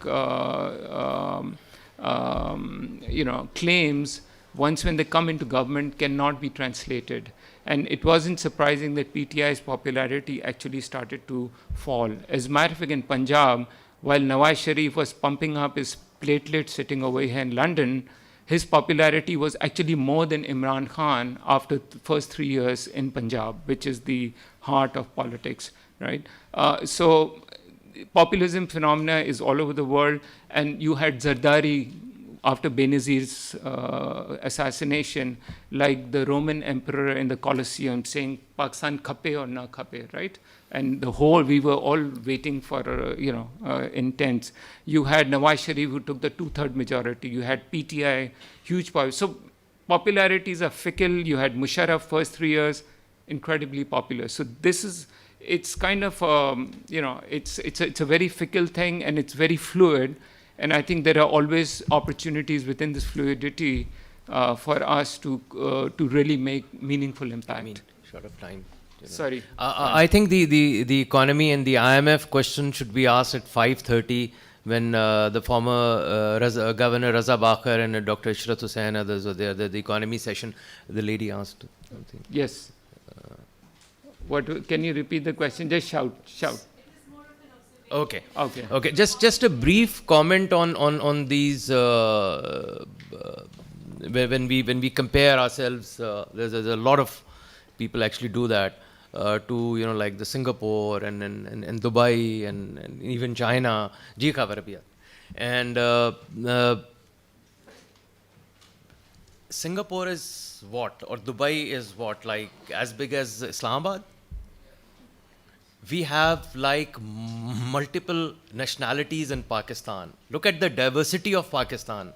How can we compare a country of 240 million or people with Singapore or Dubai? So I think this is not a good comparison. What about China? China. So all the three examples we have are of autocratic regimes. And you can't say that in like China we have, because this is being argued, the Chinese model is being argued for so long in Pakistan, having one party system. And actually, to be honest, you're a big fan of Imran Khan, but that was the whole idea when the Project Imran was launched, that to have kind of a one party system, eliminate all the others, and with the help of the military, rule Pakistan like that. That was the whole idea. But that's another. So Azhar, I have a question from you as well. So just one clarification. I was not comparing Singapore, Dubai, China with Pakistan. All I was saying was that, democracy, the way we look at it, is not necessarily the only option that is there, and a certain path. There are other ways of doing progress. It was just a general statement for us my to do only, it. My only problem with this line that is being taken is that for the last 75 years, you yourself said, we haven't decided, are we a democratic state, a theocratic state, Islamic state? What type of state are we? So let's stick to one system. Let's have a system and then, at least run it for another 20, 30 years and then decide, whether we can have, or this system is good or bad. So we'll take just one more round. This young man wants to ask something. A quick question if you want to. No, okay. Just a quick question. Quick. And then we can come, yes. And Azhar, I have one question from you at the end. Yeah, at the end. This young man. Go ahead. If we want to talk about the development of countries like Singapore and China, we can't really look at them the same because the development is based very much in the economic practices of these states, and the economic practices of states like Singapore and China, although being from a one-party system, are not exactly the same. Okay. Yes. Fair point. Yeah. The person over there, and then the lady in front. Thank you. My name is Aamer. I work for Capital Markets. So I think your overdose of pessimism was stronger than my cappuccino over here. So my question is, you briefly mentioned about elite capture. So my question was that, is the fault also within our intellectual intelligentsia and elite, or intellectual elite, that they have been talking about problems without solutions for decades? The lady and then first the lady. Yeah. Thank you so much, sir. My name is Kishore Khan. I'm a PhD student here. My question is related to the same argument that you were making, that instead of talking about what type of system we need in Pakistan, democracy, dictatorship, autocracy, theology, whatever, we need a system in Pakistan, and that is the system of the welfare system. Welfare state system. You take the example from any type of government, we need a welfare state system, be it given by a dictator, benevolent dictator, or dictatorial democratic dictator. We need a welfare system. What do you say about that? Okay. Thank you.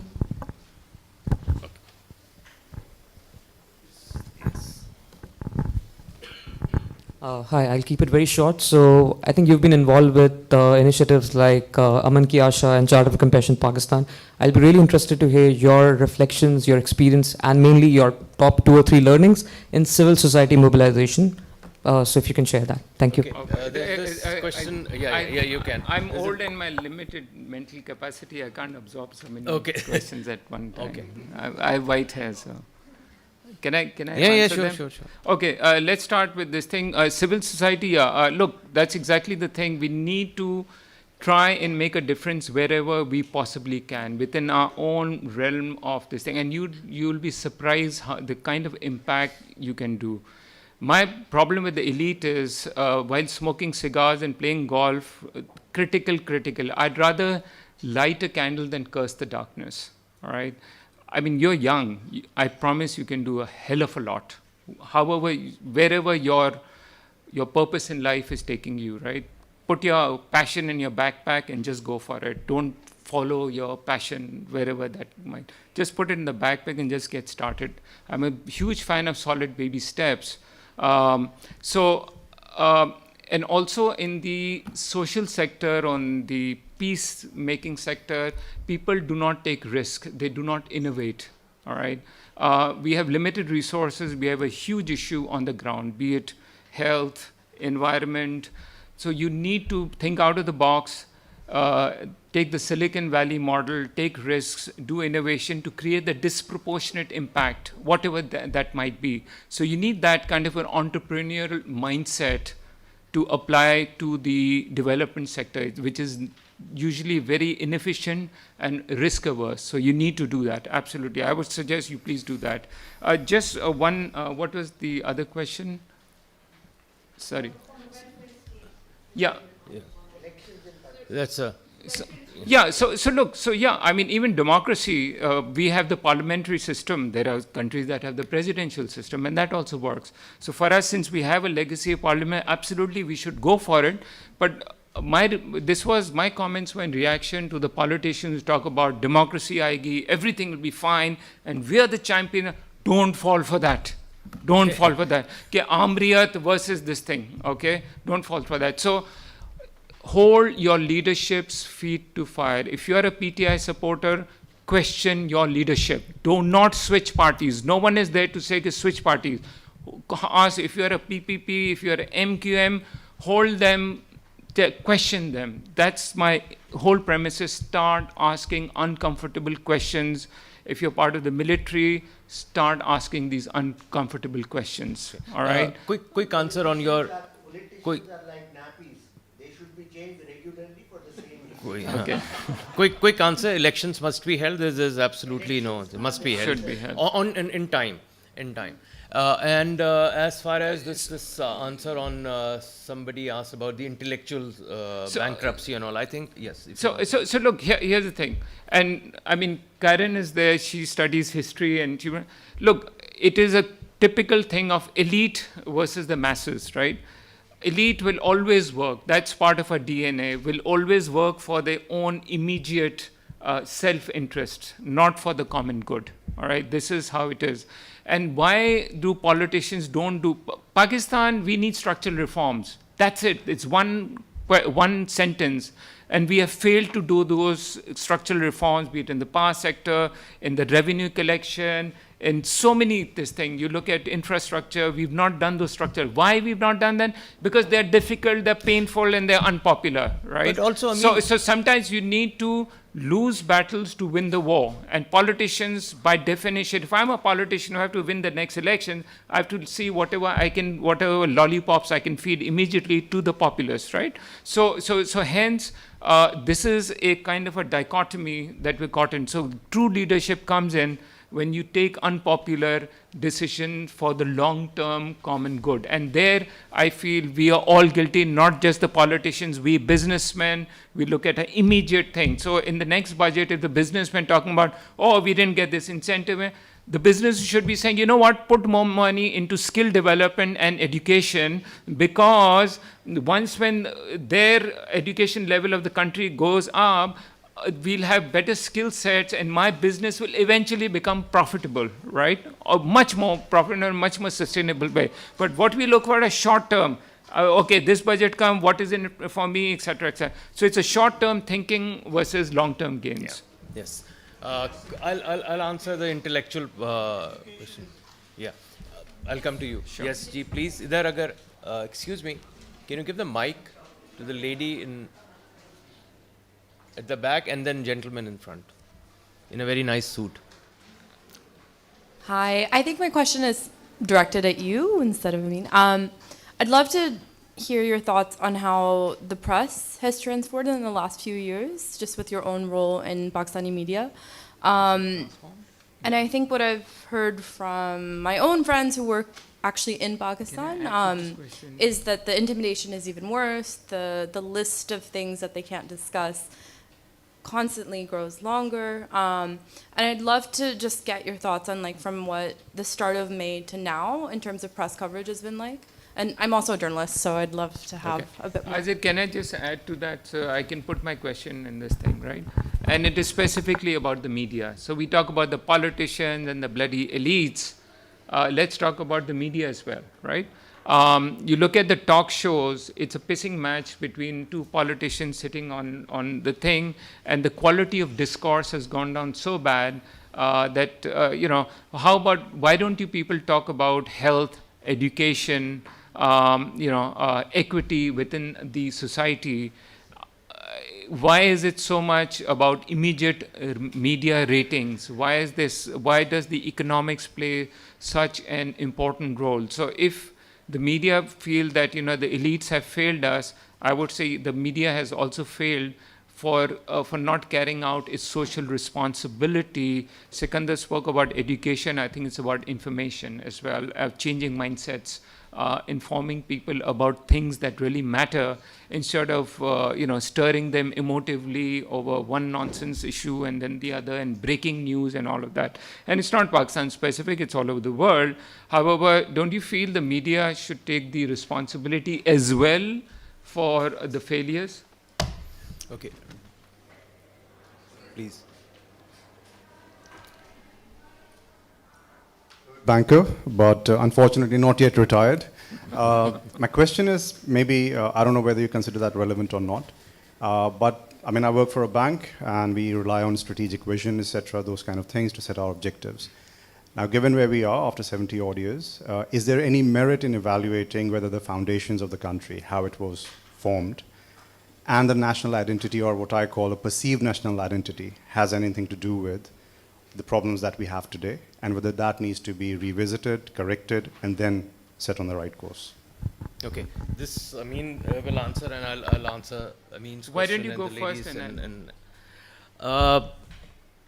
I've been in journalism for 30 years. The lady is now looking at her phone who asked the question, so I hope she's listening. Probably okay. Breaking news.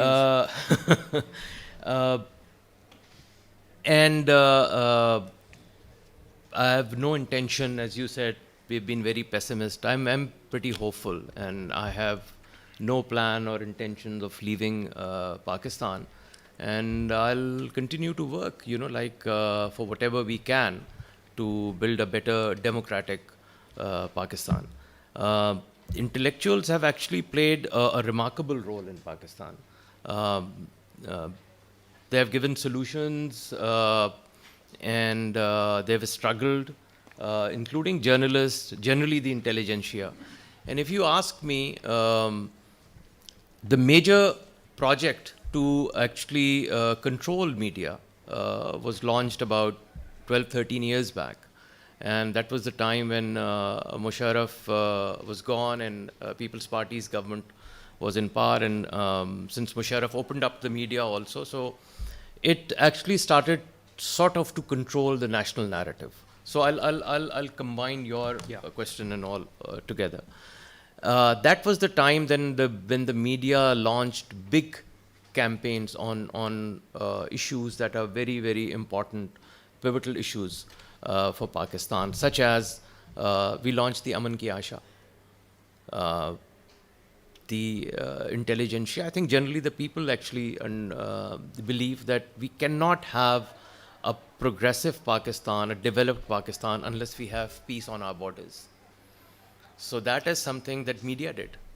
no political party, but media did. We launched campaigns against the Hudud ordinance, the blasphemy law. We launched a 2-year campaign on, I don't know how many of you are aware, with DFID on education. And there are several other campaigns. But generally what happened was that the most powerful in Pakistan, the most powerful people in Pakistan, the establishment started to feel that, they are now, the media in general, are now controlling the national narrative, where Pakistan should go. And the discourse, the dialogue has started in Pakistan. And that was probably the biggest threat.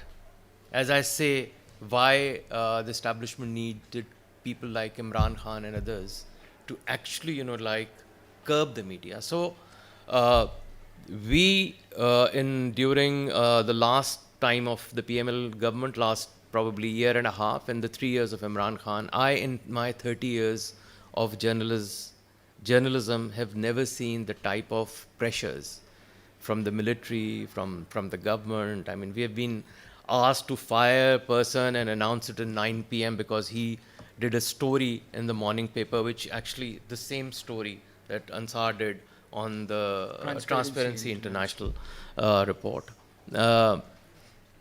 But what's happening now is also ridiculous. The type of abductions, censorship, not to air, Imran Khan's picture or his speeches or his statements. It's ridiculous. The way people are being picked up, I mean, it's like kind of a dictatorship or a martial law, I would say. So, and actually people like Nawaz Sharif and others who are sitting in London, they should go back. And a struggle for the people. You can't do that by sitting outside Pakistan. So when I say that for Nawaz Sharif, I say that for all the others who are commentators and some so-called journalists and all who are sitting abroad and doing vlogs and all. They should go back. Like we have suffered. Hamid Mir was shot. Absar Alam was shot. A lot of people were, put in behind bars. Even, the owner of Pakistan's biggest media group was put behind bar during flimsy charges. So yes, there are pressures. There are huge pressures right now. But I think and I believe that the true journalists, the true intellectuals, the true intelligentsia of Pakistan, if I may include everybody, they won't run away. They will, we all have high hopes that things will change and we'll continue to struggle.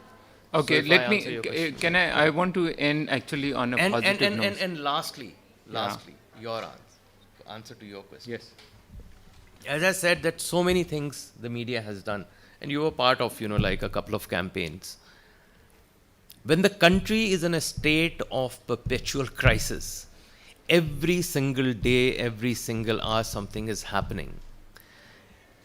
We cannot close our eyes and, start or launch campaigns on something else when there is a continuous political upheaval in the country.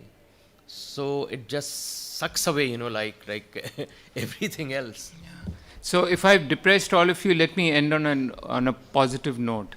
I'm actually hopeful for Pakistan, and the reason is, looking at $1 billion IMF loan and X billions of rollover debt, for a country of 230 million people, this is chump change, first of all. If you look at what do we need to do to get out of this thing? It's not we need to be #1 in the world. We just need to be average. I mean, if you look at our agriculture yields, if we can just have a global average agriculture yield, our GDP will go up X times, because we have pathetic yields right now. We are at the bottom. You look at our copper, finally, that is happening. That is going to give us at least $150 billion of exports in a decade, right? Once when it goes into production. You have hydro projects coming in. You have steel mill, if that starts, you're looking at billions and billions of dollars. If we can just get, and to your point, focus on what we should get out of the Islamization, get out of this emotional issues, and focus on what really matters: health, education, economics, and forget about India as well. If we just focus, I promise we can get out with minimum effort. We just need to be average. We do not need to be number one in the world. It can be done. It's there. It's about who will do it. And if you're relying on the politicians to do it, I'm sorry, then it's never going to happen. At least not in my lifetime. Look, every government comes, they all do something good. Absolutely. The problem is, if you need an open heart surgery, you cannot be taking drips. Okay, someone has to do it, and no politician will do it if there is no active support of the civil society, the intelligentsia. Therefore, the economic charter we talk about, that there should be one economic charter which everyone signs up, not just the politicians, but the entire civil society, the businessmen, everyone signs off on that. Thank you. Very They're after us. Thank you very much. Thank you, everybody.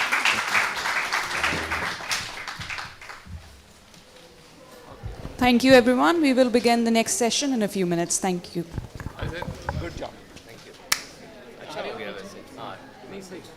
अच्छा. Okay. Sir भी जनाब कहते हैं. कैसे? Nice to meet you. अच्छा. लग रहा ना. He's younger. यार. नहीं एक्चुअली मेरा ख्याल है उसका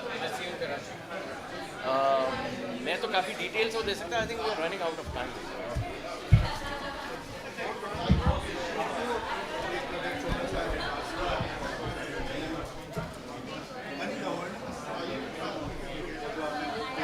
नहीं देखिए, अनगवर्नेबल तो आप जैसे कराची है. जी बिल्कुल है.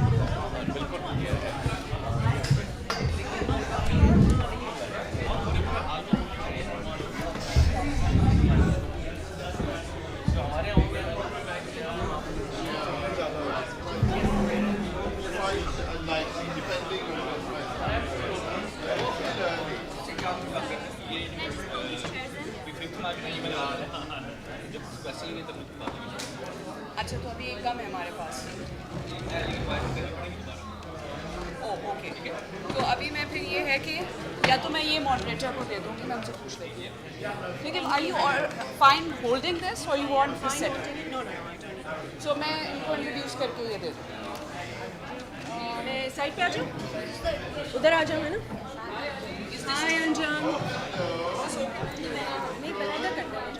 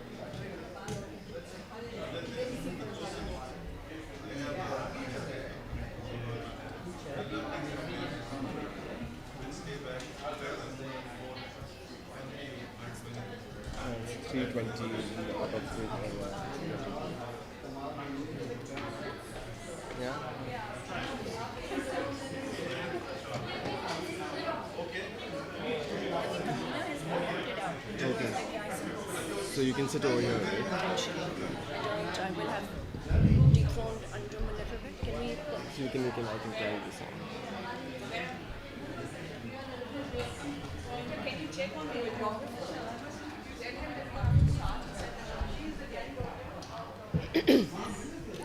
I think there's now 4 of us only, so if there's 4 of us, I can use this. But does everyone need to turn theirs on? And this is... Okay.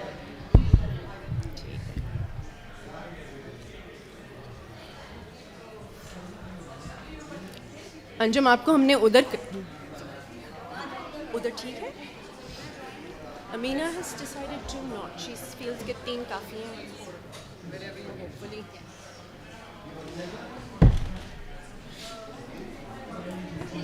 Somebody else coming? Oh, okay.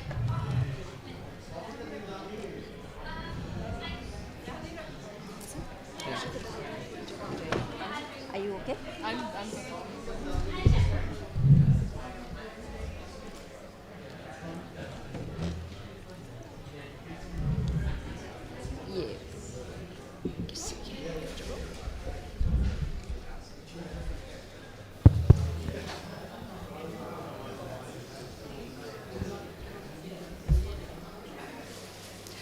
Good afternoon, everyone. Thank you so much for joining. Our next session is about to begin. The session is, it was the season of light. It was the season of darkness, education in Pakistan. The session will be moderated by Ms. Nigam Shahed. Ms. Shahed has worked in international development for over a decade, in enterprise development training, in education, and more recently, digitalization for sustainable and socio-economic development in low and middle income countries. She is deeply passionate about inclusive, forward-looking education for all children in Pakistan that will enable them to participate in the modern global economy. Over to you, Ms. Shahed. Thank you so much. Thank you for the introduction. Hello, assalamu alaikum, and welcome. And thank you very much for joining us here today for what is probably very frequently had, but a very, very important discussion, which is a discussion on education in Pakistan. Can you all hear me well? All good? Great. We're very privileged to have with us, I think, decades of experience here of both practitioners and academics delivering education, thinking about education in Pakistan. So yeah, I feel very privileged to be moderating this model this panel. To introduce the panelists today, first we have with us Anjum Halai. She is a professor at Aga Khan University, Institute for Education Development. She holds a DPhil from the University of Oxford in education, and she is experienced in managing large international research and development projects in both low-income countries such as Pakistan and Tanzania, and in high-income countries as well, such as Canada and the UK. We also have with us Atya Noon, who is the regional director at City School, which is one of Pakistan's most notable education school chains. She's a skilled public speaker, a keen advocate for air quality and environment in Pakistan, and is associated with a number of organizations in the Punjab working on climate change. We also have with us Hassan Khan, who manages the Happy Place group of schools and the Academic International School. He has been educated at Cambridge and at UCL. He is a mathematician. Prior to his work in education, worked as a consultant in PwC. Thank you very much all for being with me today. The structure of the panel, so I thought about this and I thought, okay, should we have an in-depth discussion or a broader one? And opted for a broader one because of the very broad experience that our panelists bring, and also because of the range of issues within education it's important to touch upon. So in terms of structure, I think we'll start by exploring really what the purpose of education in our national ethos is. How do we conceive education? What are we trying to achieve in the country? We'll then move on to discussing a little bit the delivery of education in Pakistan and the status of that. Then we'll move on to discussing some of our achievements, because it is also the season of light, as it is one of darkness, and it is important to recognize what we're doing well and should be doing more of. And finally, what's really important, which is inclusion and equality in our education system. If we have time, we'll try and get to tech for EdTech and the opportunities that offers, and open up to Q&A as well. So yeah, without further ado, I think I'm gonna ask my first question, which is gonna be on the purpose. So there can be many purposes to education, to a national education system: create good citizens, inculcate a particular religious or national ideology or worldview in our next generation, to teach a set of skills and create a capable workforce. These are not mutually exclusive. But different education systems prioritize one over another. So my first question to all the panelists, and please feel free to opt who wants to go first, is what do you think the purpose of education is in our national ethos? Do you agree with the ethos, or do you feel that it needs to change? Can I take it? Yeah, please. Assalamu alaikum and a good day. Thank you very much. It's a pleasure and a privilege to be here. So the question that you have posed is a very complex one and a multidimensional one. It doesn't have a simple answer. There are many, like if you look at the Vision 2025, if you look at the education policy statements, there are many laudable statements about the purposes of education. You know, poverty reduction, human capital development, equal opportunities, all that is fine. But when you look at the reality, the ethos of the education system that you are referring to is very different. We don't have one education system, we have multiple education systems, and the education systems actually are divided along the socioeconomic classes. The divisions along socioeconomic classes are sharp in the society, and the education system maps on them and exacerbates them. So the elite private school system, a very small percentage of families can afford to send their children to the elite private schools.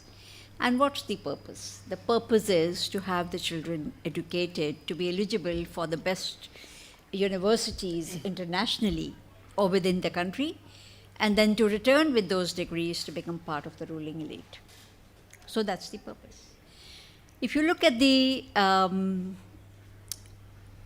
government public sector education system and the emerging low-fee private education system, these are where especially the government system, the large majority of the people will send, the poorest of the poor families will send their children, and the aim and aspiration is to bring their families out of the abject poverty cycle because of the opportunities that they and the hopes that they pin on education.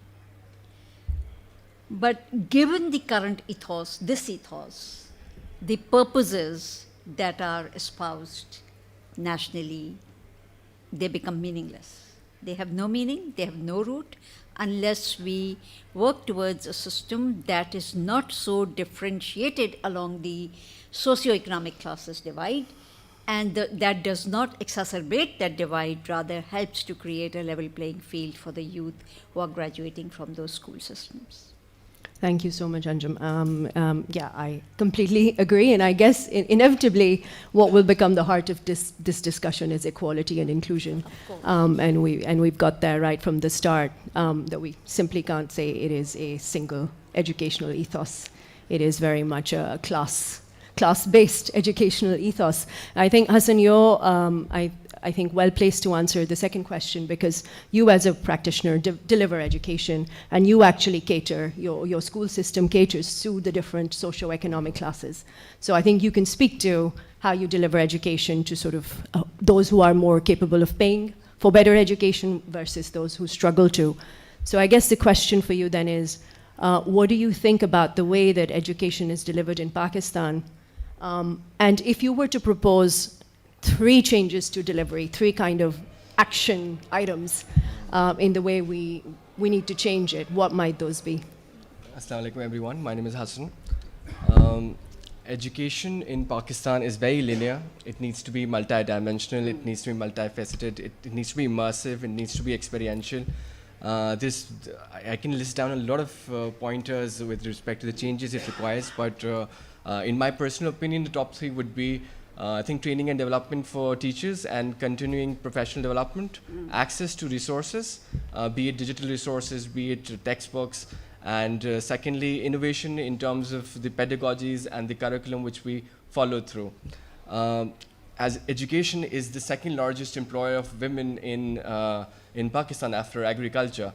And unfortunately, education is a profession of last resort for women, and it's not a first choice profession for women in general. Universities are not producing, first of all, we don't have enough universities in Pakistan.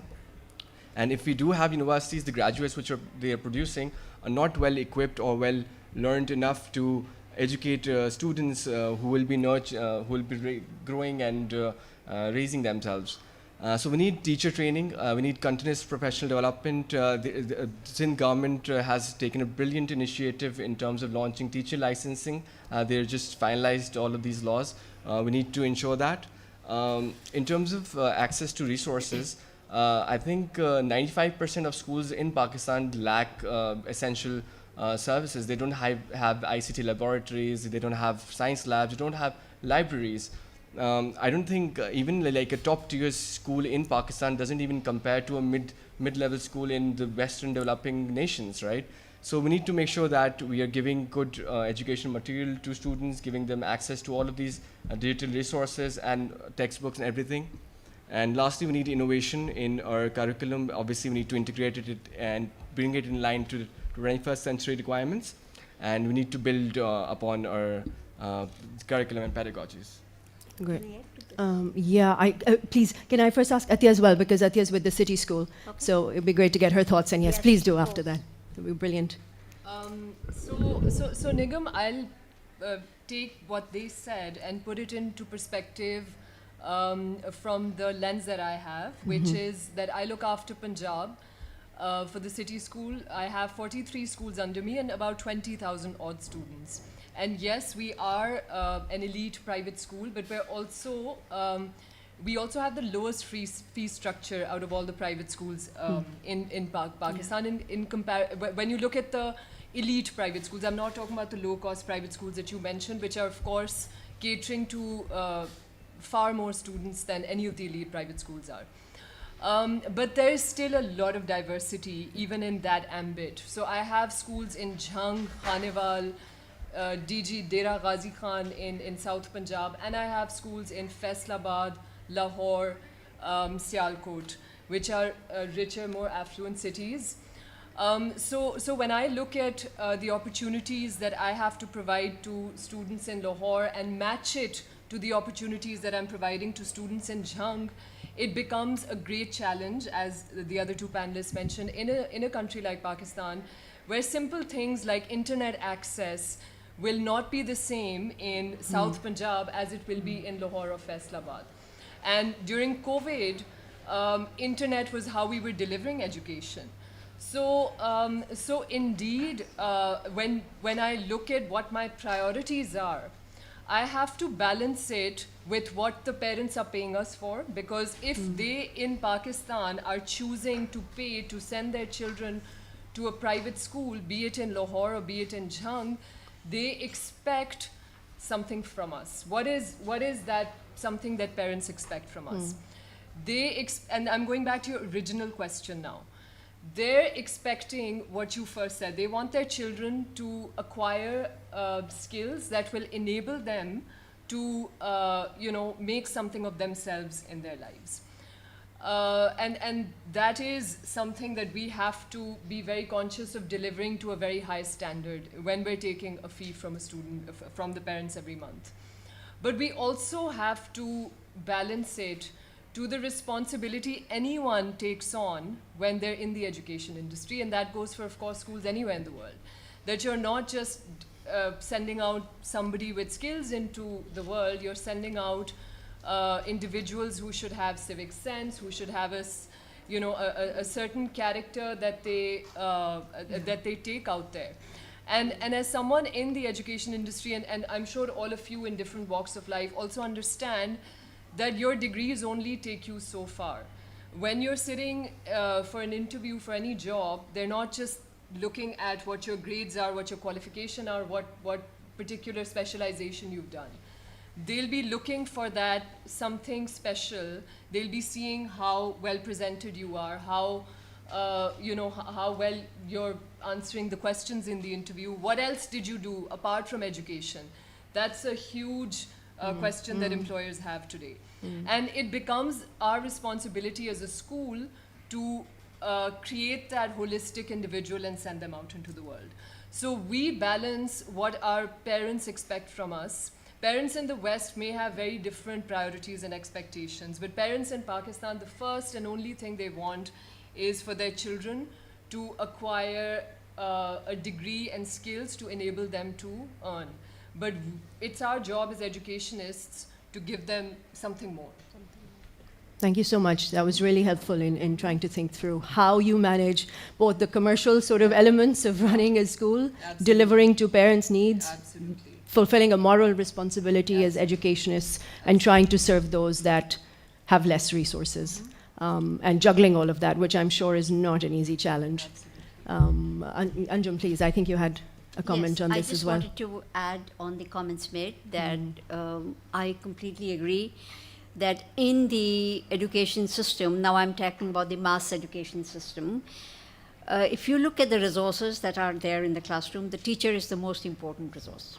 And we have to equip the teacher not just to deliver outdated knowledge, but to skill the students. And for that, the teacher education system has to change. The universities have to become more agile, and they have to deconstruct some of the traditional models of delivering teacher education to provide alternate pathways. And I'll give you an example. Supposing a teacher, a highly experienced mathematics teacher, now will not be able to take time out from this her service to enter into a long training program. But is there an opportunity for short so she wants to learn how to use coding in mathematics classroom, a very emerging need. Universities, departments of teacher education should be able to offer short, targeted, skills-focused, possibly virtual programs, maybe blended programs for areas that do not have a broadband internet. So those are some of the innovations that were being mentioned we need to bring about. This is a really good point, and if we manage to unpack our EdTech question, if we get there, then I'd really like to explore it further. What really are the opportunities? Are there any pockets we're seeing of innovation to scale? Thank you very much. Before I think we go further into talking about inclusion and equality and the ways we can really scale those in the education system, I do want to talk about our achievements, and I did find some. Bear with me as I share some statistics. I know they tend to get boring, but in a 2020 statistical study by Yasser, which looked, for example, at 13 countries, I think, in South Asia and beyond, I can't name them right now, Pakistan came second after Bangladesh in our capacity in foundational skills. So in each of those countries, they go to one district and they check children's capacities for foundational skills. I'm not too sure how they're described, but they align with the Sustainable Development Goals. So 77% of children in class 4 to 6 had a good set of foundational numeracy skills. 95% of children in class 7 to 8 had better foundational literacy and numeracy skills than these other countries. And I'd like to think that means that we're doing some things right, and I want to touch upon those both in the public sector or in the wider education system. What are we seeing that you would scale? It's quite right that our students do outperform other students. They're relatively very good at STEM subjects, especially science and mathematics, and are doctors, engineers, and revered throughout the world. I think the credit goes to the private schools mostly because they are the ones who are carrying the burden of education in a country which spends less than 2% of its GDP on education. And I think lots of civil society members are doing a wonderful job, like the Citizens Foundation, which is giving education to underprivileged students, right? And I think the talent, the pool we have, the number of children, the brilliant people who have, the brilliant people of Pakistan, the talented people who have less resources, but despite of that, they're moving towards and they're doing wonders. That is something which is very commendable, and we need to improve access. We need to make sure that it's being scaled up through education, and that's the only way. So I think just to sum it up, what you're saying is you're not sure if we're doing anything right in the system, but what you're saying is there are champions in the country that are, in spite of the circumstances, pushing forth. I think you've put it correctly, Nigam. Unfortunately, because when I read this statistic, when I got the list of questions, I kind of went, really? You know, because I intimately know how government schools work and run. And some government schools do function very well. They do perform very well, the DPSs, and you know, and they produce very good results. They produce very good students. But the vast majority, I mean, I can't believe that this statistic is reflective of the vast majority of our government schools.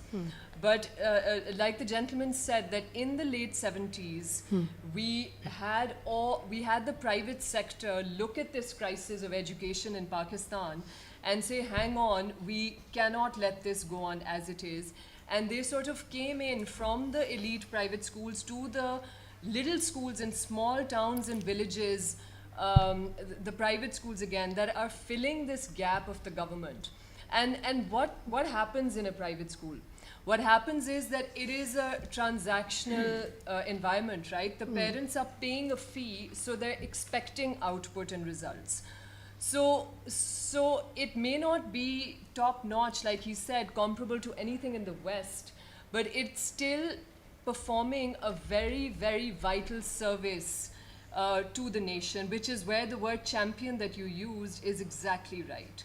So I'm not sure what their sample was for their survey, but I can reasonably confidently say that it must have been either you know, some of the well-performing government schools or just the private schools, because you could reasonably expect to see that result from them. So what we're doing, to answer your question, what we're doing right is that we are filling a gap that the government, since our inception, has not been able to fill. It is their job to provide education to every child, and clearly they're unable to do that to an adequate standard, which is where the private schools, however good or bad, have come in to take that very important responsibility and are performing it. And then, of course, what comes in this, they are able to spend on teacher training. They are able to spend on developing curriculums that are at par with whatever's going on across the world. So to a large extent, we're able to provide opportunities to our children that enables them to become doctors and go and work in this country, for instance. So I think that's what we're doing right. Great, thank you. Nigam, I also would like to say that ACER studies are very reliable. Their sampling strategies are very robust. But this finding is a confounding finding because students' performance at grade 4 in mathematics, Pakistan participated for the first time in the international study in 2019, the third, the trends in international mathematics and science study. A global study, more than 100 plus countries participate in it, and Pakistan participated. The sampling process is there. The students who were included in the sample were from the English medium, the Hindi medium, and the Urdu medium. And Pakistani grade 4 children, I'm not saying that they're not talented, but it's a reflection of the education that Pakistan was second from the bottom.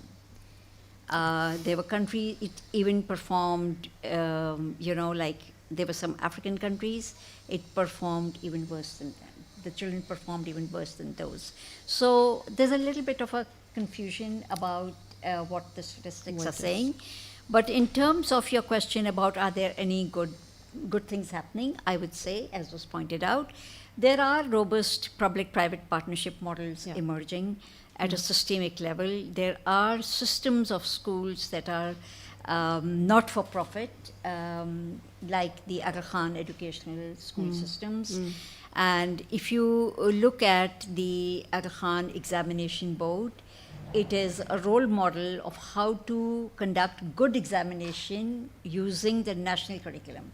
We are used to looking at international kind of role models like the Cambridge examination or the International Baccalaureate, but even the national curriculum examinations to really suss out the talent and not just rote memorization. So yes. I'd just like to second what she said, that the Aga Khan board, somebody like me who has to choose which board to go with for our local curriculum, believe me, all of our principals shy away from the Aga Khan board because the standard is so high and because they feel so scared of how the children will perform. So we consider it, the Aga Khan board, at par with the O-level exam boards and the CIs. And that is the problem, that we'll go with the Lahore board or the Punjab board or whichever other board because we don't want our children to sort of lose out in the standards. And that is, so it's a two-edged sword. On the one hand, we know that we're capable of good stuff like they've demonstrated through this board, and the good schools will opt for that board very confidently. But on the flip side, all our other boards are just not to that level, and you know, it's staring at you in the face that you know your local, most of your local curriculum boards are simply not good enough. Yeah. Thank you so much. So I think I want to, at this point, though I have more questions, just pull out the few tensions that we already have that I think are worth debating. One is, it worries us that we have an elite private school system and, we don't have equality in our education system, and yet it is our elite private school system that tends more often than not to create the champions that then go out and try and make a difference where government systems aren't functioning to deliver something, not all but many, and become champions, after going through an elite school system. I guess a second tension that you're saying is, yes, we are capable of setting really good standards, but then when the national system can't deliver to those standards, what do you then do? You have these amazing standards that indicate, yes, we are capable, we should reach them, we want to set internationally comparable, robust standards. Our education system is not going to be able to match it. So, what do we do? And I think the third, Hassan, which you raised, which I think is a really important one, and Anjum echoes, is And I think what you said was really interesting, you know, so teaching is sort of the second, you said, most popular profession for women. Oh, yes. In a country where there is a fair amount of difficulty in building a livelihood, and this is considered a viable livelihood for women, even culturally, you would think that there would be more interest and resources in upskilling women, in women being able to upskill each other, in somehow, even if this is going to be a gendered profession, given it's a culturally acceptable one, that there would be investment in it because it's a good livelihood. And I wonder, and it would be good to come back to where the block there is, you know, what really can be done. And again, is that an institutional problem? I guess it's a resource problem, but I'd like to touch upon it again if we have the time. So thank you for that. So going further to unpack a little bit these issues of inequality and inclusion, I think we have half an hour left, and I do want to offer time for Q&A. So I'm going to try and bring one or two questions together in one go. So in terms of inclusion, one, there's the out-of-school children problem, which is a huge one. The other one is the gender gap in, you know, and the statistics here are really horrifying. In Balochistan, 81% of women have not completed primary school. 81% is horrifying, compared to 52% of men, which is also not great, but, you know. And 75% of women have never been able to attend school at all, 75% of women in Balochistan. And there are just gender disparities across the country. I guess I'll start with gender, and then maybe we can bring into that the out-of-school children question, though they are, I understand, a bit different in the way they need to be dealt with. So I guess the question is, do we see girls' education as different from boys in the country? And what is the way forward in resolving this in both educational access and achievement? And again, maybe what I'd like is to have two recommendations on the gender element, like if there were two things you would change. I'm sorry, I know it's just to give us a, sort of push us to have some solutions rather than... So as educationists, obviously we do not discriminate between genders. In fact, I'm a very proponent of inclusive, diverse education. In fact, we should mainstream transgenders as well to bring them in the field. They have a large community which are marginalized, right? And unfortunately, we live in a country which has lots of cultural issues, socio-religious issues, and that needs to be tackled. We live in a country where they don't talk about the substance which Malala is talking about. Rather, we try to find conspiracy theories. We live in a country where the abortion rates for female fetus is higher than in, so we live in a country, these are all ground realities. But we need to push forward, we need to encourage more inclusivity and diversity in our approaches. We need to make sure that women representation, and we need to see more women CEOs, women in government, and my two things would be, I think, incentivizing parents of female children so that they can enroll them to schools. And second would be to use the power of media to raise awareness campaigns and awareness drives so that they all get to know how important this is. Because if you educate one woman, you're educating the entire generations. One entire generation, if you're educating one woman. If a woman is in a household is educated, it means that you're sorted in terms of their children will go to school and so forth, so on. So it's extremely important. Okay, thank you. That's a very important question, especially in the context of Pakistan. And you asked for only two. So my one response is that we need to understand why those girls are not in the schools or they drop out. And depending on the reasons, the responses have to be responding to those reasons. A very strong reason, which many studies have shown, that high school girls will not be sent to school if the distance from the school is too much and if there is no safe transport available. So that's one very, like, it's documented, it's studied, we need to take care of that.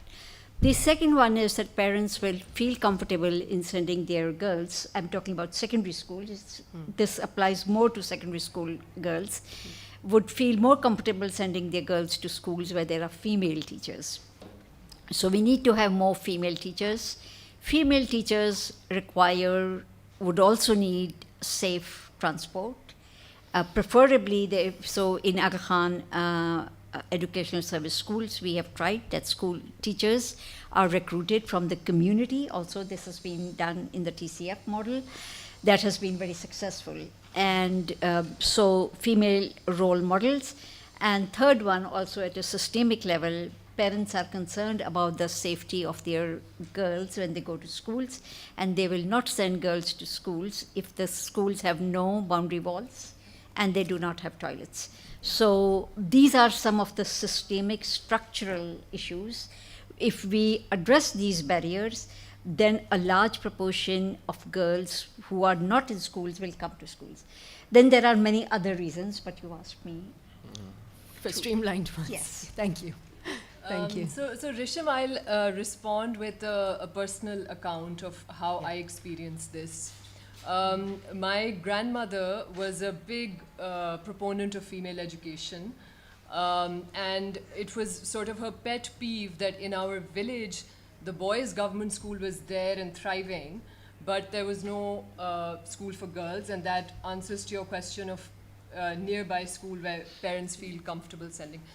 So she fought and she fought, and she convinced my grandfather to give a little portion of the land, donated it to the government, had a sort of a female government school registered, primary level, and you know, it started. But in her lifetime, unfortunately, as with a lot of other schools in Pakistan, it remained a ghost school. So the government never actually sent any teachers to that school. So the land was there, a building was there, which became dilapidated over time, but it never functioned as a school. And somewhere there must have been teachers, or government teachers on a salary, but they weren't actually showing up to work. When my grandmother passed away, my aunts took it up as something that they wanted to do as a tribute to her, and they brought in CARE, which is one of the largest providers of, you know, a non-profit sort of education in Pakistan, and it now functions as a semi-care, semi-government school. Yeah. And it was very interesting because when it started, we had the CARE teachers and we had the government teachers, because, you know, then the government sort of sat up and took notice, कि भाई अब हमें भी भेजनी चाहिए. But no one was sending their daughters to school. So the school was there, the teachers were there, but we had this issue. So now I'm coming to your recommendation. So what we did was we spoke to a few ladies who were sort of prominent in the village community and asked them to go door to door to parents and convince them, you know, talk them through their reservations and convince them to send their girls to school. And within a year or two, the enrollment went up to something like 50, 60 girls. Fast forward, it's now 18 years. The school has an enrollment of over 400 girls. And we have girls, we have fathers who bring, you know, their daughters on their motorbikes or whatever from distant villages as well. Because the school has acquired a reputation for providing good, you know, it has a boundary wall, we had the toilets made, that was an issue. All the points that were mentioned were the impediments that we tried to overcome. But the most important factor was that the girls that were passing out, there was a difference in them. You know, the people in the village, the people in the community noticed that the girls that are exiting from this school, they have, they're better. I don't know. I mean, it's not like they were leaving the village and becoming, going into professional life, but there was some output that the parents were perceiving, which convey, you know, so it became sort of a norm. Yes, it became a norm in an area where there was, when no one ever sent their girls to school, to start sending their kids to school. So that's one thing. A second story that I want to share is that last year we started this public speaking program across city schools in Punjab, because I felt that the kids in Lahore get the opportunity, but the kids in these far-flung areas don't. And there was an international online competition, and this girl from Kot Adu, She was in one of the MUNs, online MUNs. And her parents sort of didn't understand what was, what she was participating in. It was an international MUN. And वो timings ऐसे थे कि वो कोई final में उसकी कोई, she won some award and it was 12:01 at night. And, she kind of announced excitedly to her parents that, oh, I won this and, look at it. And the coach sort of called the parents up. So there was this whole dholwala celebration. The entire community came to their house and celebrated this young woman's. And then the parents were like, wow, this is such a great thing for our daughter. And now we have so many other girls join public speaking in that school because of that one girl who sort of set the trend. So my recommendation is that as long as we keep providing the opportunity, education is something that everyone knows is good. You don't have to convince anyone, just get the ball rolling. That's my recommendation. Thank you so much. I think what you've done in those anecdotes is tied up the recommendations that the panelists have provided and really see how it goes from access to buy-in to then celebration, and then it becomes a perpetuating cycle. So thank you for that. Let's talk about out-of-school children, and then maybe, unless there is a burning question that a panelist really wants to talk about, we open to Q&A or we'll run out of time. So this is a huge one, 22.5 million children. We've seen some models elsewhere. A big one used to be in Latin America, Escuela Nueva, which did very well and was well awarded, designed specifically for children out of school to come into particular learning centers and learn at their own pace. I don't know the status of that now, it's been a while. But is there any thought, my sense is there isn't much thought around out-of-school children, there aren't any resources, and it's not an educational system priority. But I'd love to hear whether it is otherwise and what you propose really needs to happen on this front. It's a big issue, out-of-school children. I think around 20 million children, they are out of school, and it's very horrific, and it needs to be sorted out, and for that I think we need to incentivize. I have a list of suggestions for that. We have lots of influential people, Rashed Saab, there's Amina, and they're change makers, right? I think we should scale up the Benazir income support program. We already have a database of families and children who belong to a certain poverty line, right? And if we increase the amount of stipends which we provide to them in a monthly sort of a way, and encourage them to send their child to school and then compensate them monetarily, that will encourage more student enrollments. I think introducing free lunch plans, I think that has worked in the developing nations as well, because majority of the time which is spent by people is finding and searching and earning for bread and butter in Pakistan, right? And if that is sorted out, if there is a free lunch sort of program for the entire sort of schools, that will improve enrollment as well. Again, public-private partnerships where governments could provide infrastructure, financing, and the private sector can manage the overall sort of systems and administration, which will work wonders. Again, alternative school plans, introducing more street schools and mobile schools, making sure that teachers who are getting licenses they do their community programs in far-fetched areas where they can educate and have certain number of CPD hours in rural areas where they can give back to the society. I think awareness drives, using publishers and all of these people who are involved in CSR activities to separate certain number of stock for books and educational material, and obviously leveraging technology as well, because technology can reach many places, right? And you only need an internet connection to do that. So there are lots and lots of things which we can start afternoon programs at private schools. We already have infrastructure in place. We just need to, if the government can fund the private schools to operate their existing infrastructure in the afternoon, we can support students in terms of that as well. So there are many suggestions. I'm pretty sure my panelists would have other suggestions too. And it's very critical. Education is the way forward, and that needs to be sorted out. Thank you. Can I build on those? Yes. So thank you. I think that's an important question. With about 50 million children as students and 23 million children out of school, you can imagine the proportion and size of the problem. So it's not that nothing is being done about it, but as I mentioned about girls' education, even with the out-of-school children, they're not just one monolith. Children are out of school for different reasons. So girls are out of school, and I explained why. When the floods came in Sindh, schools were converted into shelters, and the families who were internally displaced, their children were out of school, and that continued.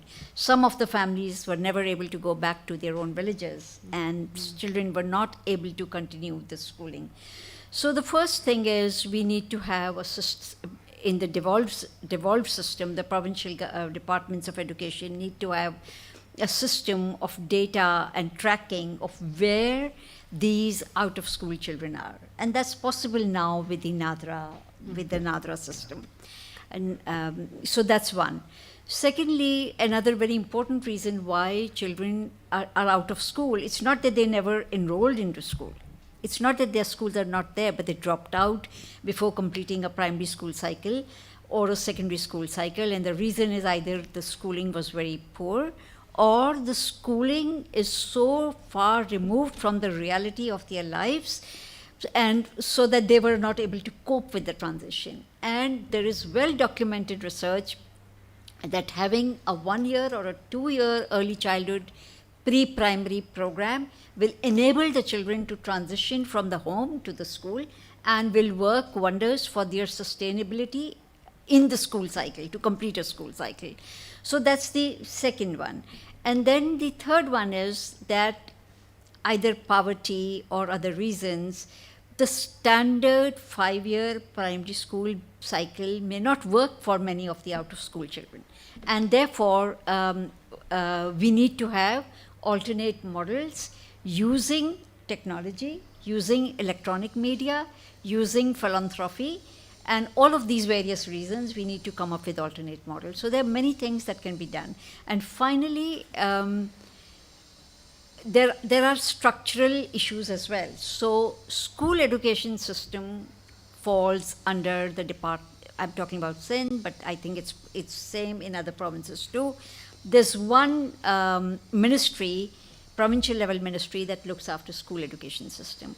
And then the other ministry, which looks after literacy and informal education. And these two ministries also need to coordinate and speak to each other so that systemic responses can be developed for the out-of-school children. Thank you.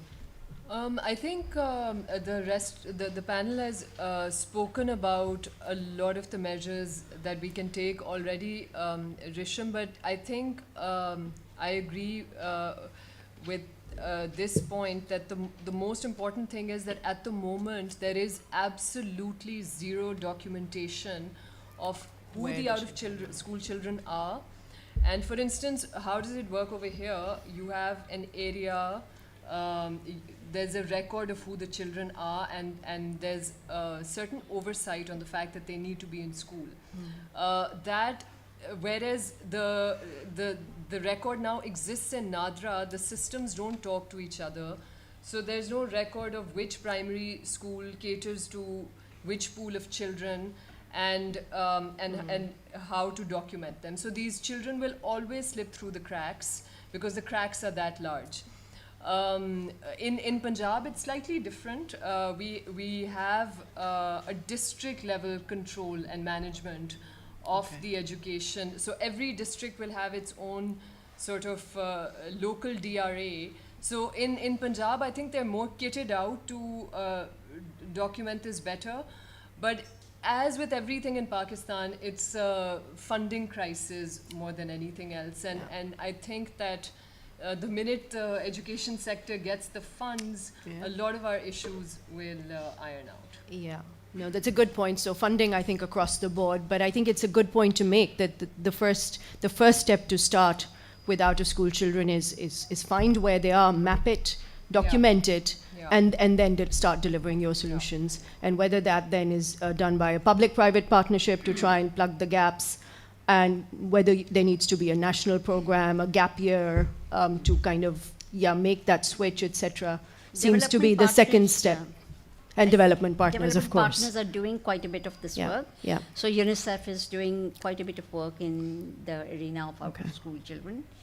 And they are partnering with the government and with the local education stakeholders. Yeah. Brilliant. Thank you so much. I've learned a lot, and I really appreciate having you all here. Enormous expertise again, so thank you. Thank you. Pleasure was ours. Thank you. I'm going to open this up to Q&A. Yeah, I will.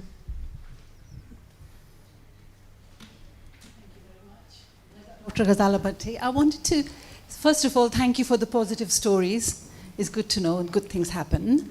I've been involved in education here for quite a long time, and some of the projects that people have studied in inequality at undergraduate level in this country, Pakistan is chosen as an example of failure.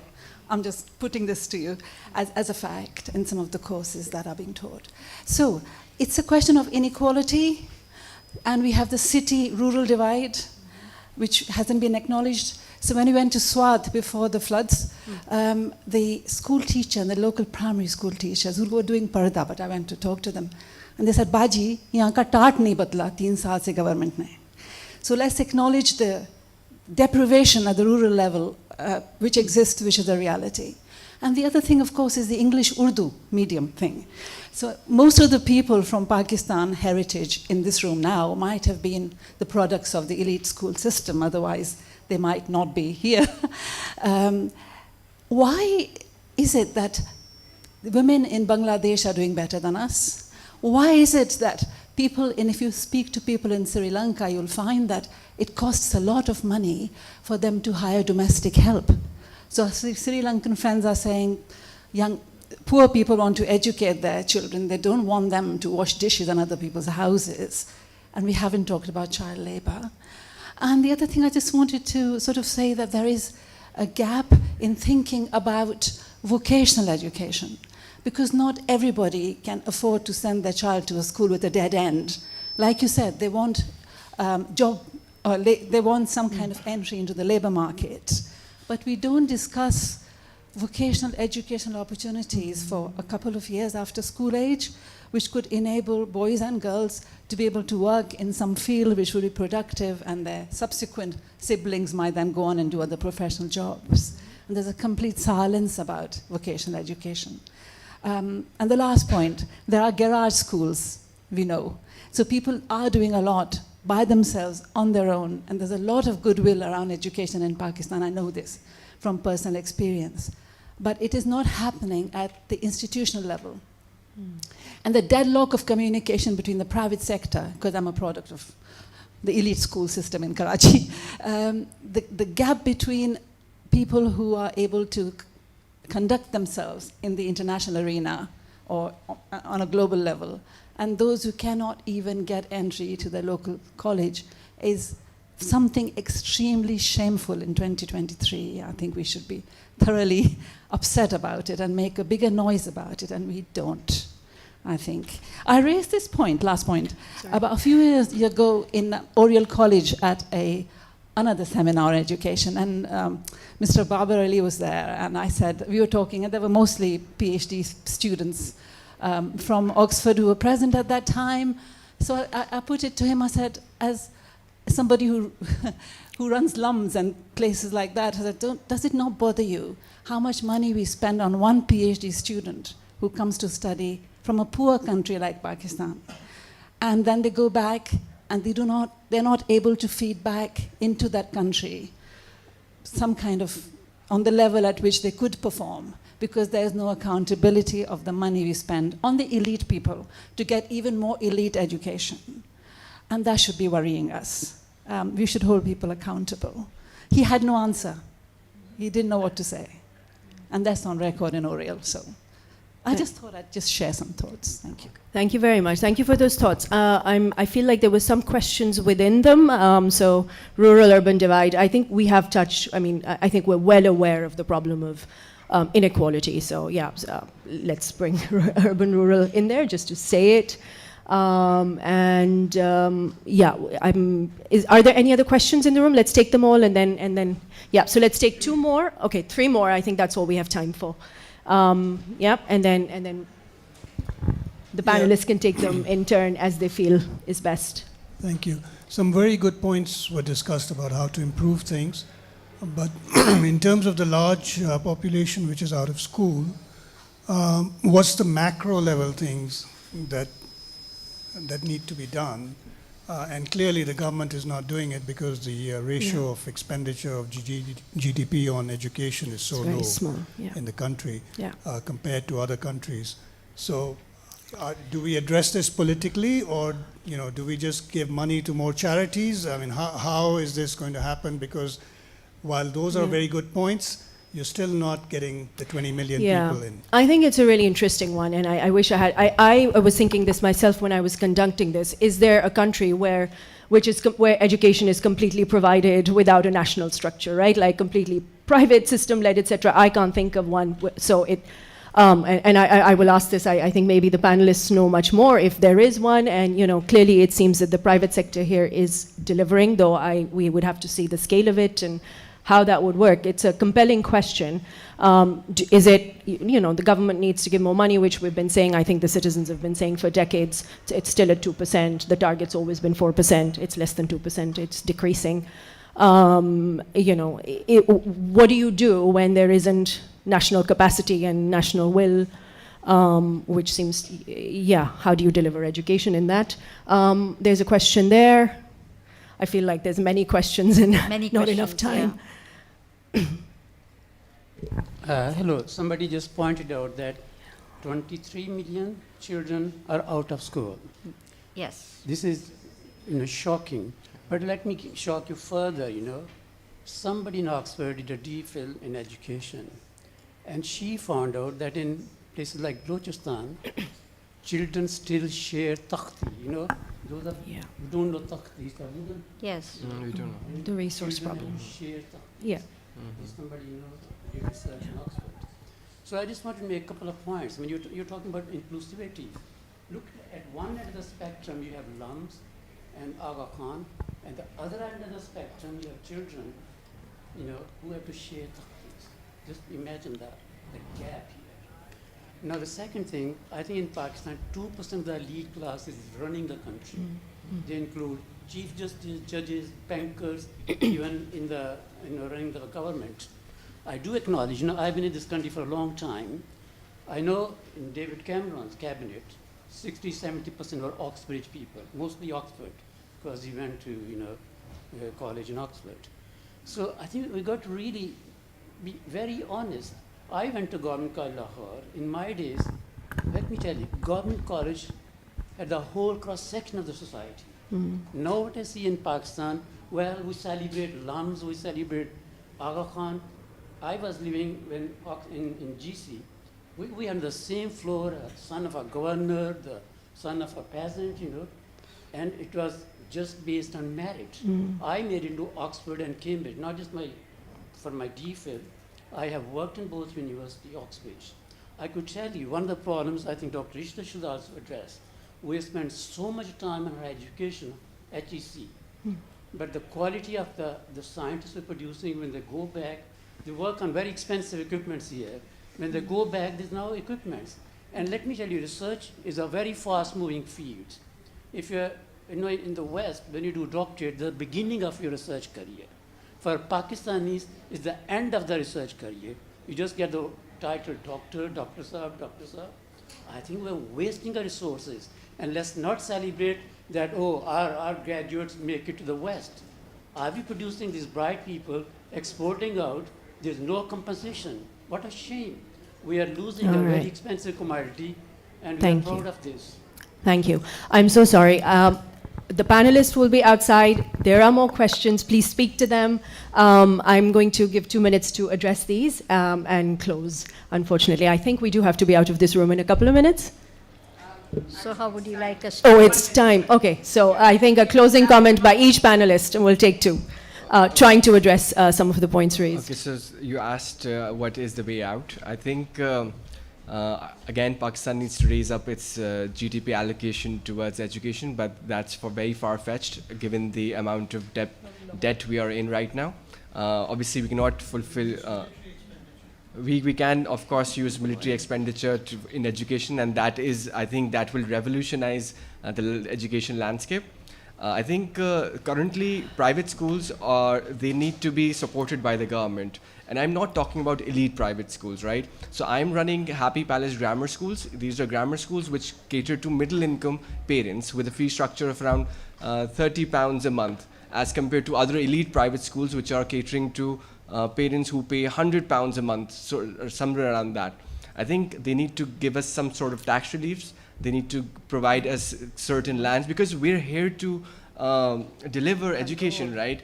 I'm a Cambridge graduate as well. I studied over here. I chose willingly to go back to Pakistan and serve the country. Yeah. We're facing a lot of brain drain going on. There are lots of good people who are moving out of the country.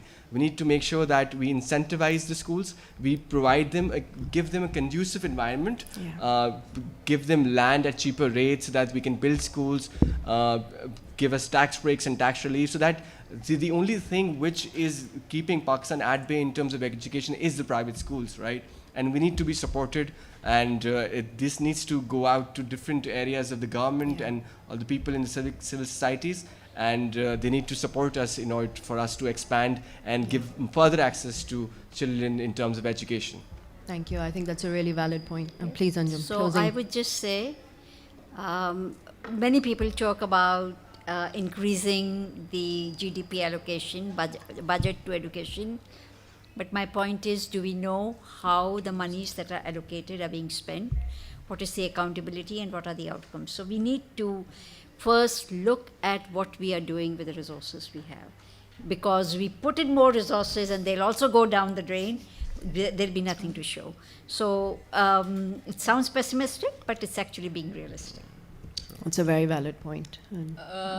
So I can see and sense the frustration coming out of all the comments that have been spoken, and believe me, where we all share this frustration. Pakistan is broken in many sectors, but education is perhaps the most critical and the most broken of those sectors. A lot needs to be done. You know, in an ideal world, we wish there weren't private schools and the government was just doing its job and doing its job well. But on the bright side, we have literary festivals like this, where we are able to engage, discuss, vent, most importantly, all our frustrations at the expenditures, how it should be allocated and how it should be spent. So I think that that's something that's a beacon for us and should be carried on. Thank you so much. Thank you, Atya, Anjum, Hassan. Pleasure to have you. Thank you. उनसे कहिएगा universities का session है बाद में.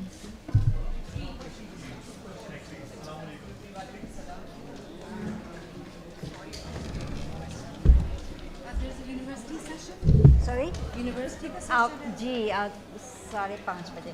Sir, there is a session on your building university.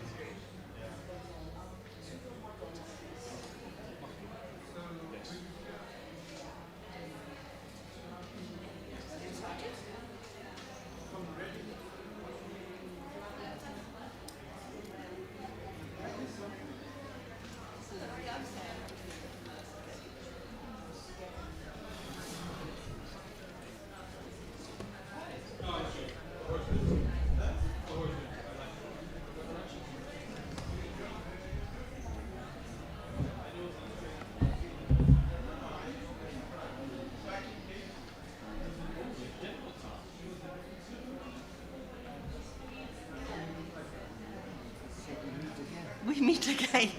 We have bookended this. What's the seat? Oh. I didn't know who was. He's put himself there. I didn't know if you, as the moderator, wanted to be in the middle or something. I didn't even know that I was the moderator. Well, that's what it says on the thing, but I think we can both. Yeah. Yeah. Why don't you begin? Yes.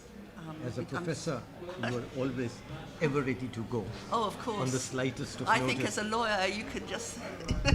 You think very fast on your feet. Lawyer in Pakistan, you have to improvise all the time. Well, exactly. No, you're right. Sorry, I've suddenly. Oh, it's hot suddenly. I sent an email out. Yes, I think I Peter Lyon. replied, but a bit yes, late. you did. Yes. You did. Anyway, Peter. So, sorry. So I'll introduce you as a moderator, and then you will be introducing the other speakers. Okay. So what do I say about you? Just say I'm a professor of history at Royal Holloway, University Royal of London. Okay. Historian of, I mean, it's modern contemporary South Asia or something. I don't really mind what you say about me, to be honest. You can,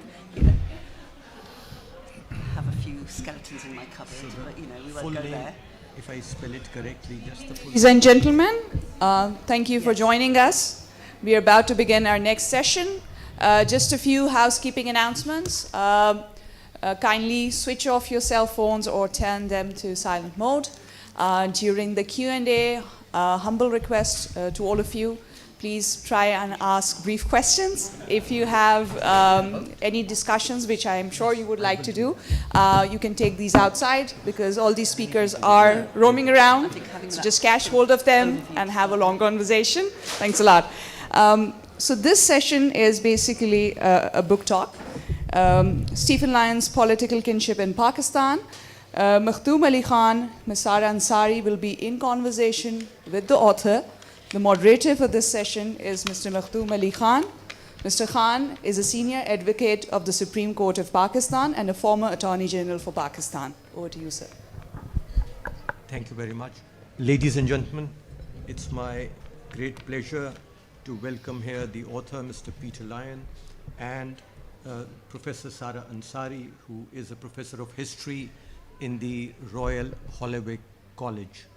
Now, without wasting any of your time further, may I turn over to Mr. Peter Lyon and request him to briefly introduce his book, Political Kinship in Pakistan. I suspect that some of you may not have read it, so that would be a good way to begin.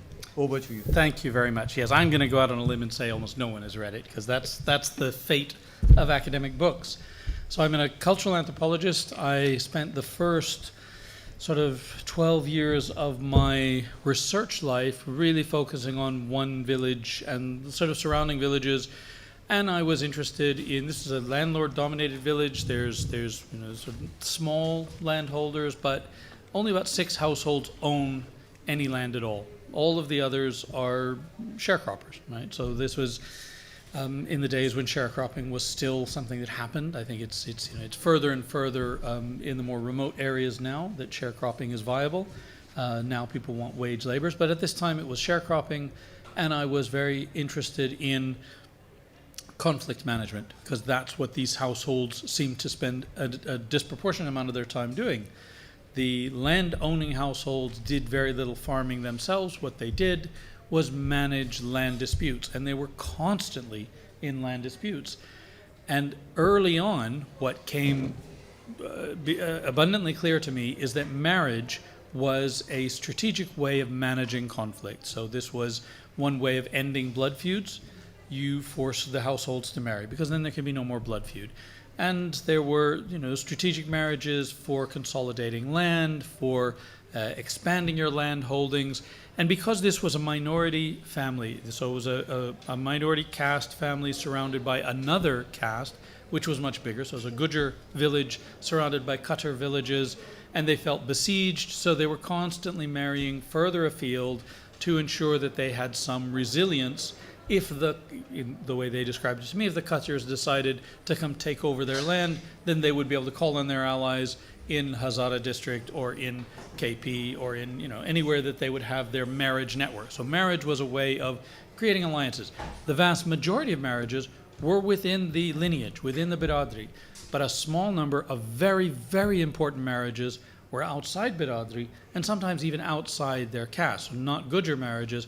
And those marriages, what I discovered, was they were critical for the long-term viability and sustainability of these landlords.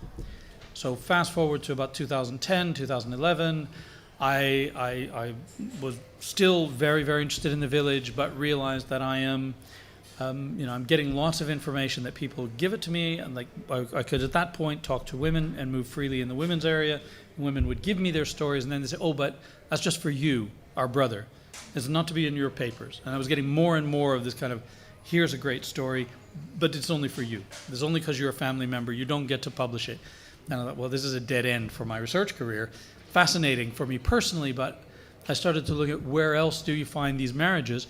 And one of the big kingmaker politicians in Atok district, a fellow named Major Tahir Sadek, and this is one of the wonderful things about shifting to sort of more political science, anonymity doesn't work anymore. You can't pretend that you're going to protect Nawaz Sharif or Parvez Elahi.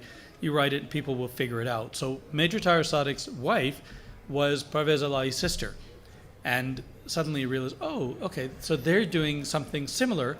And I started charting the marriage networks. Early on in this research, I was in Gujarat, and I went to a close associate of the Chaudhry Shajat and the family and the Parvez Elahi family, and I said, I want to do this research, and your name is coming up a lot. You people seem to be really good at political marriages. Would that be okay? Because they're not trivial people that you want to irritate. And this guy sort of looked at me and said, but you don't think we're going to read your work, do you? We really don't care what you do. Whatever you do is completely boring to us. You just have at it. We don't care. And so I'd take that as a green light. I then started doing these marriage networks, same thing that I did with the village landlords, started collecting their marriage networks. Who did they marry? Who did their children marry? And going back as far as I could. And what was interesting is, of course, this was a much bigger playing field. These Chaudhrys of Gujarat were connecting people from KP all over Punjab. They had marriage fingers everywhere across Punjab and large parts of Khyber Pakhtunkhwa. And so then I started looking at the other political families that had been successful, who had held offices like Prime Minister and the serious sort of positions, and found that, yes, indeed, this is not an unusual thing. If you look at the National Assembly this is Dr. Yunus's colleagues in LYON'S are very good at giving us these biradri networks of the elections. In the Herald, they used to do it every time there was an election. So, the demise of the Herald was quite costly for me personally. But what I noticed is that emphasis on biradri was missing how critically important the small number of marriages outside biradri were.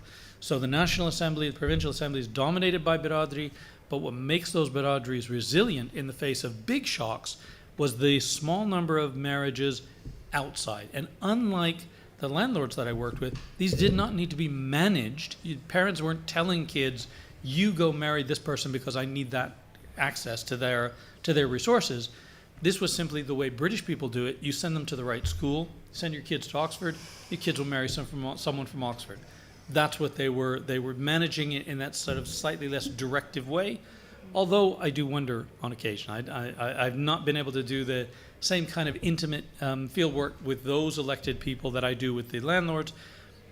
But what came out was very similar strategies at play, and you could look at the success and durability of a political family in part by that small number of external marriages that connect them outside the consolidated group, and a fairly large number of marriages within the group that ensure the loyalty, that close bonds. So you need both the weak ties of the external marriage and the very strong ties of your, close Chachazad marriage and your, that kind of double first cousin marriage, which is still, even though urban people are embarrassed about it, you go to rural areas, they'll still tell you very proudly, yeah, I'm a double first cousin with my wife, and that's why we're so good together, right? So this is a rhetorical world where closeness means something very powerful, but it's also limiting. So you need some of that external marriage, and that's really what the book is about. It's trying to explore how the cultural patterns that you see on the ground in Punjab actually are employed at a sort of state level. Not to say this is good or bad, that's not really the point, but simply to say culture matters when we're trying to understand state politics. Thank you. Thank you. Thank you for this very succinct introduction to your book. May I now turn over to Professor Ansari and ask for her comment? Okay, well, I think I would second that was a really succinct but very successful summing up of your book. I think you've given everyone in the room a very clear sense of exactly what you do in it, So I enjoyed reading it hugely. I'm not an anthropologist. This morning I said I'm not a military historian, so I'm obviously here not being whatever I am. I'm not an anthropologist, but I've studied networks of people. In my case, we're talking about right back in the early days, peers in Sindh, and, the sort of, I didn't specifically look at their marriage alliances and strategies, but similar sorts of realities strike me when it comes to maybe the more political families that you are including in your book. But I just would like to get our conversation going between the three of us, which is really what it is, by asking you about your reflections as an anthropologist who's worked, as you've just told us, on a particular place or a set of people, so either landlords or political families, as you've kind of summarized them. And we're talking about top-level political families, aren't we? In the book, it's the Sharifs, you get to Imran Khan in the end, don't you? But you've done this over, I was going to say quite a few years, actually. Quite a few years, yes.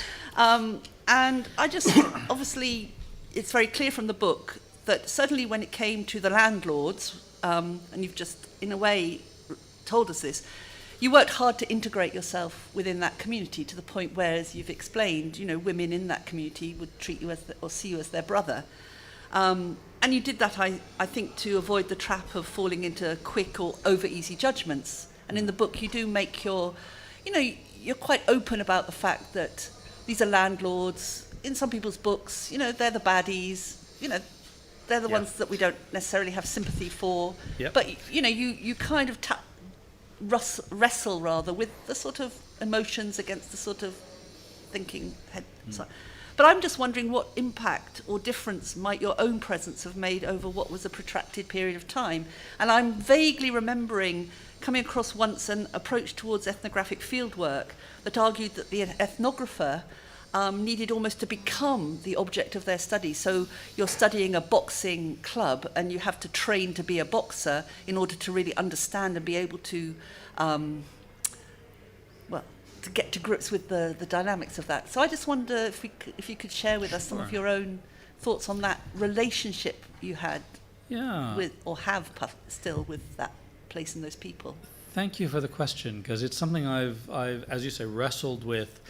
There are many areas of sort of personal and political values that I find quite challenging when I go to parts of Pakistan. Attitudes towards women, attitudes towards, I remember I took hundreds and hundreds and hundreds of photographs of everyone in the village, and I would have photographs of landlords with the peasant farmers that worked with them. And the difference in height was like this. So I went for, one of the little mini projects I did. I showed people the pictures. I said, why is a peasant so much shorter than you? And one person in the entire village of the landlords said, because they don't eat well when they're kids. All of the other landlord families, so it's like cats and dogs. Like they're a different sort of species from us. They're this comb, and we're this comb, and it's over generations of marriage. They're just short people. It's just the way they naturally are. Now, of course, the peasants knew exactly why they were shorter. They said because they take all the food. And so when you're wrestling with something like that, it's very hard as someone kind of attached to democracy and equality and equal distribution, or at least fair distribution, to look at that grotesquely unfair distribution of resources and not be moved by it. But of course I was trained in anthropology, which says you have to understand something before you can change it. So that's quite a big ask to go in and say, well, just watch it, try and figure it out.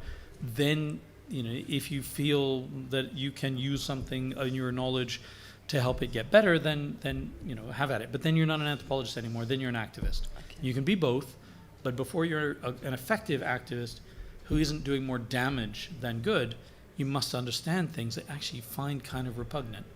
And I find the way poor people are treated in rural areas pretty deeply repugnant, and always have. But I also was living with the landlords. I couldn't have had permission to work in that village if the landowners hadn't given it to me.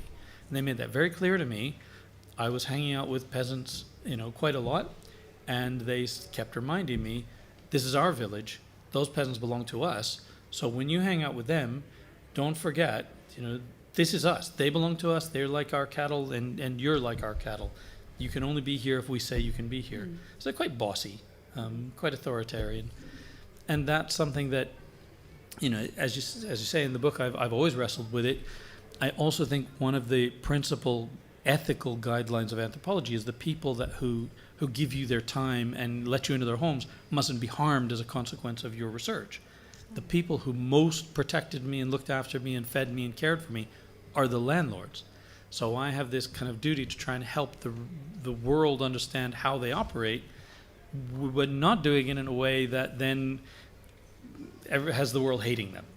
I'm not always successful in that. Lots of people hate them, and they read it, particularly in Pakistan. When I describe it to intellectuals in the urban areas, they very often turn on me and say, but those people are really not nice people. You should say they're not nice. You should say openly they're not nice. And I can't say they're not nice because actually they are nice. They are lovely. And the commitment they have to the people in the village is not nothing. It's just not what I would like it to be, and it is difficult. Yeah. Thank you. Turning from personalities and politicians to polemicists and academics, you referred quite a few times to Tariq Ali's book, Can Pakistan Survive? Yes. In the 1980s, if I remember correctly, besides Tariq Ali, there was Noor Zaheer writing The Enigma of Political Development, Khalid bin Said writing a book about the politics and nature and dynamics of change. And all seem to be suggesting, Tariq Ali more vocally than the other two, that Pakistan won't end up seeing the 21st century, at least in its present geographical form. So as an anthropologist, what else besides marriage is there that you see as a glue which holds it together? Yeah, I mean, marriage is an important glue, but this hospitality, mehman nawaz, is actually something that is very, very powerful. So I have, and I don't know how much I should even say about this, but I have been to areas where insurgents are dominant, but I've been the guest of one of the insurgents. And actually, I have felt pretty safe. I've not been entirely at ease, but I've been there and I met these guys and I said, like, am I safe? And they said, of course you are. No, you're our guest now. And I said, what if I'm not your guest anymore? Oh, then we'll kill you. That's clear because you won't be our guest. But now you're our guest, so you don't worry. So that actually still plays, And I can't tell you how many times I go to Pakistan and people tell me, oh, don't go, it's dangerous, it's dangerous. But I'm looking out for you, so you're okay now, but it's dangerous, don't come here by yourself. And of course, I don't go these places by myself, I go as a guest, and that does, there's sort of obligations, personal obligations that bind people. Gifts, every time I go to the village in Attock, they give me these great big cases of fruit and vegetables to take to people in the city. So people, one of the things, a French politician was complaining that Pakistan needs a little less of this kind of langar and this kind of gift giving, because people are half hungry. And there will be no revolution, no solutions until people are really hungry. But as long as they're half hungry, and Pakistanis are only half hungry because they're too generous with food, they take care of each other in that way. And I think it's not at all the ideal world. This is the thing, it would be naive to say this is great, but it is the case that people are distributing much more widely than their own household, right? Qurban, we're going to come up to the Eid al-Bakr, Eid is coming soon. What will people do? They will all, my driver, who's not a rich man, has bought a goat, he's going to chop it up, and he's going to give that meat to everyone else. He's going to get some meat from others, so that reciprocal gift giving is very powerful. Weddings are just one extension of that, but that reciprocal gift giving is one of the things that binds things, it holds things together. And of course, when we're talking about these elected politicians, well, a lot of that is just pushing the same chess pieces around among a small group. They protect each other's interests. So, Major Tahir Sadiq and Parvez Elahi, they may be with PTI. Well, he's not PTI. Maybe PTI now. He was Qaf League before, but he's the same person. He's protecting landlord interests. And in the 2013 elections, this really came home to me. Half the village landlords were supporting PPP, half were supporting, well, some were supporting PTI, but most were supporting the kind of Qaf League. And I was the PPP ones, I kept saying, well, what is it about their policy you like? Do you like the women's rights? Do you like this? Do you like that? And he finally says, chup cut. No, I don't care about any of that. I only want him to promise to support me in my land dispute against my cousin. If he'll do that, I'll deliver my votes to him. I think it was the entire country is held hostage by very parochial politics. But those are stable politics, and I'm not advocating that's a good way to do democracy, but that is a way that doesn't lead to the kind of revolution, because these dyadic relationships, which tie that landlord to a very poor peasant up to a very powerful person, are real dyadic relationships. So I wanted to meet the secretary of WAPTA, and I did the usual thing, contacted the office directly, got nowhere. Complained to my friend in the village, who's like probably the poorest human being I've ever met. His cousin worked for a landlord in Hazara district who delivers 10,000 votes every election to Ghor Ayub Khan. He said, no problem, I'll call him. I got a phone call the next day saying, yeah, we're passing through, I'm gonna go have tea with Ghor Ayub Khan, I'll just stop by, pick you up, and you can go have a chat. So my access to one of the most powerful people in the country came from one of the weakest people in the country, because there are lots of personal connections between people. In contrast, I lived in Tony Blair's district for 10 years. I never met Tony Blair, right? He was my MP. Not once did he answer an email from me, not one time. And Ghor Ayub Khan had tea with me because, and I was nobody. He didn't have to. So that, I think, is part of the fabric that holds it together. But of course, and Sarah said this a little bit earlier, I am Punjab-centric. So, you can see the fractures between the big regions, and that's where I think Tariq Ali's point and other people's point is, you can see how Punjab bumbles along, and KP, because KP and Punjab are actually quite connected, but Balochistan is actually disconnected. There's large parts of Balochistan that are not part of these networks, and so that's where I would worry. And Karachi is also connected in many ways. There's more Pathans in Karachi than there are in Peshawar, but you go outside of Karachi, interior Sindh, and there you start to think, okay, now we're talking about a place that is left out of some of this reciprocity and some of these networks. Dr. Ansari, your comment as a historian and how you view these relationships. I wasn't, well, could I hold that for the moment? Yes. Yes, just I wanted to follow up, first of all, just on some of the points that Steve was saying. I mean, in the book, you're definitely highlighting just how far kinship both, well, it manages as well as generates conflict. Yeah. And then you're taking, in a way, that insight from the village level up to the national level almost. And I think some of the arguments that you're putting forward include that kinship, I've got a quote, I'm sort of paraphrasing, kinship connections provide continuity and prevent strong state formation, but also prevent elite political families from eliminating rivals. That idea comes through quite strongly from the second half of the book, or kinship prevents the development of unchecked power. So in some ways I don't know if you can reflect any further on that, because those are very, I think, not bold statements, but they're strong statements, aren't they? Yeah, they are. And I think, I have to sort of give credit where it's due. So Declan Quigley had picked up on this kinship as a checking force for kingship in ancient India, in sort of historical India, that there were always these rival institutions of Indian kings and kinship, and they're both powerful institutions. And I mean, he was getting it from Mark Hobart from the 30s. So it's, this is not a brand new idea. It's something that's been around, that these social institutions, because they're not fragmented, they're not at the household level. They're actually connecting many, many, many households. So I'm just going to stop short of doing what the kind of anthropologists of the 1930s and 40s in East Africa talked about, corporate groups. I won't call them corporate groups, but there are networked groups that can come together around a common interest. And part of that common interest is intersecting across all of the elite. So, certainly between Noon League and Kof League, Parvez Elahi and Nawaz Sharif, it's not really in either of their interests to assassinate each other. They're much closer than they represent very much overlapping interests.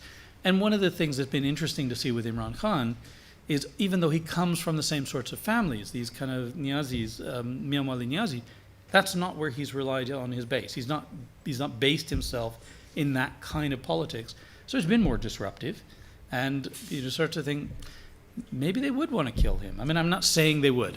Let me say very clearly, I have no knowledge of any assassination attempts, but he's been saying it a lot, and I'm starting to think, well, it's not beyond the realm of possibility, in a way that I really wouldn't believe it if Nawaz Sharif said that Chaudhry Shujat wanted to kill him.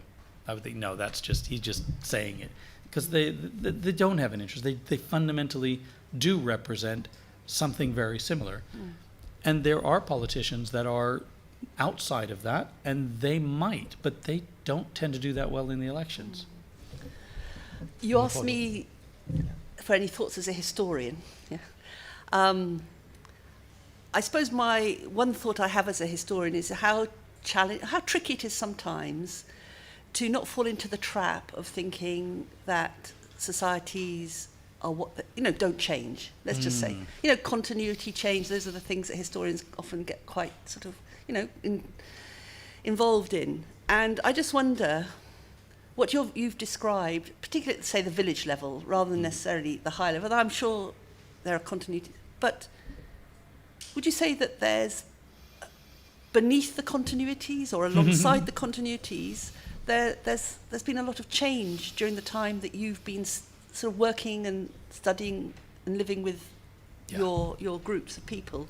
Because I think, again, just reflecting on, and I've not done what you've done, I haven't immersed myself in community, but I back in the day, spent a lot of time, as I said, working on peer families, who are those sort of, elite landholding families in Sindh very often, and got a sense of the dynamics of relationships between them, within them, the sort of kinship networks and alliances that would go on, maybe complicated slightly further by the slightly more religious card that came into play. But I just wonder what, continuity, change. Can you tell us a bit more about that? Because again, you've got those insights over a long period. I mean, that's a very good question, and it's one that I think in 2004 I published basically a revision of my doctoral thesis. And 5-6 years later, it was clear that village didn't exist anymore. Right? This whole SAPI system of North Punjab sharecropping was just gone, because a cement factory was there and the motorway came in, and so wage labor was an option. And as soon as peasants had an option of not being sharecroppers, they jumped at it. Right? They wouldn't work on the farms except if they got paid in daily wages. So that changed fundamentally.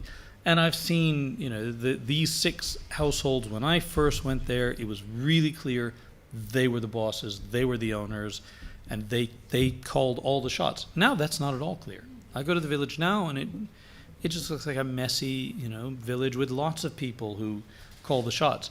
That change has happened, and I think that change happened in an accelerated fashion in the last 25 years.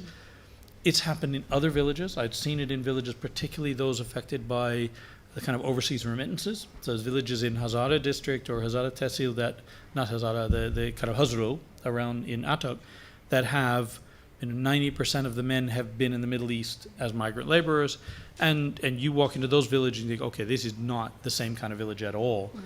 This is quite radical transformation. So that does happen. The village I was in, it just happened that it hadn't had a lot of remittances. It didn't have a lot of mobility. And so I think I managed to see the tail end of something that probably didn't change much over, say, 50 years. But when I reproduced the genealogy, I could see that there were big moments of rupture. So I've got a genealogy that goes back about 1,000 years, but including women, about 230 years. And the point, if you just go from where the women are included, there are these moments of real changes in marriage patterns. So at some point, it's all biradri marriage, and then they start marrying outside, and that suggests to me that doesn't happen by accident, right? There's something going on. They are responding to changes, and I don't know what the changes are, because when I ask people why to do it, they say, no, who knows, just like that. It just happens. So they don't know either. As I couldn't tell you why my great-grandfather married his wife. I have no clue for that. So I'm not blaming them at all for not knowing their history. But that sort of change clearly has been going on. And you're right, none of it's static. Culture is not static. I think the cultural sort of seeds, these sort of story seeds that give anchors so that we recognize, I can look at my grandfather's culture, my grandmother's culture, and think, okay, I recognize that. That's my culture. It's different, but it's mine. And that is not based on everything being the same. It's based on a few key things, quite salient things, being stable. And that's where I think a lot of ideas about reciprocity and marriage are those anchors around which lots of other things change. So, I talked to friends in Lahore, very urban. They're not doing Zat marriage. They don't believe in Zat, not at all. And who do they marry? Someone really close in occupation, education, all the things that characterize Zat. They married that. And so like marrying like has not been abandoned, but a crude definition of like and like being Zat, that's been abandoned. So it's no longer Zat being important. Now it's still like with like as matter. So continuity is there, even while, as you rightly say, everything's changing. Plus ça change. That's humans. Okay. Yeah, I think it's interesting. Somewhere I once read that in this country, you think the world's your oyster when it comes to who you want to partner up with or who you find to marry. But actually, it's around probably 200 people that you've got to choose from, really, realistically, in terms of the networks that you belong to. So actually, we all live in quite small worlds in some ways. And I'm just thinking back to when I acquired Pakistani in-laws, so back in the day. And Yunus here, who knows them well. I just remember we're talking about an urban, not the kinds of families, but they went through a phase where in the big city, I think the idea was you stop marrying cousins because if marriages went wrong, and perhaps marriages were going wrong a bit more, that created all sorts of knock-on complications within families if people split, parted. So marry out more. But then you marry out and you don't really know who these people are in the city, and are they actually what they say they are going to be, and do they deliver and then they kind of revert it. So in a way, those strategies, even if they're not articulated, you see the patterns there. So in the case of my husband, he married out, but anyway. Yes. Yeah. But no, you said earlier, you kind of confessed that yours has been Punjab-centric way of looking at Pakistan. And I remember again when I was doing my PhD and I was working on Sindh, I remember one very ignorant person saying to me, why are you working on these Sajjada Nasheens in Sindh? People have worked on them in the Punjab already. What's the point? What's different? Why should you? And I thought, okay. But it does mean, the point that you're kind of making there, I think is really important, because although there's going to be a lot that's similar, there are also important, regional distinctions and cultures that need to be recognised. And I know that you're now a Karachiite, so Yes. I just wondered, are you going to remedy this in some fashion moving forward? Inshallah. I absolutely hope so. Yes. No, I mean, I find Karachi absolutely fascinating.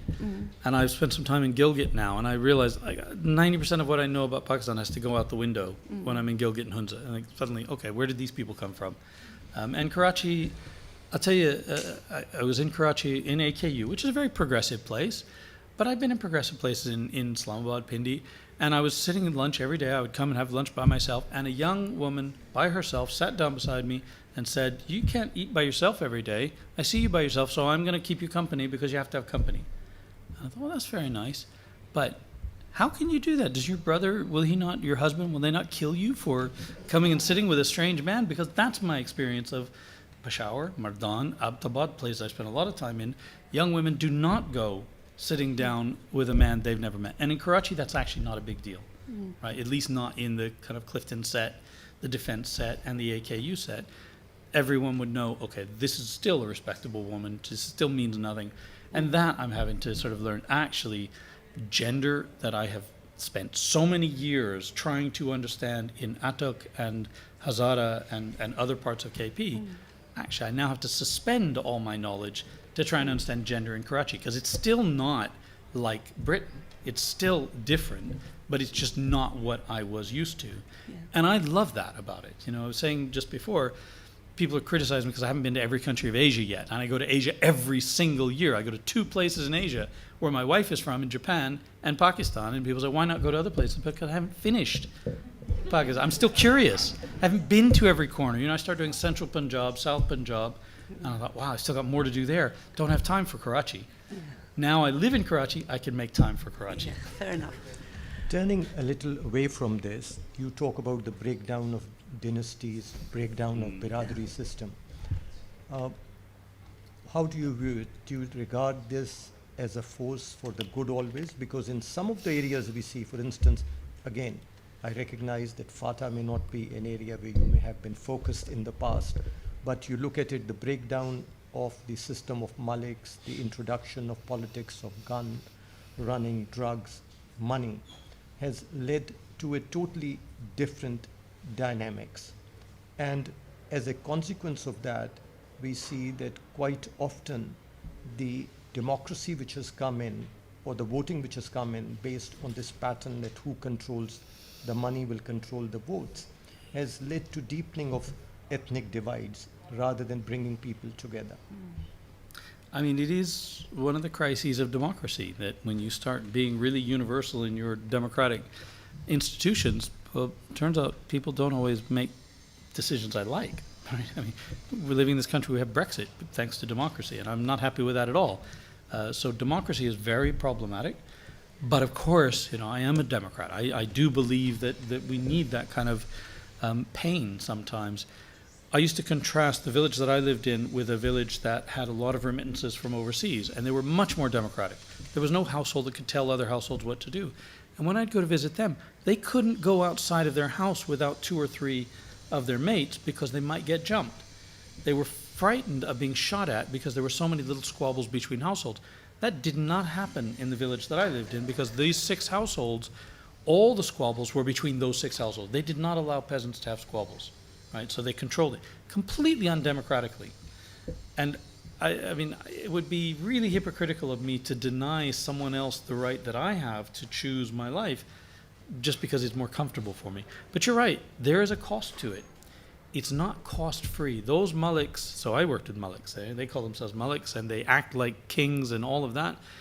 They did some good things. They provided a stability and an order and a predictability, but it came at a cost, right? So there was already a price being paid, so now so who's paying the price now?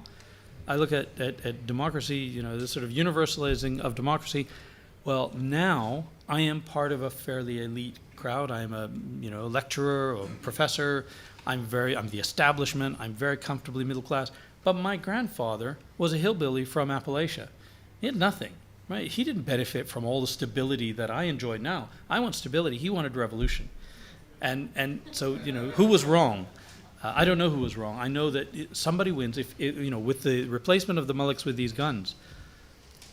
They used the young mullahs. It was the younger generation that they appealed to say, look, are you ever going to have the life you want if you always listen to Taya and Dada? I mean, they're never going to give you what you want. You're always going to be the kind of younger male. You're going to have to do what they say. Or, here, have some guns, run some drugs for us, occasionally shoot at an American helicopter, and you can now call your own shots.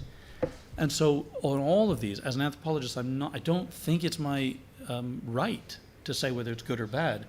I do look to see who benefits. And somebody's always benefiting, right? Whenever you tell me I've been to some pretty rough slums in Karachi, and you say it's horrible, and I go in there and I say, well, actually, somebody's benefiting from this. I won't name names, but there are some people who think the land mafias are a good thing. They find that quite welcome.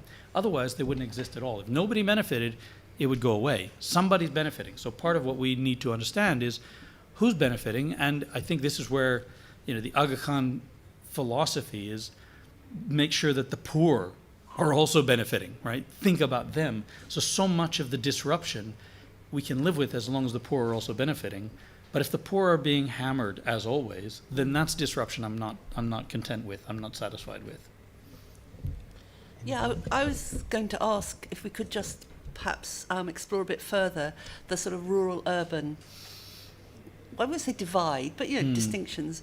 I'll just sort of share a stat, which probably most people in the room anyway are aware of. But in 1947, when Pakistan was created, so West Pakistan's part of Pakistan had a population of roughly, let's just round it, 38 million, let's say. Today, Karachi is, what's the 23, 24. 23. So Karachi today, its population is more than half of what the whole of West Pakistan's population was back in those, at the start of the story. And that growth has been partly fueled sort of internally, but it's obviously the result of a lot of migration. And that migration has often been rural to urban migration. Yeah. So I just wonder, how far, people carry their rural habits with them. You touched slightly on this, but I just wondered if we can maybe hear a bit more from you about that. It is really interesting in Karachi when it's like London. It's not one big city. It's many, many cities. And some of the places you go in Karachi, and it definitely feels village-like. People have recreated some rural thing, not a rural ideal, just rural patterns. The people around are all related. They're all biradri. So they have done that. And that provides some sense of security. I think people leave the rural areas because farming is increasingly difficult. You really can't overemphasize how difficult it is to do farming in a water-stressed country. And, water is, the area in Attock is rain-fed, so they rely on underground water, and this groundwater, 25 years ago, they were going 4 meters deep. Now they're going 40 meters deep. Karachi, you've got to go 800 feet, I think. I think I've heard the number in feet rather than meters, but 800 feet to get water, and you can't drink the water at that, at that depth. So I don't know what you use it for, but it is a real problem for farming, which means people have had to leave. And of course in Fatah, former Fatah, I've met many, many people from there who left because their family got caught up in some sort of blood feud. And they didn't want to fight, they wanted to farm, so they left. And they come to Attock, they maybe get given some plot of land, but it's terrible conditions, so they move to the city where they can work in a factory. Factories are, they pay wages. You might have a house that comes with it. You might even have a school that comes with it. So there's many attractions to the cities. Karachi is filled with an awful lot of people who came as children purely for the education, right? They come from the rural areas. They stay in hostels because there is no school outside. And, the rural-urban divide, I haven't looked at this like a political scientist, right? So I don't know whether there's a difference in how people vote. But in terms of, me moving around big city Karachi, I still have in my mind a village model, and that's how I treat my mohalla, my neighborhood. So I try and get to know everyone, trying to get to know my neighbors. I feel safer when I know the street vendors, when they're the shopkeepers. I have tea with them. So I'm still trying to be like a villager. and that doesn't have any problems, right? Nobody has said, why are you behaving like a Gaunaniwala? That's not us. You know, Pinwala go back to Punjab. We're city people here, which is what they do if I came here and I said, oh, can I have a tea while I'm waiting for my, laundry to be done? They would say, yeah, if you go down and buy one over there, not here, but there I can still operate in that very similar social pattern. But of course, Karachi people are also very busy, so they don't have the time to just hang out with me. But I haven't seen a massive rupture in that very personal interactions. But I could be wrong. I mean, maybe that's actually me. Maybe I'm the weirdo that brings this, and villagers weren't like that either. But I think I learned it from them. You hint in your book at a number of things which affect the outcome of election. You mention marriage, you mention kinship, you mention friendship. Over the years, as we have seen, mostly in recent years in particular, it's been going on for some time, but more pronounced now, we see an outsized role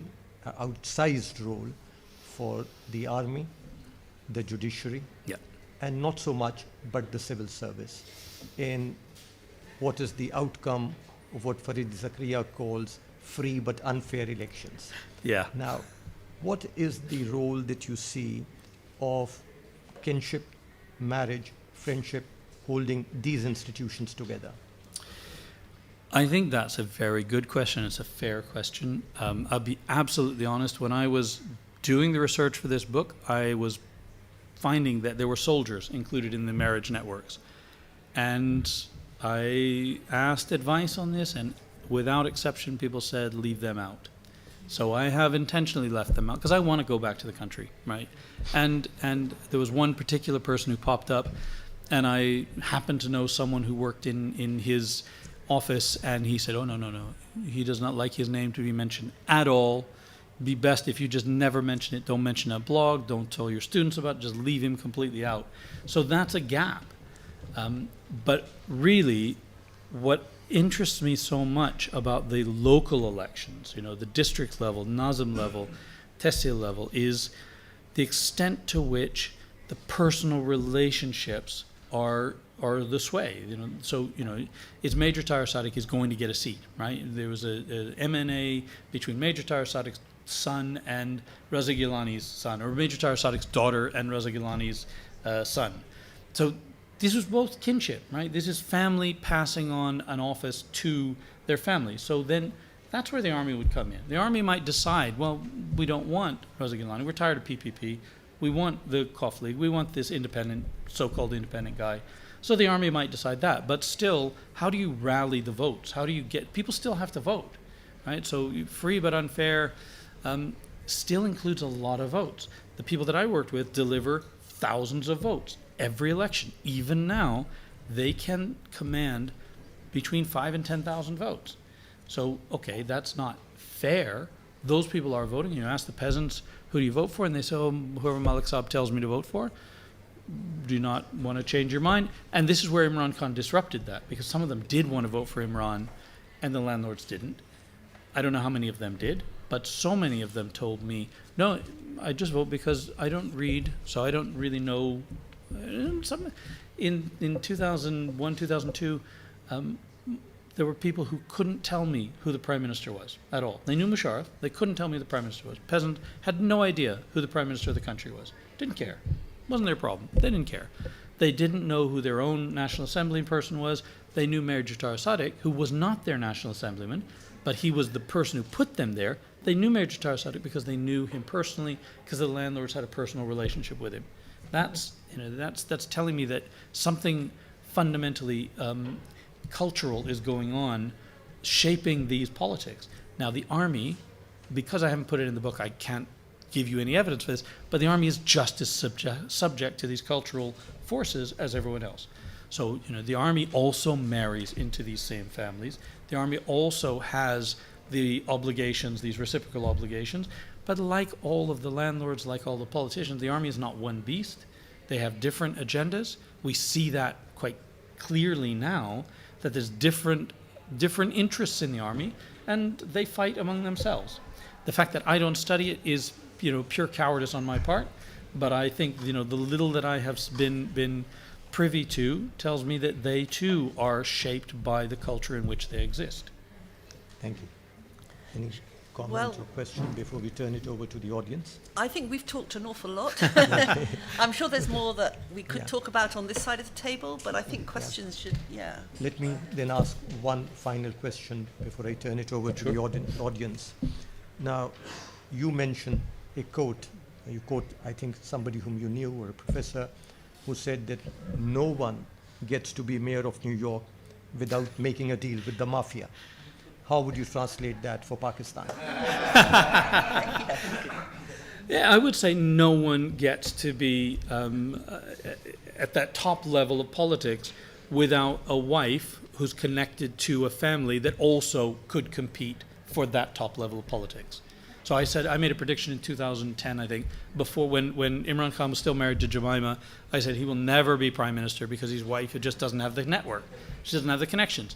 Well, 2 wives later, he found a wife that did have the connections, and lo and behold, he becomes prime minister. Okay. There are, yes, please. The lady right at the back. Dr. Ghazalabadi, thank you for the fascinating account. I just wanted to ask you about gaining access. We can't use the word going native because yes. it's politically incorrect now, but how did you gain linguistic access? And what got you beginning, how did your journey begin into Pakistan? I'm curious about that. Yeah, well, this is my mother's fault. My mother's an anthropologist. She took me out to Lahore when I was a kid. So I lived in Lahore, and I had to learn Punjabi and Urdu because people were constantly insulting me. And I had to know whether Gora meant white person or Gora meant horse. And you know, so, because they kept telling me, no, not you. We're talking about a horse now. So I had to learn the language there, and then went out to Punjab and Attock, Potwari Punjabi. I thought I spoke Punjabi because I kind of got by in Lahore. Went up to Attock and I realized I do not speak Punjabi, not a word. Only young people who watch television could I speak to. Old men I had to, and it remains a major struggle. I mean, it's not easy. I love the language. I love listening to it because it's so playful and beautiful, but I always struggle to understand. And as soon as they want to exclude me, they can, right? They just make a shift, and suddenly I went from understanding everything to understanding nothing. So I'm just a baby amateur with the language. Yes, please, right behind you, thereafter. Thank you, Stephen. Very fascinating. My quick question is that I actually despair when I listen to you. Is there any possibility of a common man without any Baradari connections can be somebody? And we have seen the history, with Karachi politics and things. It seems like in 100 years nobody can do that because the Baradari will keep on increasing. Yeah. I mean, I think there is a possibility, but we might not like that possibility. So one of the things that we were talking about, Fatah, what the Taliban offer is an alternative. Here, we can break this system for you. What the land mafias offer, I won't name names again, but there's a guy in Punjab who started as a Kami family, and now he is a billionaire who shops in Harrods.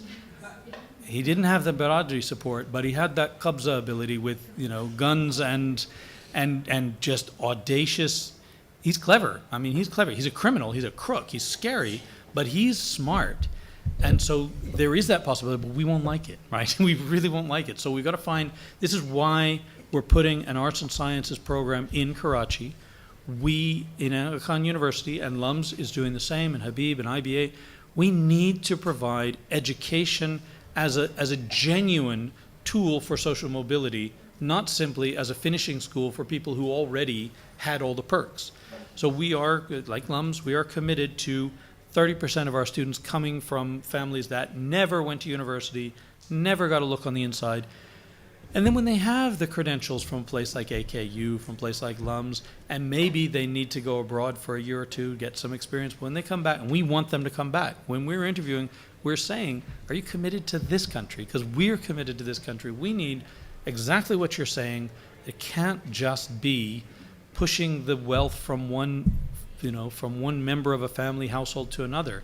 That's, that will lead to disaster and is not sustainable.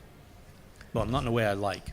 Two quick questions, one from the lady. and My then question gentleman at is, the back. listening to you about my country is really saddens me because there is a price to pay. All these intermarriages, clan marriages, feudal, strategic marriages, somebody is paying a cost. The children, infant mortality, disability. Next time you go to Gujarat, visit the graveyards and see the child graves. And how many of those have been murdered, you would be surprised. So these clan marriages, strategic marriages in the Gujarat, interior Sindh, children are paying the price. This is so, so sad for our country.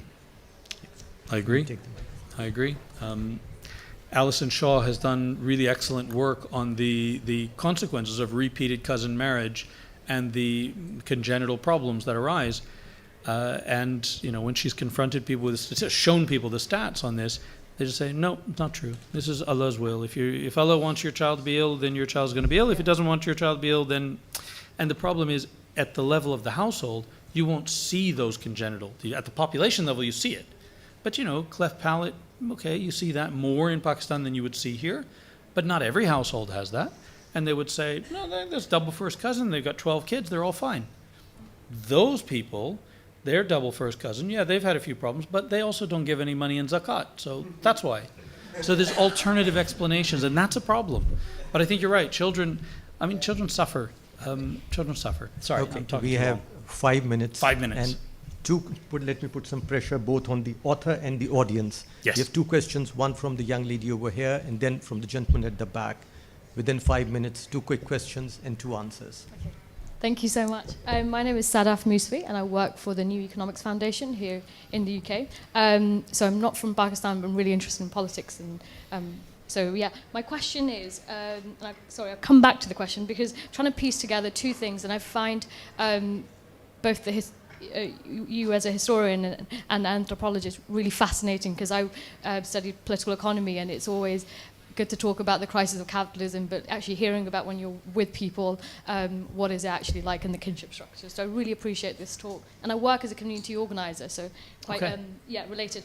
So piecing together 2 thoughts and 2 takeaway points. One, you mentioned, Stephen, that democracy seems to be problematic in Pakistan, and obviously you are for democracy like myself, but that's a problem. And then the second thing is that the feudal elites have control over all the economic resources. So now, like, my question is, do you think that to fix the Pakistan's problem is to actually end feudalism and to create land reform and land redistribution as a necessary. So it's a means to an end, but it's a necessary step for political and economic equality that we are all talking about. And so then we can have a shift in the class structure that the media control, the politicians are involved in. And I just wanted to know, well, you already mentioned that there's political education going on and social mobility talks, but do you think there's a prospect for peasants' revolution or peasants' revolt? What is like the feeling on the ground, and how likely is that to come? Because for me, we can talk about the media or how far Imran Khan is going, but we're not talking about the class structure that reproduces the same inequality again and again. And to replace that, we do need to end or talk about feudalism in Pakistan, which still existed in this country, but is ended, and it has kind of created progress. So what is the prospects for that? Thank you so much. Yeah, apparently we've run out of time, so I'll just say briefly, land redistribution has been tried in Pakistan, and they're very good at working around it. So I think some land redistribution, particularly in Sindh and southern Punjab, probably not a bad idea, although I'm going to get shot for saying that. But in North Punjab, I think feudalism is on its way out, actually, but because it's too expensive to maintain, and farming simply isn't nearly as lucrative as selling your land. So people are selling their land. Their land holdings are getting smaller and smaller. So they're kind of killing. And also, of course, it's not just feudal politics. Nawaz Sharif is not a feudal. And actually, Chaudhry Shujat and Parvez Elahi, they didn't come from feudals, right? They come from sort of, go back to the 50s. They weren't big. It's Zulfikar Bhutto. He was a landlord, right? He's big. He's that. And the Mian Wali Niyazis, they're the landlords. But actually, a lot of the people in control now are not from feudals. They just have. This is why peasant rebellions tend not to be revolutionary.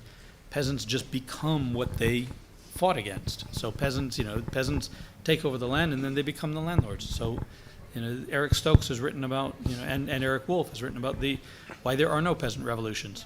They just rebellions that then reproduce those class structures. Sorry, I do talk too much. We are left with a minute, so 30 seconds I'll for the ask question, a very 30 quick seconds for the question. answer. Going back to something which I think you've touched on, one aspect of it. The difference now, you live in Karachi, before you lived in a village, as you've touched on the fact that the way gender works is different. So my question is around that.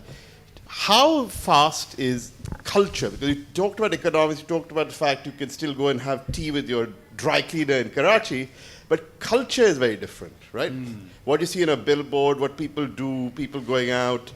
Boyfriends go out with their girlfriends on motorcycles in Karachi. They don't do that in villages in Punjab, right? No, they do not. So my question is very simple. Yeah. How quickly is the culture moving in the cities away from the culture outside the cities? And do you think this is going to turn into a big force in how Pakistani society changes?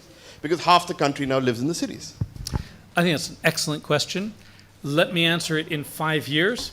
Anthropologists have really long time frames. So I'm only new in Karachi, and I'm seeing the young men and women wander hand in hand along the sea view, and I'm thinking, Kya?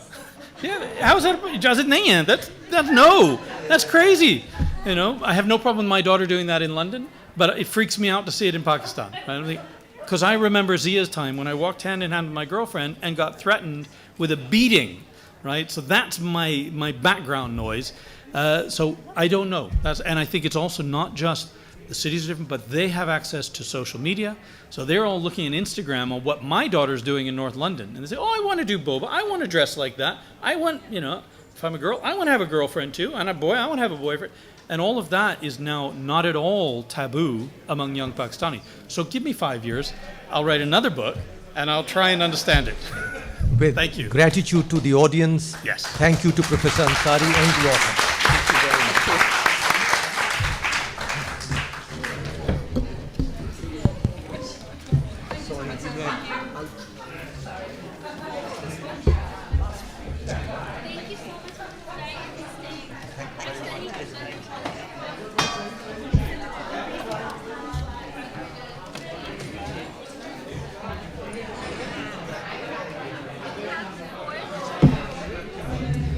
Who's next in here then?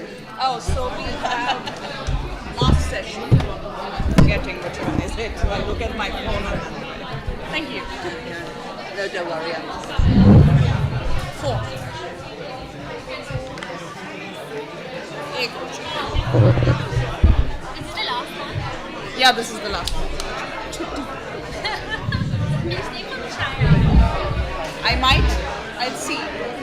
Other China. But wrap up with that.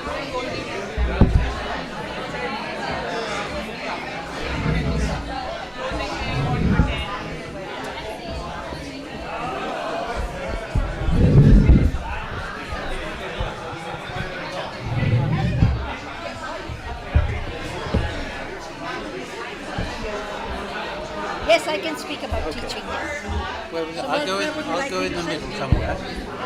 Where would you like to go? How do you want us to I sit? prefer the higher chair. How do you want us to sit? I don't know whether I should be at the end or... You should be in the middle rather than at the end, I mean, because otherwise I can it becomes... face you. Anyway, it's up to you.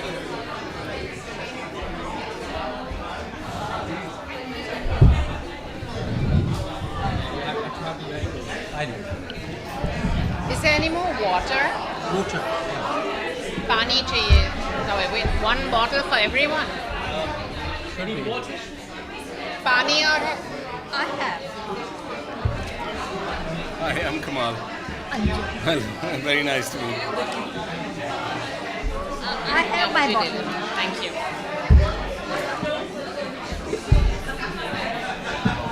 Ladies and gentlemen, we are about to begin the next session. You're requested to be seated, please. Thank you.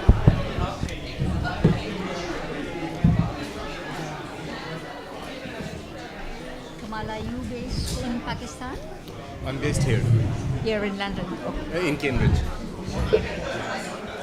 I'm an Oxford person. Oh, really? Well, we all make mistakes. No, but that's just a joke. But yeah. Good evening and welcome to the last session for the day in this room. Thank you so much for joining us. The session is called Building Universities of Excellence in Pakistan. We have three speakers and a moderator. Our three speakers are Mary Lal, Kamal Munir and Ms. Anjum Halai. Our moderator for today is Mr. Introduction. Oh, okay. So it's all. I think I'll just. That's fine. Come and sit here. All right. I'm sorry we were recording. It didn't catch up, so I'll be saying this again. So this session is called Building Universities of Excellence in Pakistan. We have three speakers today, Mary Lal, Kamal Munir, and Ms. Anjum Halai. Our moderator for today is Mr. Paul Flether. Mr. Flether is an Associate Fellow of the Asian Studies Centre, St. Anthony's College, Oxford. He recently retired as a Fellow of Corpus Christi and Mansfield Colleges. He's a former Director of International Affairs for the university. He also chairs several charity boards. Over to you, Mr. Flether. Okay, thank you very much. So, Dr. Flether, my bad. At all. No. So I think this is an interesting session because I was talking with a few friends and looking at the program, and a lot of it is looking at Pakistan in what I can only describe as a negative frame. Okay, about the problems, about the past, about what we can do. Today, this session, we're looking to the future. We're looking about building excellence. Of course, we're going to have to take a step back and see where we are, and we might want to take a step even further back and see, how things were when universities worked well. So that's the first point, that we want to sort of get some kind of energy and positivity. And we have some fantastic panelists here. In fact, all of them are provosts or pro-vice chancellors, so they're pretty senior folk. The second thing I want to say is that I have to make a total confession. I love universities. I love universities. I mean, I fell in love as soon as I went, and I think universities are absolutely critical in society. And I always remember, I used to work with Roy Jenkins, this former politician of Britain, and he described universities as the heartbeats of democracy. So if you have a really good university structure, his view was that it'll send ripples out in terms of producing a very strong and vibrant and democratic society. So I want you to bear those two things in mind. Now, building a university of excellence is never easy, whatever society you live in. And you need focus, you need time, you need autonomy, you need money, you need international links and so forth. And we can explore how we get those items to be more operational in Pakistan. Looking at the league table, and league tables are pretty suspect, I know, there's one university which is ranked in the top 400 to 500 in the world, and 6 universities are ranked in the top 200 in Asia. But I don't want to dwell too much on league tables because they can give you a false focus, but it may be worth just knowing that fact. What I did do was just to uncover just to share a few facts, so we have a kind of shared platform. We've got 3 million enrolled students in Pakistan, but it's a very low APR, as they call it. The proportion of 18 to 25-year-olds enrolled is about half the rate in other South Asian countries. Pakistan spends about 2.3 or 2.4% of its budget on education, according to the World Bank. Again, that's much lower than our neighbors and maybe comparative countries. Pakistan obviously has some very old universities, but has built 150 plus new universities in the last 20, 25 years. So one of the questions is, are we going too much for quantity and not enough for quality? That might be a question to discuss. There's been a big focus on research. I'm not going to say too much, and I think there's been great improvements, but maybe our panelists can discuss whether more is needed. University-industry collaboration in Pakistan, I would say, is pretty low, it's pretty weak. We might want to talk about that. And we might also want to talk about the so-called exodus of trained graduates as an issue. There was a poll recently which suggested that 1 in 3 young people, if they could, would leave. That's pretty shocking data. Okay, so what I thought we'd start is let's ask each of our wonderful panelists to say a few words about how they see the situation and what they see as the problems. And then we're going to try and develop a kind of discussion, and then we'll bring you in, because there's a lot of people in the audience who've also got experience and ideas.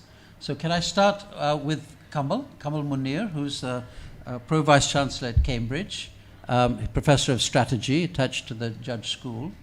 Kamal, do you want to share some of your ideas and thoughts? Yeah. Well, thank you very much, and so great to be here. I see that there are lots of people that I have overlapped with in my career at different stages. Just from the Humanities and Social Sciences School at LYON'S, we have 2 ex-deans and 1 present dean sitting here. So there's and of course, sort of colleagues, who are professors there. So there's a lot of experience in the room that we should really draw upon in this session. I think, what I want to really start off with, Paul, is perhaps by voicing something that may be slightly controversial, because I think a number of people in Pakistan, beyond Pakistan, perhaps from the previous generation, when they look at the higher education sector in Pakistan, and I know Kamran went to a medical school in Pakistan, I went to an engineering school in Pakistan, and on and so forth, we would actually feel that the higher education sector has deteriorated over the years. So before we get on to how it can improve and how we can build universities of excellence, we used to have excellent universities. Right? And so what do I mean? I mean quality in terms of quality of students, in terms of quality of faculty, right? In terms of the culture in those universities. And so in all those respects, many would argue, perhaps not all, but many would argue that it used to be better than it is. So what happened in the meantime? Right? So a number of things happened. The biggest thing, obviously, that everyone would be familiar with in this room is HEC, right? Yeah. Which came into being in 2002 with exactly the opposite mandate, to improve the higher education sector. Right? And after about 20 years of HEC, we have basically, sort of one metric that they have kind of gamified higher education in Pakistan. Impact factor journals was something that wasn't really a commonly used term in the higher education sector, even when they were doing excellent research, and that is what people are running after now. There are other ways in which they have gamified higher education, and all this time when they have been spending money on higher education, the quality has actually been going down, and the situation has been going down.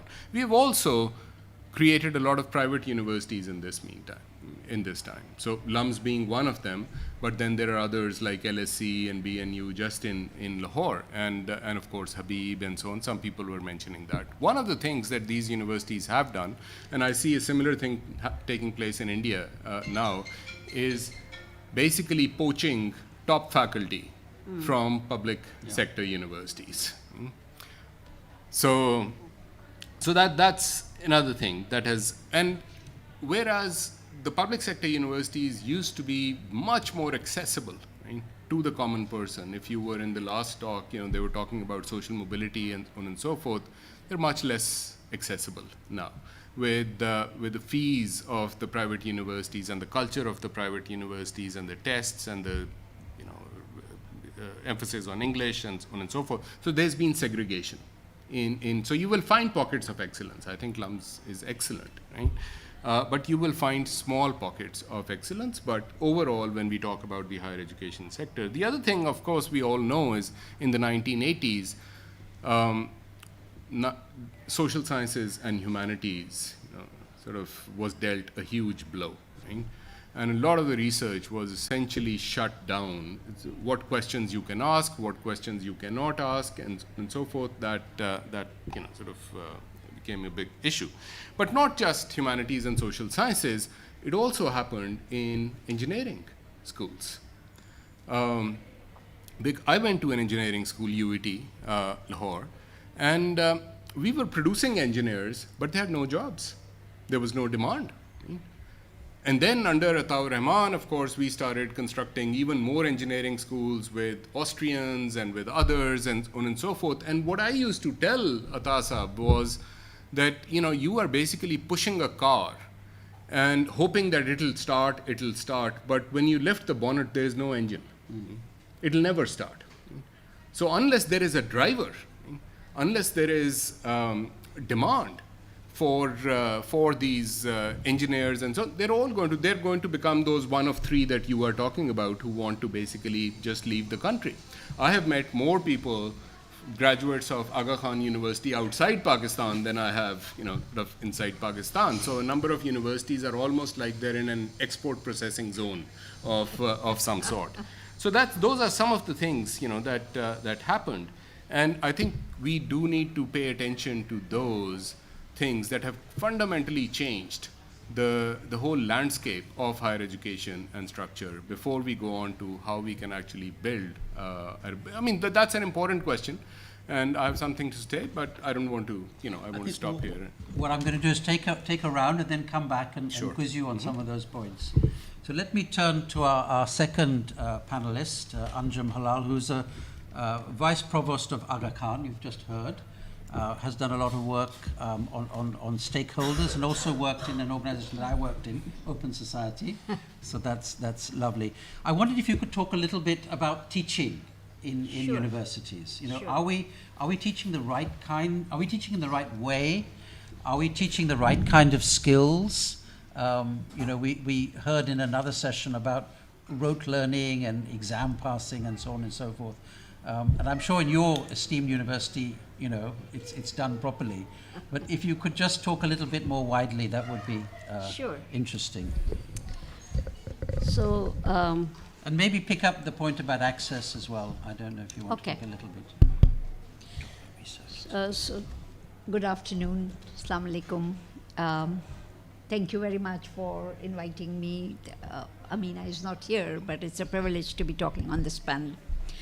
Higher education has been it's an aspiration for many youth in Pakistan, a country of 230 million, some say 40 million. And as we heard Dr. Munir say that or was it Paul who was saying it, that actually the enrollment rates in higher education, given the size of the population, the slice is very small. So that is one issue. Quality of the higher education is a much bigger issue. And quality of the higher education today, I would agree with you, sir, that it's going down rather than going, it's not even maintaining a stable course, it's going down. Coming to teaching, we have to look at where our graduates will go. They will enter into a world which is very rapidly changing. There are so many drivers of change. It may sound like a cliched statement, but that's the reality. Climate change, conflict, increasing nationalism, the disruptive technologies, artificial intelligence, all of that. We don't know what the students, the graduates, what will be the jobs that they will enter into. We don't know the jobs of tomorrow. There was a study, Fareed Zakaria's work in defense of liberal arts, and he talks about it's important to have philosophy, ethics, as the grounding for the undergraduates, and especially these days when machine learning, artificial intelligence more and more begin to behave like humans, then what are the ethical questions? How do we use these forces to the benefit of education without throwing the baby out with the bathwater? But then what are the ethical questions around it? In such a scenario, the teaching in the higher education institutions, the undergraduate especially, which is the transition and the first port of call in the higher education sector, needs to change drastically. It needs to prepare, it needs to transition from the knowledge accumulation model to a skills development model where students who graduate can think for themselves. They are in a mode of lifelong learning. One British Council study said that in the course of a career, young people will have to reorient, learn, unlearn, relearn, maybe 3 or 4 times. So that lifelong learning skills and disposition has to be there. The other thing is that teaching in the higher education, the certification, the transcripts, all of that is very good. But in relation to the demands of the industry and the community, universities have to be much more nimble in delivering the kind of curricula which is more relevant to the industry and the community and the society, but also kind of provide new alternative models, not just the traditional undergraduate, postgraduate model with transcripts and certificates. Technology, we say, has penetrated in Pakistan also, at least in post-COVID context, technology has penetrated. We are aware that there are immense gender divides, socioeconomic divides, the digital in the digital access, but nonetheless it provides a solution if we can work on it, if the higher education sector can take advantage of this in a systemic way to provide alternate approaches and delivery to increase the access and to provide the alternate modes of teaching. So, and then one more point, if I'm not taking too much time. No. So all of these transitions in the teaching in the university, the relevance of the curricula, the shift from a knowledge accumulation to much more of a lifelong learning, thinking skills approach. The professors who are teaching them very often enter into the field with subject expertise, but not necessarily prepared to teach the undergraduate students using the modern approaches.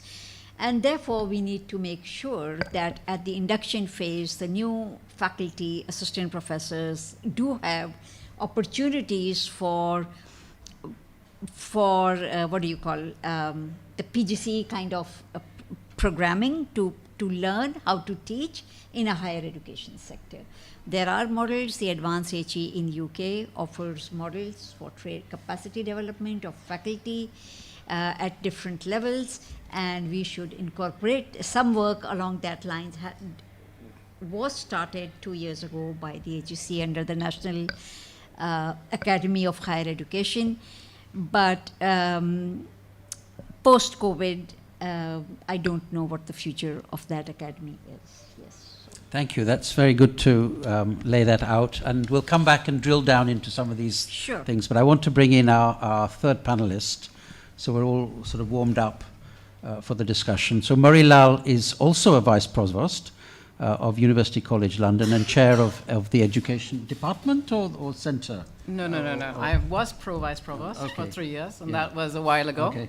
And I am a chair. I'm a professor of South Asian Studies and Education. And I've been working on Pakistan for, well, close to 20 years. Excellent. What I'd like you to do, Murray, is to talk a little bit about research. Yes. And pick up, you know, are we focused on the right kind of research in Pakistan? Is it sufficient? Is there too much focus on arts and social sciences? These might be some of the things you Actually, I would like to take it too little? slightly differently. Okay. Because I think one of the biggest issues we have, and not only in Pakistan and elsewhere as well, is that I'm going to talk about the reality, and that clashes slightly with your introduction, Paul, I'm afraid. But the reality of research in Pakistan and in other South Asian countries is that there has been a loss of the research cycle. What I mean by that is academics do research, they teach that research, it influences what they bring into the classroom, and the students who are taught by academics who do research learn critical thinking skills in a completely different way. They also learn the kind of thinking that Anjum was talking about, which is to be able to think out of the box and to adapt, rather than learning something from a textbook where things just get passed down in a rote manner, and where there's this acquisition of knowledge. So if you have research active faculty, you end up having completely different teaching in the classroom. And this also influences policy, because when research gets out into the community, it can influence at all different levels. And this is something that we have seen happens if you have academics doing research, they will engage locally, especially in the social sciences, but also in the sciences and in engineering, locally with their communities, but also at policy level. And that completely changes the country. And this has been lost, and it's not only been lost in Pakistan, other countries have the same problem. But in effect, the reality is that Pakistani academics do very little research. The research they do, if it's published, is not published in a way that it actually impacts and makes a difference and feeds back into the academia or also into the policy community. So we really have it's disjointed in many ways. We also have a narrative, which Parvez Khudboy picks up in an excellent article in Dawn on Pakistan AG at 75, which talks about how there's so much fraud meaning academics claiming to have done research, academics claiming that they have published, academics claiming that this is some of their work when it's not. So I want to set that aside. I want to talk more about the fact that actually what we need is more time for research. Partly the culture is of teaching. I love LUMS, but one of the problems we have in LUMS is that the research which gets done in humanities and social science is sort of the academics, they have very little time to do that kind of research because there's such a heavy teaching load. Many in the academics in the public universities, government universities, don't have PhDs. They are sponsored by HEC to go out and do PhDs, but then they don't transfer that culture back to their students when they come back. There isn't a culture of research.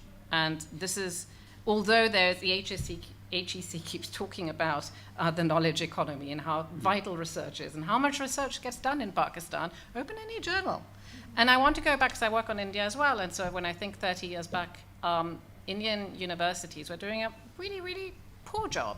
And now I would say there are many Indian universities which do a relatively better job, whereas we had really, really excellent research happening in Pakistani universities 25, 30 years ago.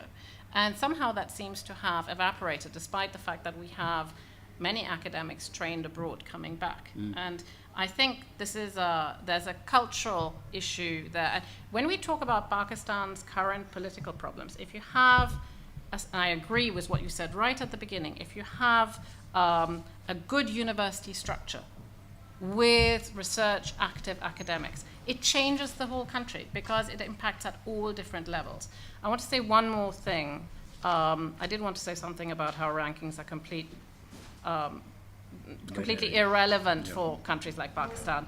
But we can talk about rankings differently. What I want to say is, let's not talk about creating institutions of excellence. Let's not talk about that. Let's talk about creating decent institutions and a decent structure that offers higher education to more than 12% of its, or perhaps even less. I think 12% is the official figure, but when I'm now looking at 3 million versus 230 million, I'm going like, that doesn't quite work.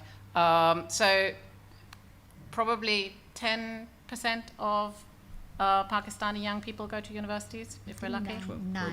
Well, I mean, I don't. Well, anyway, never mind. I think there's a right to higher education. I think Pakistan can change if we have more students going to higher education where research active staff teach them. Not just go to higher education, but go to institutions where there is a space for research and debate, and where it's a safe space, because what Kamal mentioned earlier on is humanities and social sciences is limited in terms of what we can talk about, what we can teach about, and what we can write about. Great. Okay. The question was sort of given to me. I wanted the session to be on higher education, but it was deliberately, and it's good that you're questioning the question, because that's what happens in universities. So we're doing the right thing. I want to just pick up your last point and bring it over back to Kamal, because it comes back to this question about quantity versus quality. Now, the HSC is sometimes praised for having done a good job in research, and you've actually unpacked that, okay? Thank you for that. But there are reports, you'll agree with me, and even the British Council... They're fiction. They're fiction. The British Council even bought the fiction then, didn't it, in its report? So that's good that we can unpick these fictions. But I think the Education Minister has said, look, for heaven's sake, make existing universities higher standard. Don't give these, what do they call them, NOCs, and simply set up more and more universities. Setting up a university is politically useful, isn't it? It helps the local politicians. It franchises your supporters and all this sort of thing. It's often very little to do with higher education, though hopefully there might be an indirect benefit. But would you like to talk about, also about autonomy? You know, there's been this big fight with the HSC. I mean, is the HSC is being told that it can't do what it should do, and then the HSC also wants to get involved in vice-chancellor appointments and so on? I mean, what the heck's going on, and what should we be hoping for? Well, I think you've kind of answered your question in, sort of in the question itself, because, when we talk about building excellence in universities, I don't think you can build excellence in just one university, right? Individually, right? And then move to the next and build excellence and so on. Universities thrive in an ecosystem, in a vibrant ecosystem. What does that ecosystem need to have? It needs to have a supply of great students. Universities, good universities in Pakistan struggle to get really good students into universities. It needs to have great faculty. When I was at LYON'S, we were basically doing all our hiring, and Ali can tell us if that's still the case, from outside Pakistan, right? Because there wasn't really a thriving academic labor market within the country. I mean, it's a country of what, 230, 240 million, right?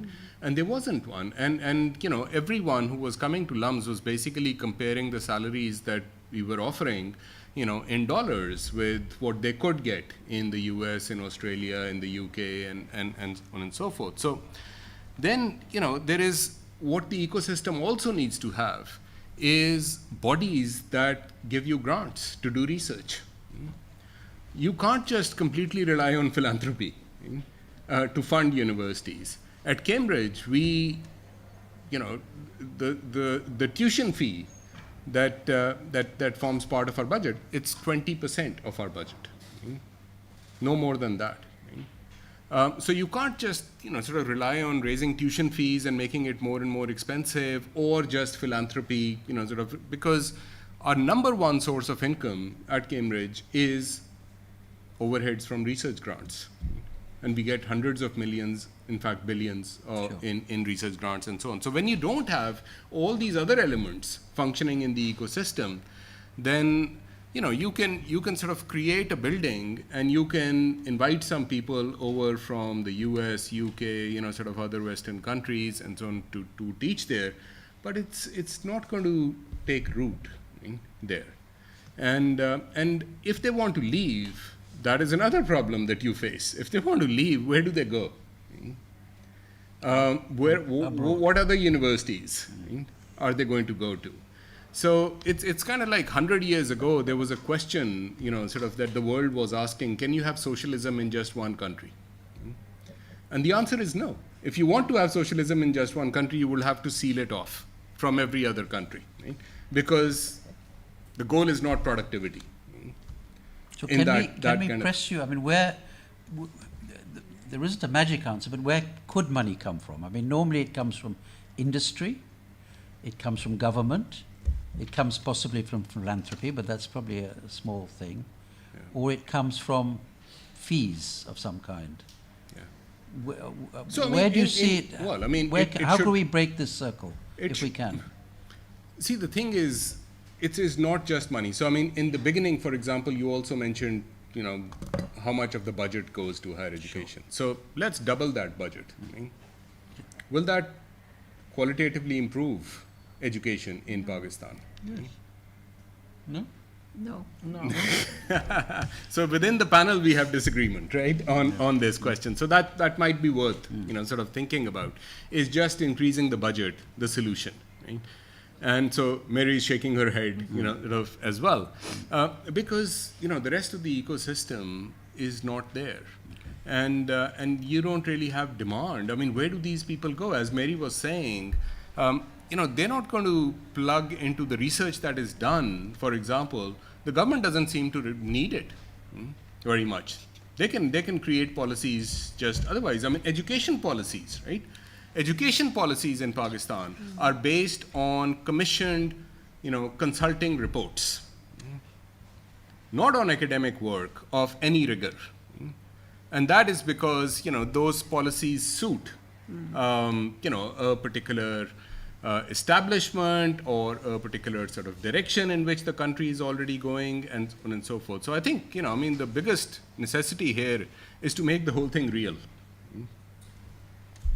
Anjum, there were some positive things in your talk. One of the other positive things is that, as I can tell from the figures, half the intake is women. Yes. And half of those doing STEM subjects is women, and that's much higher than, you know, on most international scales. That's a very At high. the Khan University? No, generally. Generally.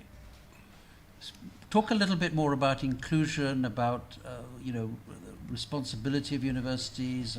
It's a developing country, and universities need to be aware of the sort of wider picture. I mean, remember, there's still what, 30–40% illiterate.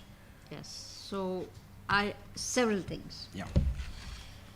The statistics that you are quoting are about that small percentage who make it to the higher education sector in terms of inclusion. Sure. But there's a very huge proportion of high school leavers who do not, either who drop out before completing the high school cycle, or who do not make it to the higher education. So what are the measures that one can take for inclusion?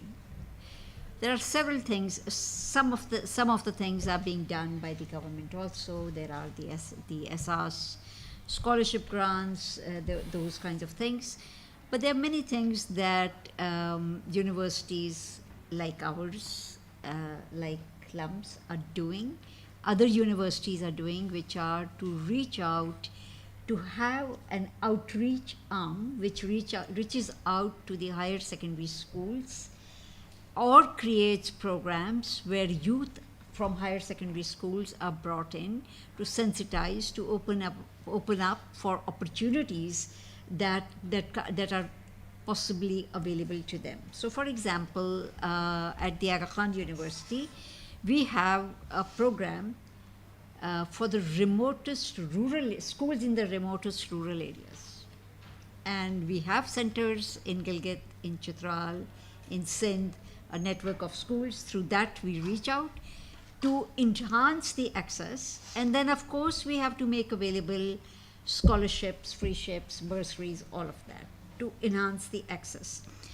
But access is not the only issue that we need to take into account.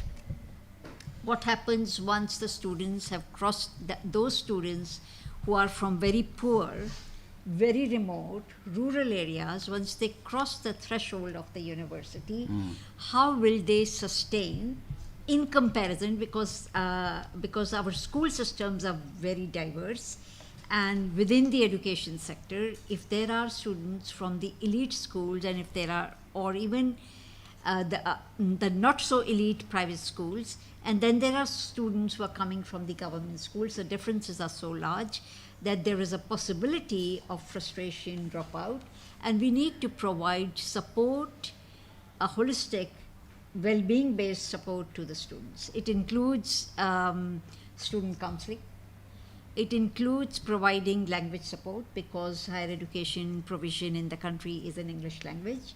It includes supporting students in mathematical thinking, statistics to prepare, because that's really the backbone of all work, research work that they would do. And these are all part of the access.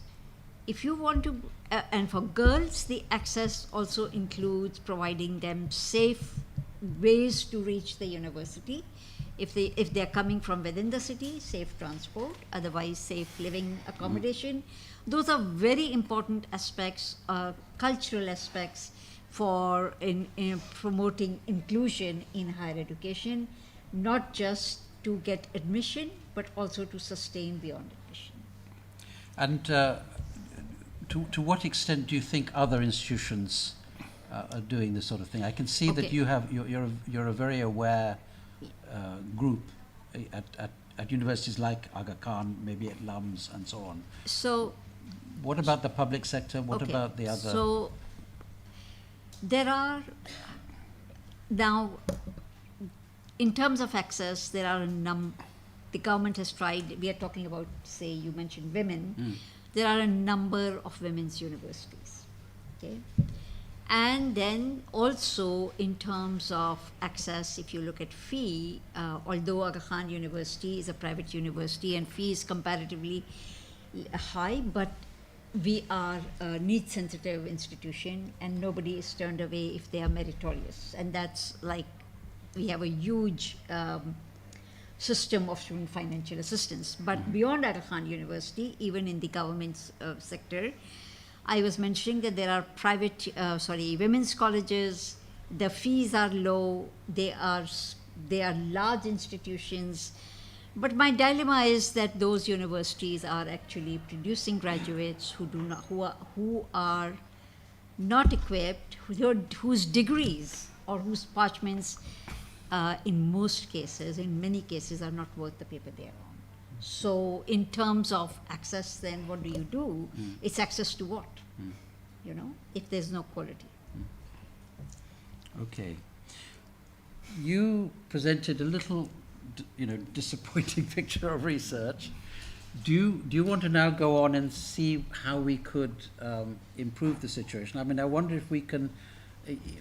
There was this talk under Musharraf about having Pakistan universities having international partnerships, and that was seen as a way of not only bringing money in, but bringing kinds of skills and a kind of experience. So I've worked on that. So did you work it out? Yes, Perfect. I worked. And I just think also the diaspora, because when you talked about India, which is a little bit more my field, I mean, I feel that Indian higher education has benefited quite strongly from the kind of work that Indian diaspora have done and gone back and interacted with. And I wonder if we could see that as a kind of burgeoning thing for Pakistan.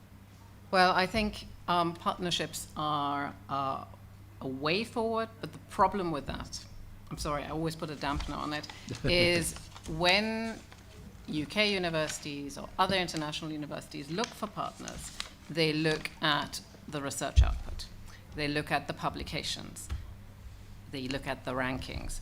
I want just to say, with regard to countries like Pakistan, I don't think rankings are a particularly useful concept, but it's something that is used. It's a reality, unfortunately. And I mean, when I hear universities in Pakistan talking, and not only in Pakistan, other places are going like, we need to get into the rankings. I worked on Myanmar, and there were universities there saying we want to get into the rankings, and we had a hard time keeping a straight face, because the idea is, in the first instance, you have to build a solid institution.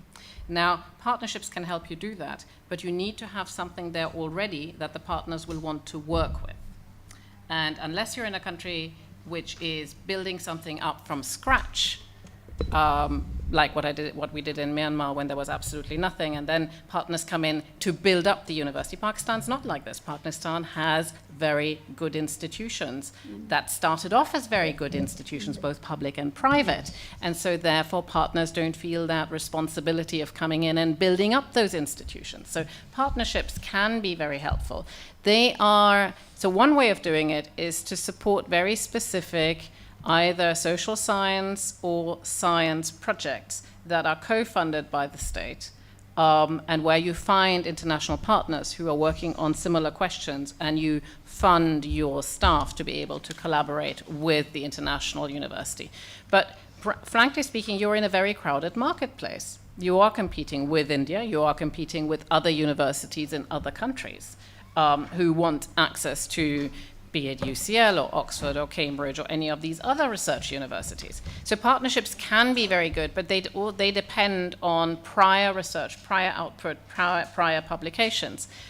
Sometimes they also depend on personal connections. That's what normally works best in this case. So if you have someone in a Pakistani university who knows, has a colleague, a friend, someone from the Pakistani diaspora or not, sitting in a British university, those links generally can work and can develop really good partnerships. But then they have to outlive those two personalities, and that is the hardest bit.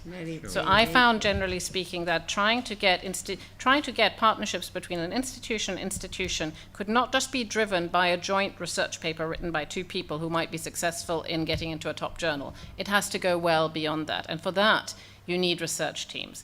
I think one of the biggest things which needs to be considered is this research culture, and in order to create a research culture, you don't only need the money, which is what Kamal was talking about, but you also need time. Time costs money. So if you give staff time in exchange for research outputs, don't just give them time to go on holiday in Murray or somewhere, but give them time to say, right, you can teach less if you produce an article which will be published in a reasonable journal, or if you produce a research proposal which brings in perhaps an international partner or someone else. Those kind of sort of micro kind of projects can actually lift universities, first starting with the department and then further on with universities, can lift them up. But I do want to say that that's not going to change the culture at the vast majority of universities in Pakistan. Kamal said, interestingly, you need a supply of great students. And that takes us back to the actual education system, which Anjum was talking about earlier on. I think there is a case to be made that if we're talking about creating excellence in Pakistani universities, or what I would say, creating a decent system for a much larger base of students, you actually need to start looking at the education system, secondary education system in Pakistan. And that needs to work collaboratively with the universities. And there was here 30 years ago when I started my academic career, a widening participation program whereby children from deprived areas here in the United Kingdom were taken to university campuses to say, this is what is possible. You can actually come and study. That's what you were talking about, but Aga Khan University is an exception rather than the rule. So there needs to be wider programs, including at government institutions, to do this kind of stuff. So I think needs to be greater collaboration between universities and schools, but there also needs to be thinking about teacher training. And actually one of my doctoral students who's working on teachers and how they feel about teaching is actually here in the room. And the idea is that many of the teachers in Pakistan, they go in, they use the books, they just learn, they go home, and then ultimately speaking, you don't have the students coming out of this. And partly the problem is what happens to students after they leave university? Where do they go? So again, you have the job market. It's like, it's all very good to think in terms of more institutions, wider participation across different sections of society, research active staff, but then there also needs to be the economy which allows people to get the kind of jobs where they're not going to be drivers or chowkidars. Sure. That you were talking about the training aspect. Yes, but I just also want to add one more point to what Mary was saying about the research culture. And that's why when Kamran said perhaps increase the funding, yes, increase the funding would be good, but that's not going to be the only solution. The peer review, a rigorous peer review is, I think, important for faculty in universities, irrespective, whichever university. But to be able to critique an article, to be able to critique a proposal and give a feedback which is not based on connections, or which is not based on hierarchy, that if so-and-so, if I give a critical feedback, then it will come back to hit me, and because the circle within which the universities operate there is somewhat like incestuous. And therefore, I have seen people give good remarks to really weak manuscripts. And I'm amazed. What is this happening? So putting in more funding is one very important aspect, but bringing around this culture, and that will happen when you work with expert peers and mentors in a research environment. No, it's very true. Now, I want to open it up. We've had some wonderful contributions from the floor. But by the way, don't you find that once you're in the academic world, your antennae become so sharp when you're reading those references, isn't it? You can read between them. You know, the more you read between them. You just have to do that. I think we had a first comment from here. Okay, just get into Waseem Saab. Some of the items. First of all, PhD research, it all starts from there. Because most of the colleges, particularly in the public sector, they have their PhDs locally produced. And that research is horrible, to say the least. Undergraduate degrees can't be given to those students who do that research. I failed, for example, one. They sent to the other professor, got it passed, she declared, and there's the PhD. 1/3 of the PhD is not written, it's documents, whatever. So hundreds of pages put together, and meaning thereby that the viva, apart from being extremely non-serious, the references, it's mandatory to get international references, by the way, and those references unbelievable, including from England and other countries. Pass, although the thesis is written in some kind of medieval English, which is okay.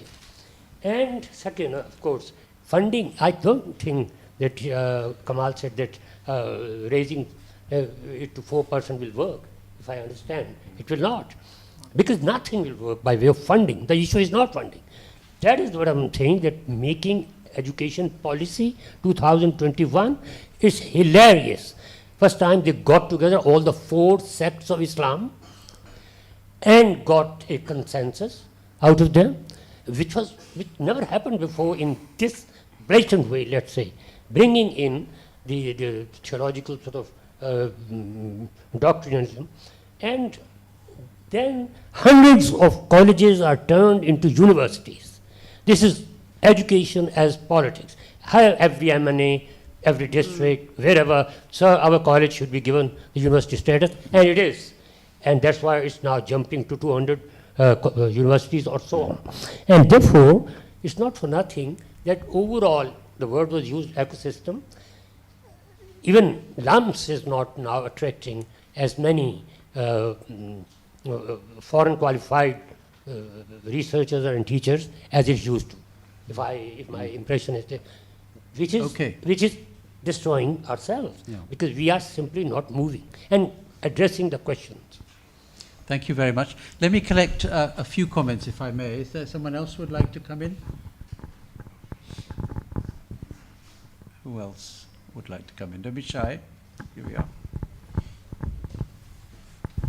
Hi, thank you so much for such an interesting talk, and I wish we were recording this, because I think the transcript alone. Okay, excellent. I would really love to look at the transcript, because I think lots of ideas there. My question would be, I think I have a comment and a question, a very quick comment about criticality, ecosystems, and then also the idea of research and connecting this widening participation idea. Let me just introduce myself very quickly. My name is Dr. Hana Ali. I'm Associate Professor, University of the Arts, London, and run a design innovation department there. I'm the head of the department there. So for me, I think, coming from my own disciplinary perspective, I think we need a strategic, contextually sustainable strategy in higher education system in Pakistan, which is contextually, culturally, diplomatically, politically, whatever, the whole pastel model is sustainable there. My question is around, we're talking about research, and we're talking about capacity building, and we're talking about the teachers and students and the quality. my understanding, because I work in Pakistan and I'm in UK both, is that the idea of research is not clear to the Pakistani academia, and please apologies for generalizing, maximum, especially in public sector university, and it's highly connected to their progression. So their idea is a number of publications that they produce, and it's not depending on the level, but it's like impact journals. And the idea of research is like, some people, for example, I come from a creative disciplinary side, and people in arts and design have no idea about what arts and design research should look like, and they're looking at the social sciences and sciences for this. So what does research really mean from a disciplinary perspective in different educational sectors in Pakistan? And then how can capacity building for the staff can be done for looking at different disciplines in Pakistan? Okay, thank you. Let's take one more question. Thank you. Hi, thank you. So since we are talking about research and capacity building, I'm wondering if you could say anything about language and translation, because I find it quite surprising still that a lot of major works, major journals, articles, even things from newspapers and magazines that we can take for granted if we work in a system over here are not available in Urdu. And Urdu is a language spoken by hundreds of millions of people, and that's completely missing. And isn't that a big part of the conversation when we talk about the recruitment of students and the quality of research and so on? So it's one thing to say that we need a higher standard of research that goes, that there's, complete consensus on that. But as Kamal mentioned, the universities do manage to gamify that, right? So if you, I was at Zabist for a little while in Karachi, and there's a whole list of journals published by Zabist, and if you publish within those journals, you need to do that to tick the box for your PhD. And as an academic based in the UK, I regularly get emails. I'm sure I'm not the only one, from completely random people who want to collaborate on something because they need to have some sort of collaboration to publish in to sort of proceed along their sort of career or PhD, but their ideas are not well formed. They don't have a history of research, and I feel a big part of that is because they're working completely outside of a language that they're comfortable in, and I feel that's a very big part of the story over here. Thank you very much. Ali, do you want to say anything? You're sitting there with all this experience? No? Later. Okay. So we've got a number of questions here. Can we start with you, Marie, and talk about peer review? How do we generate peer review? How do we get the kind of research culture going in terms of quality and so on? What I got from the three questions is actually very related in terms of the PhDs that are being done not being real PhDs, not being properly supervised, the issue of people not knowing what kind of research to do or how to do research, and then the issue of language. And I think that all three, they're all related. If you just focus on the PhDs and what does research mean, the fact is there is no research training of note. So even in private universities where they hire faculty from outside, yes, those young faculty will have had research training abroad. But there is no mechanism by which then this is passed on to younger PhD students who then would take it forward. I mean, I did my PhD and then I took on PhD students, and so I was trained and I'm training my PhD students, and they hopefully at some point in time, some already have academic positions, will do the same. You play it forward in that way. So in that sense, there is a support structure at the university where you get research training. Actually, in my days, there wasn't an awful lot of it, but your supervisor was responsible for training you in research, and then you are responsible for doing that for your students. And I find that because in many of the Pakistani universities, many of the academic staff don't have PhDs, and sometimes they're even supervising PhDs, which they don't know how to supervise PhDs because they haven't got a PhD themselves. And there isn't a structure by which those PhD students might necessarily, so they're not necessarily at fault because they're not being taught on how to do the research. I think all of this sort of fits together. I leave the language. I have thoughts about language, but I leave the language to. I can build on it. Well, it's up to you. No, you go ahead. You go come ahead, back and I'll come back. Okay, Let's do it so that way. Anjan, would you like to deal with capacity and the language issue? Thanks. So, Kamran earlier mentioned about how education policies are made. Kamran, right? Kamal, sorry, I apologize. Same thing.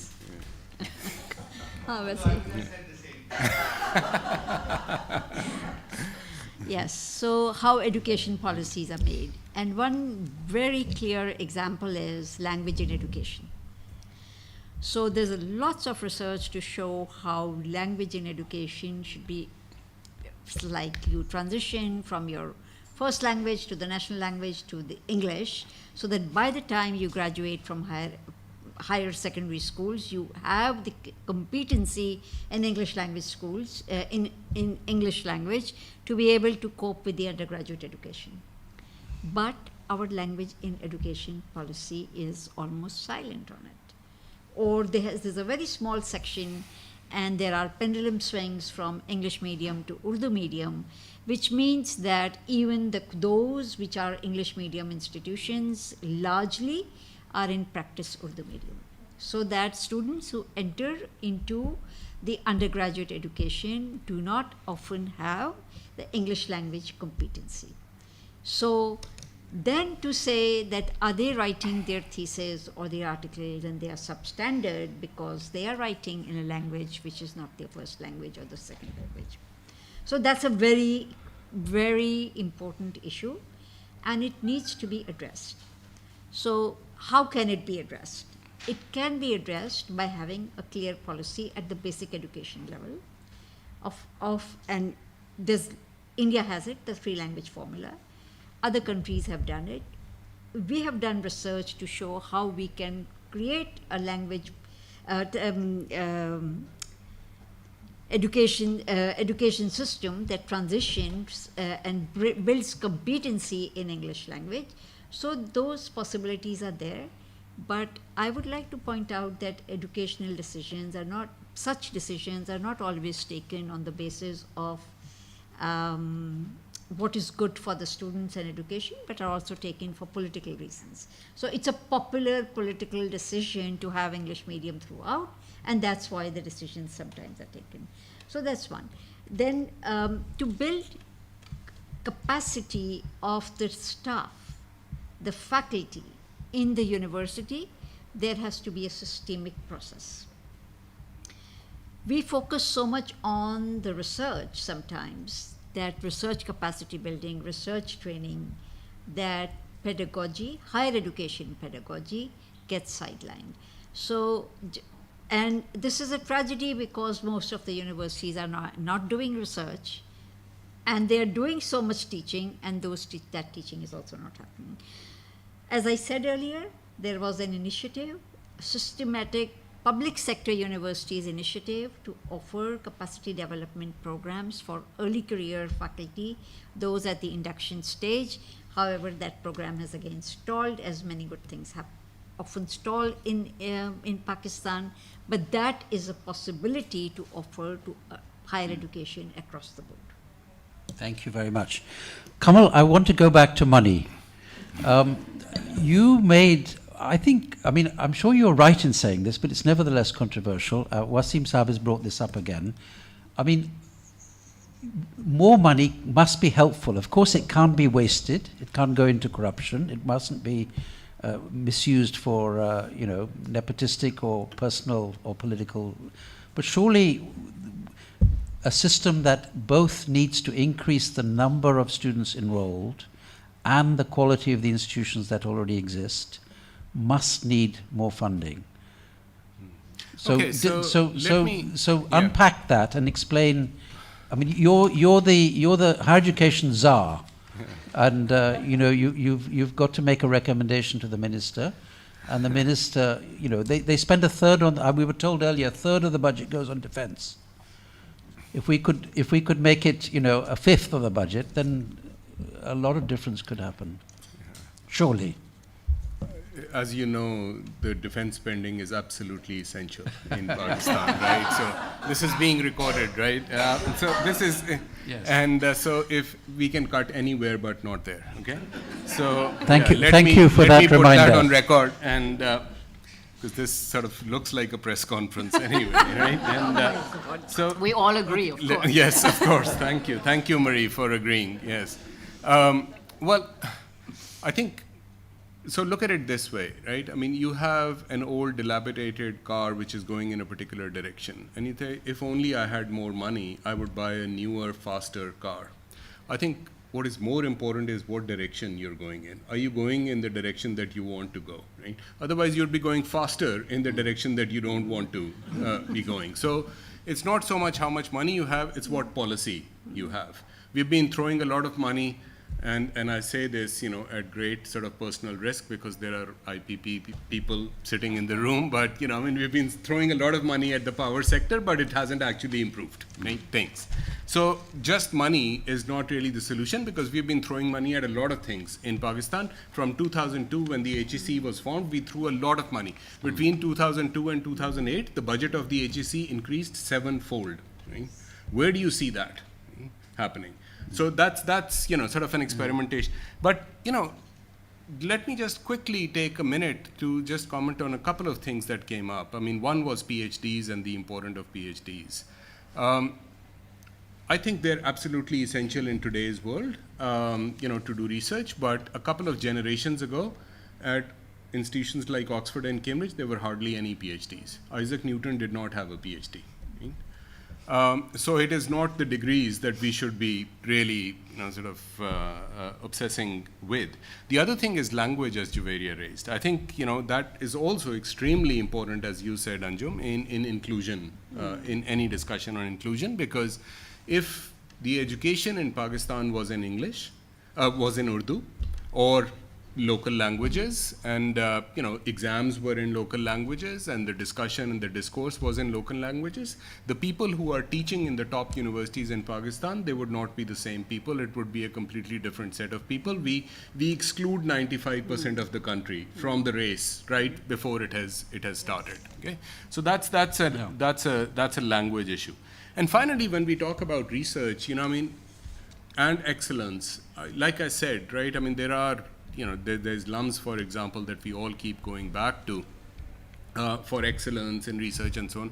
But what do universities exist for? Do they exist for individuals to give them an excellent education? Do they exist for a particular class? Right? Or do they exist for a wider purpose in society? So if it is the latter, then we need to think about this at scale. And then, it brings us back to the economic system, and it becomes to look like a political problem rather than just an education policy problem. Okay, thank you very much. Unfortunately, we've got to wind up. It's been a wonderful panel. We've had amazing ideas, and I hope you've enjoyed it.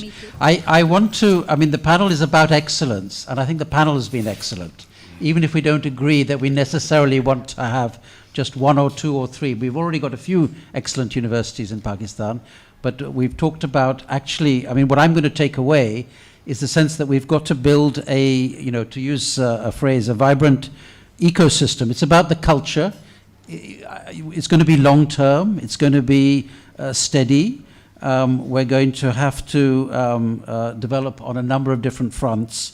But I think two things that I think maybe not so difficult to implement. One is a big new focus on teacher training.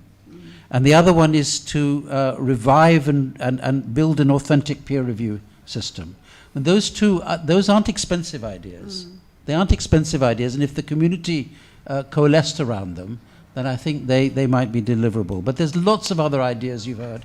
And I really want you to thank our wonderful panel. Thank you.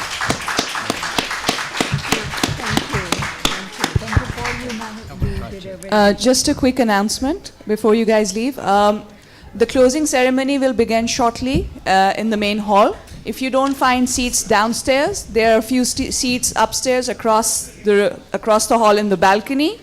All these sessions have been recorded and will be available on our YouTube channel. Thank you for being a wonderful audience. Have a good evening ahead. Bye. Good correction. Yes. So, I can take the risk. I can take the risk, but not necessarily you. if you, whenever you are in Pakistan, do visit us. Absolutely, I will. And we will If I introduce have any cards. We will introduce you to alumni who are coming back. Sorry? I said we will introduce you to alumni who are coming back from home. Excellent. Yeah, I would love to meet. Yes, quite a few, quite a few. Oh, right. That's encouraging. Can I have a picture of our panel?